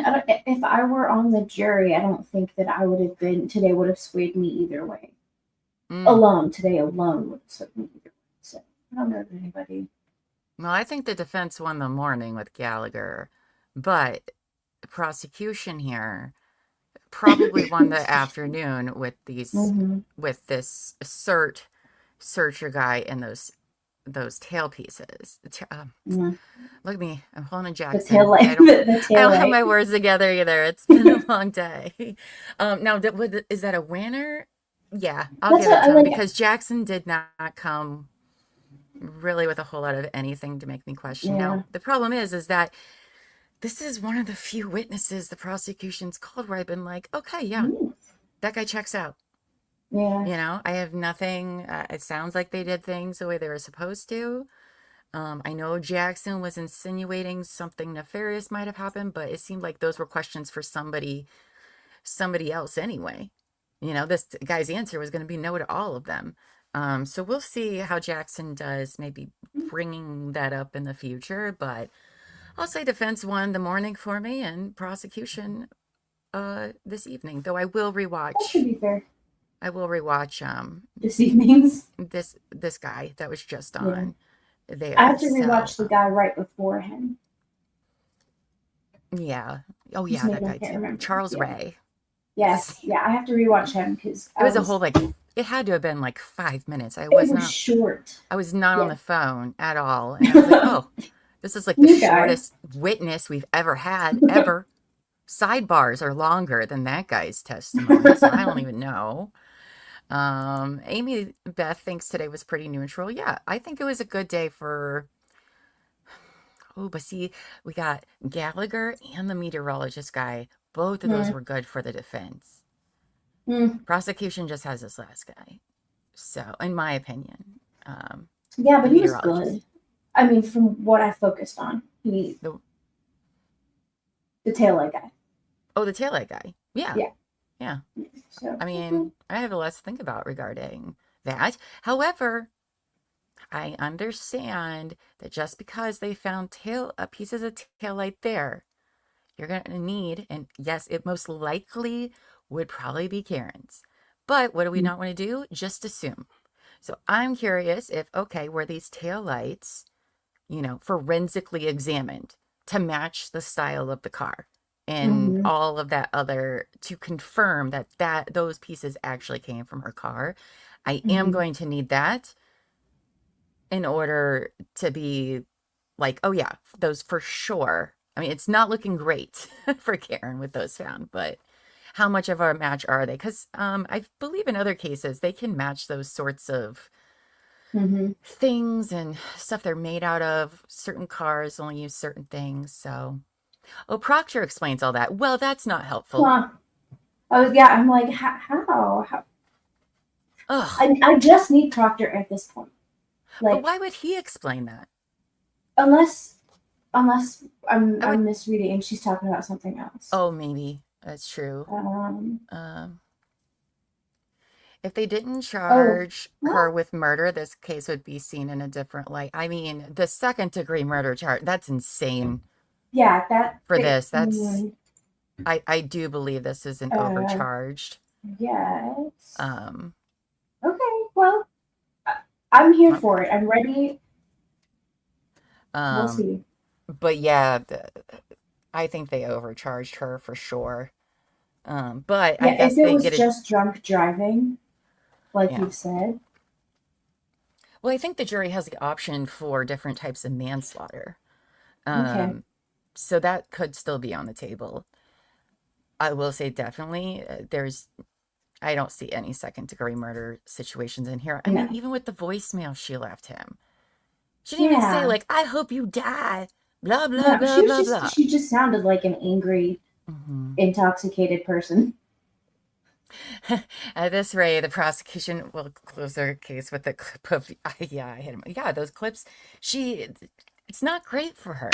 She should not have done that. If she had not made that decision, I think that her defense would have an easier time. She absolutely made this harder for herself and them. Yeah. And yeah, are they being showed without the full context? I mean, I can say in the ID discovery one is the one we watched a couple weekends ago in the courtyard. Though they do have like the full footage, not just what we were shown, but I wouldn't, she just says things that aren't, it's not great. Like her admitting to how much she had to drink that night, that she took the glass out of the bar. I mean, ugh, not great. That's why, folks, you don't talk to anybody when you're charged. Because guess what? The state can and will, all caps, underline the and will use it against you in the court of law. Okay? Every time. So don't do interviews. Don't get on social media. Don't do any of that. It's just crazy how many she did. I don't know. I probably not. I mean, I assume they might try, but I guarantee Beth will sustain that objection. So. Yeah. Well, if you guys aren't doing anything tonight, come hang out with us in the courtyard, our Discord channel. That's where everybody in the chat is. So if you liked hanging out in the chat, and thank you for the new people watching and hanging out with us today. Yaha and oh gosh, I know I was saying it right earlier. I got to scroll up because I got to look at it to say it right. Yaha. No, not that one. Sun Kodo, I think it was. I probably got that all wrong, and I apologize. It's been a long day. I did see that one pop up earlier, so. Yeah, thanks for hanging out with us, guys. Enjoyed it very much. Again, we'll be here at 8:30 a.m. tomorrow, Eastern time. Can't wait to see you all. Until then, everyone go forth and be amazing. And we will see you in the morning. All right? Bye, guys. Bye, Hold on, let me get guys. rid of this stuff first. There we go. All right, we're gone now. Bye. Bye.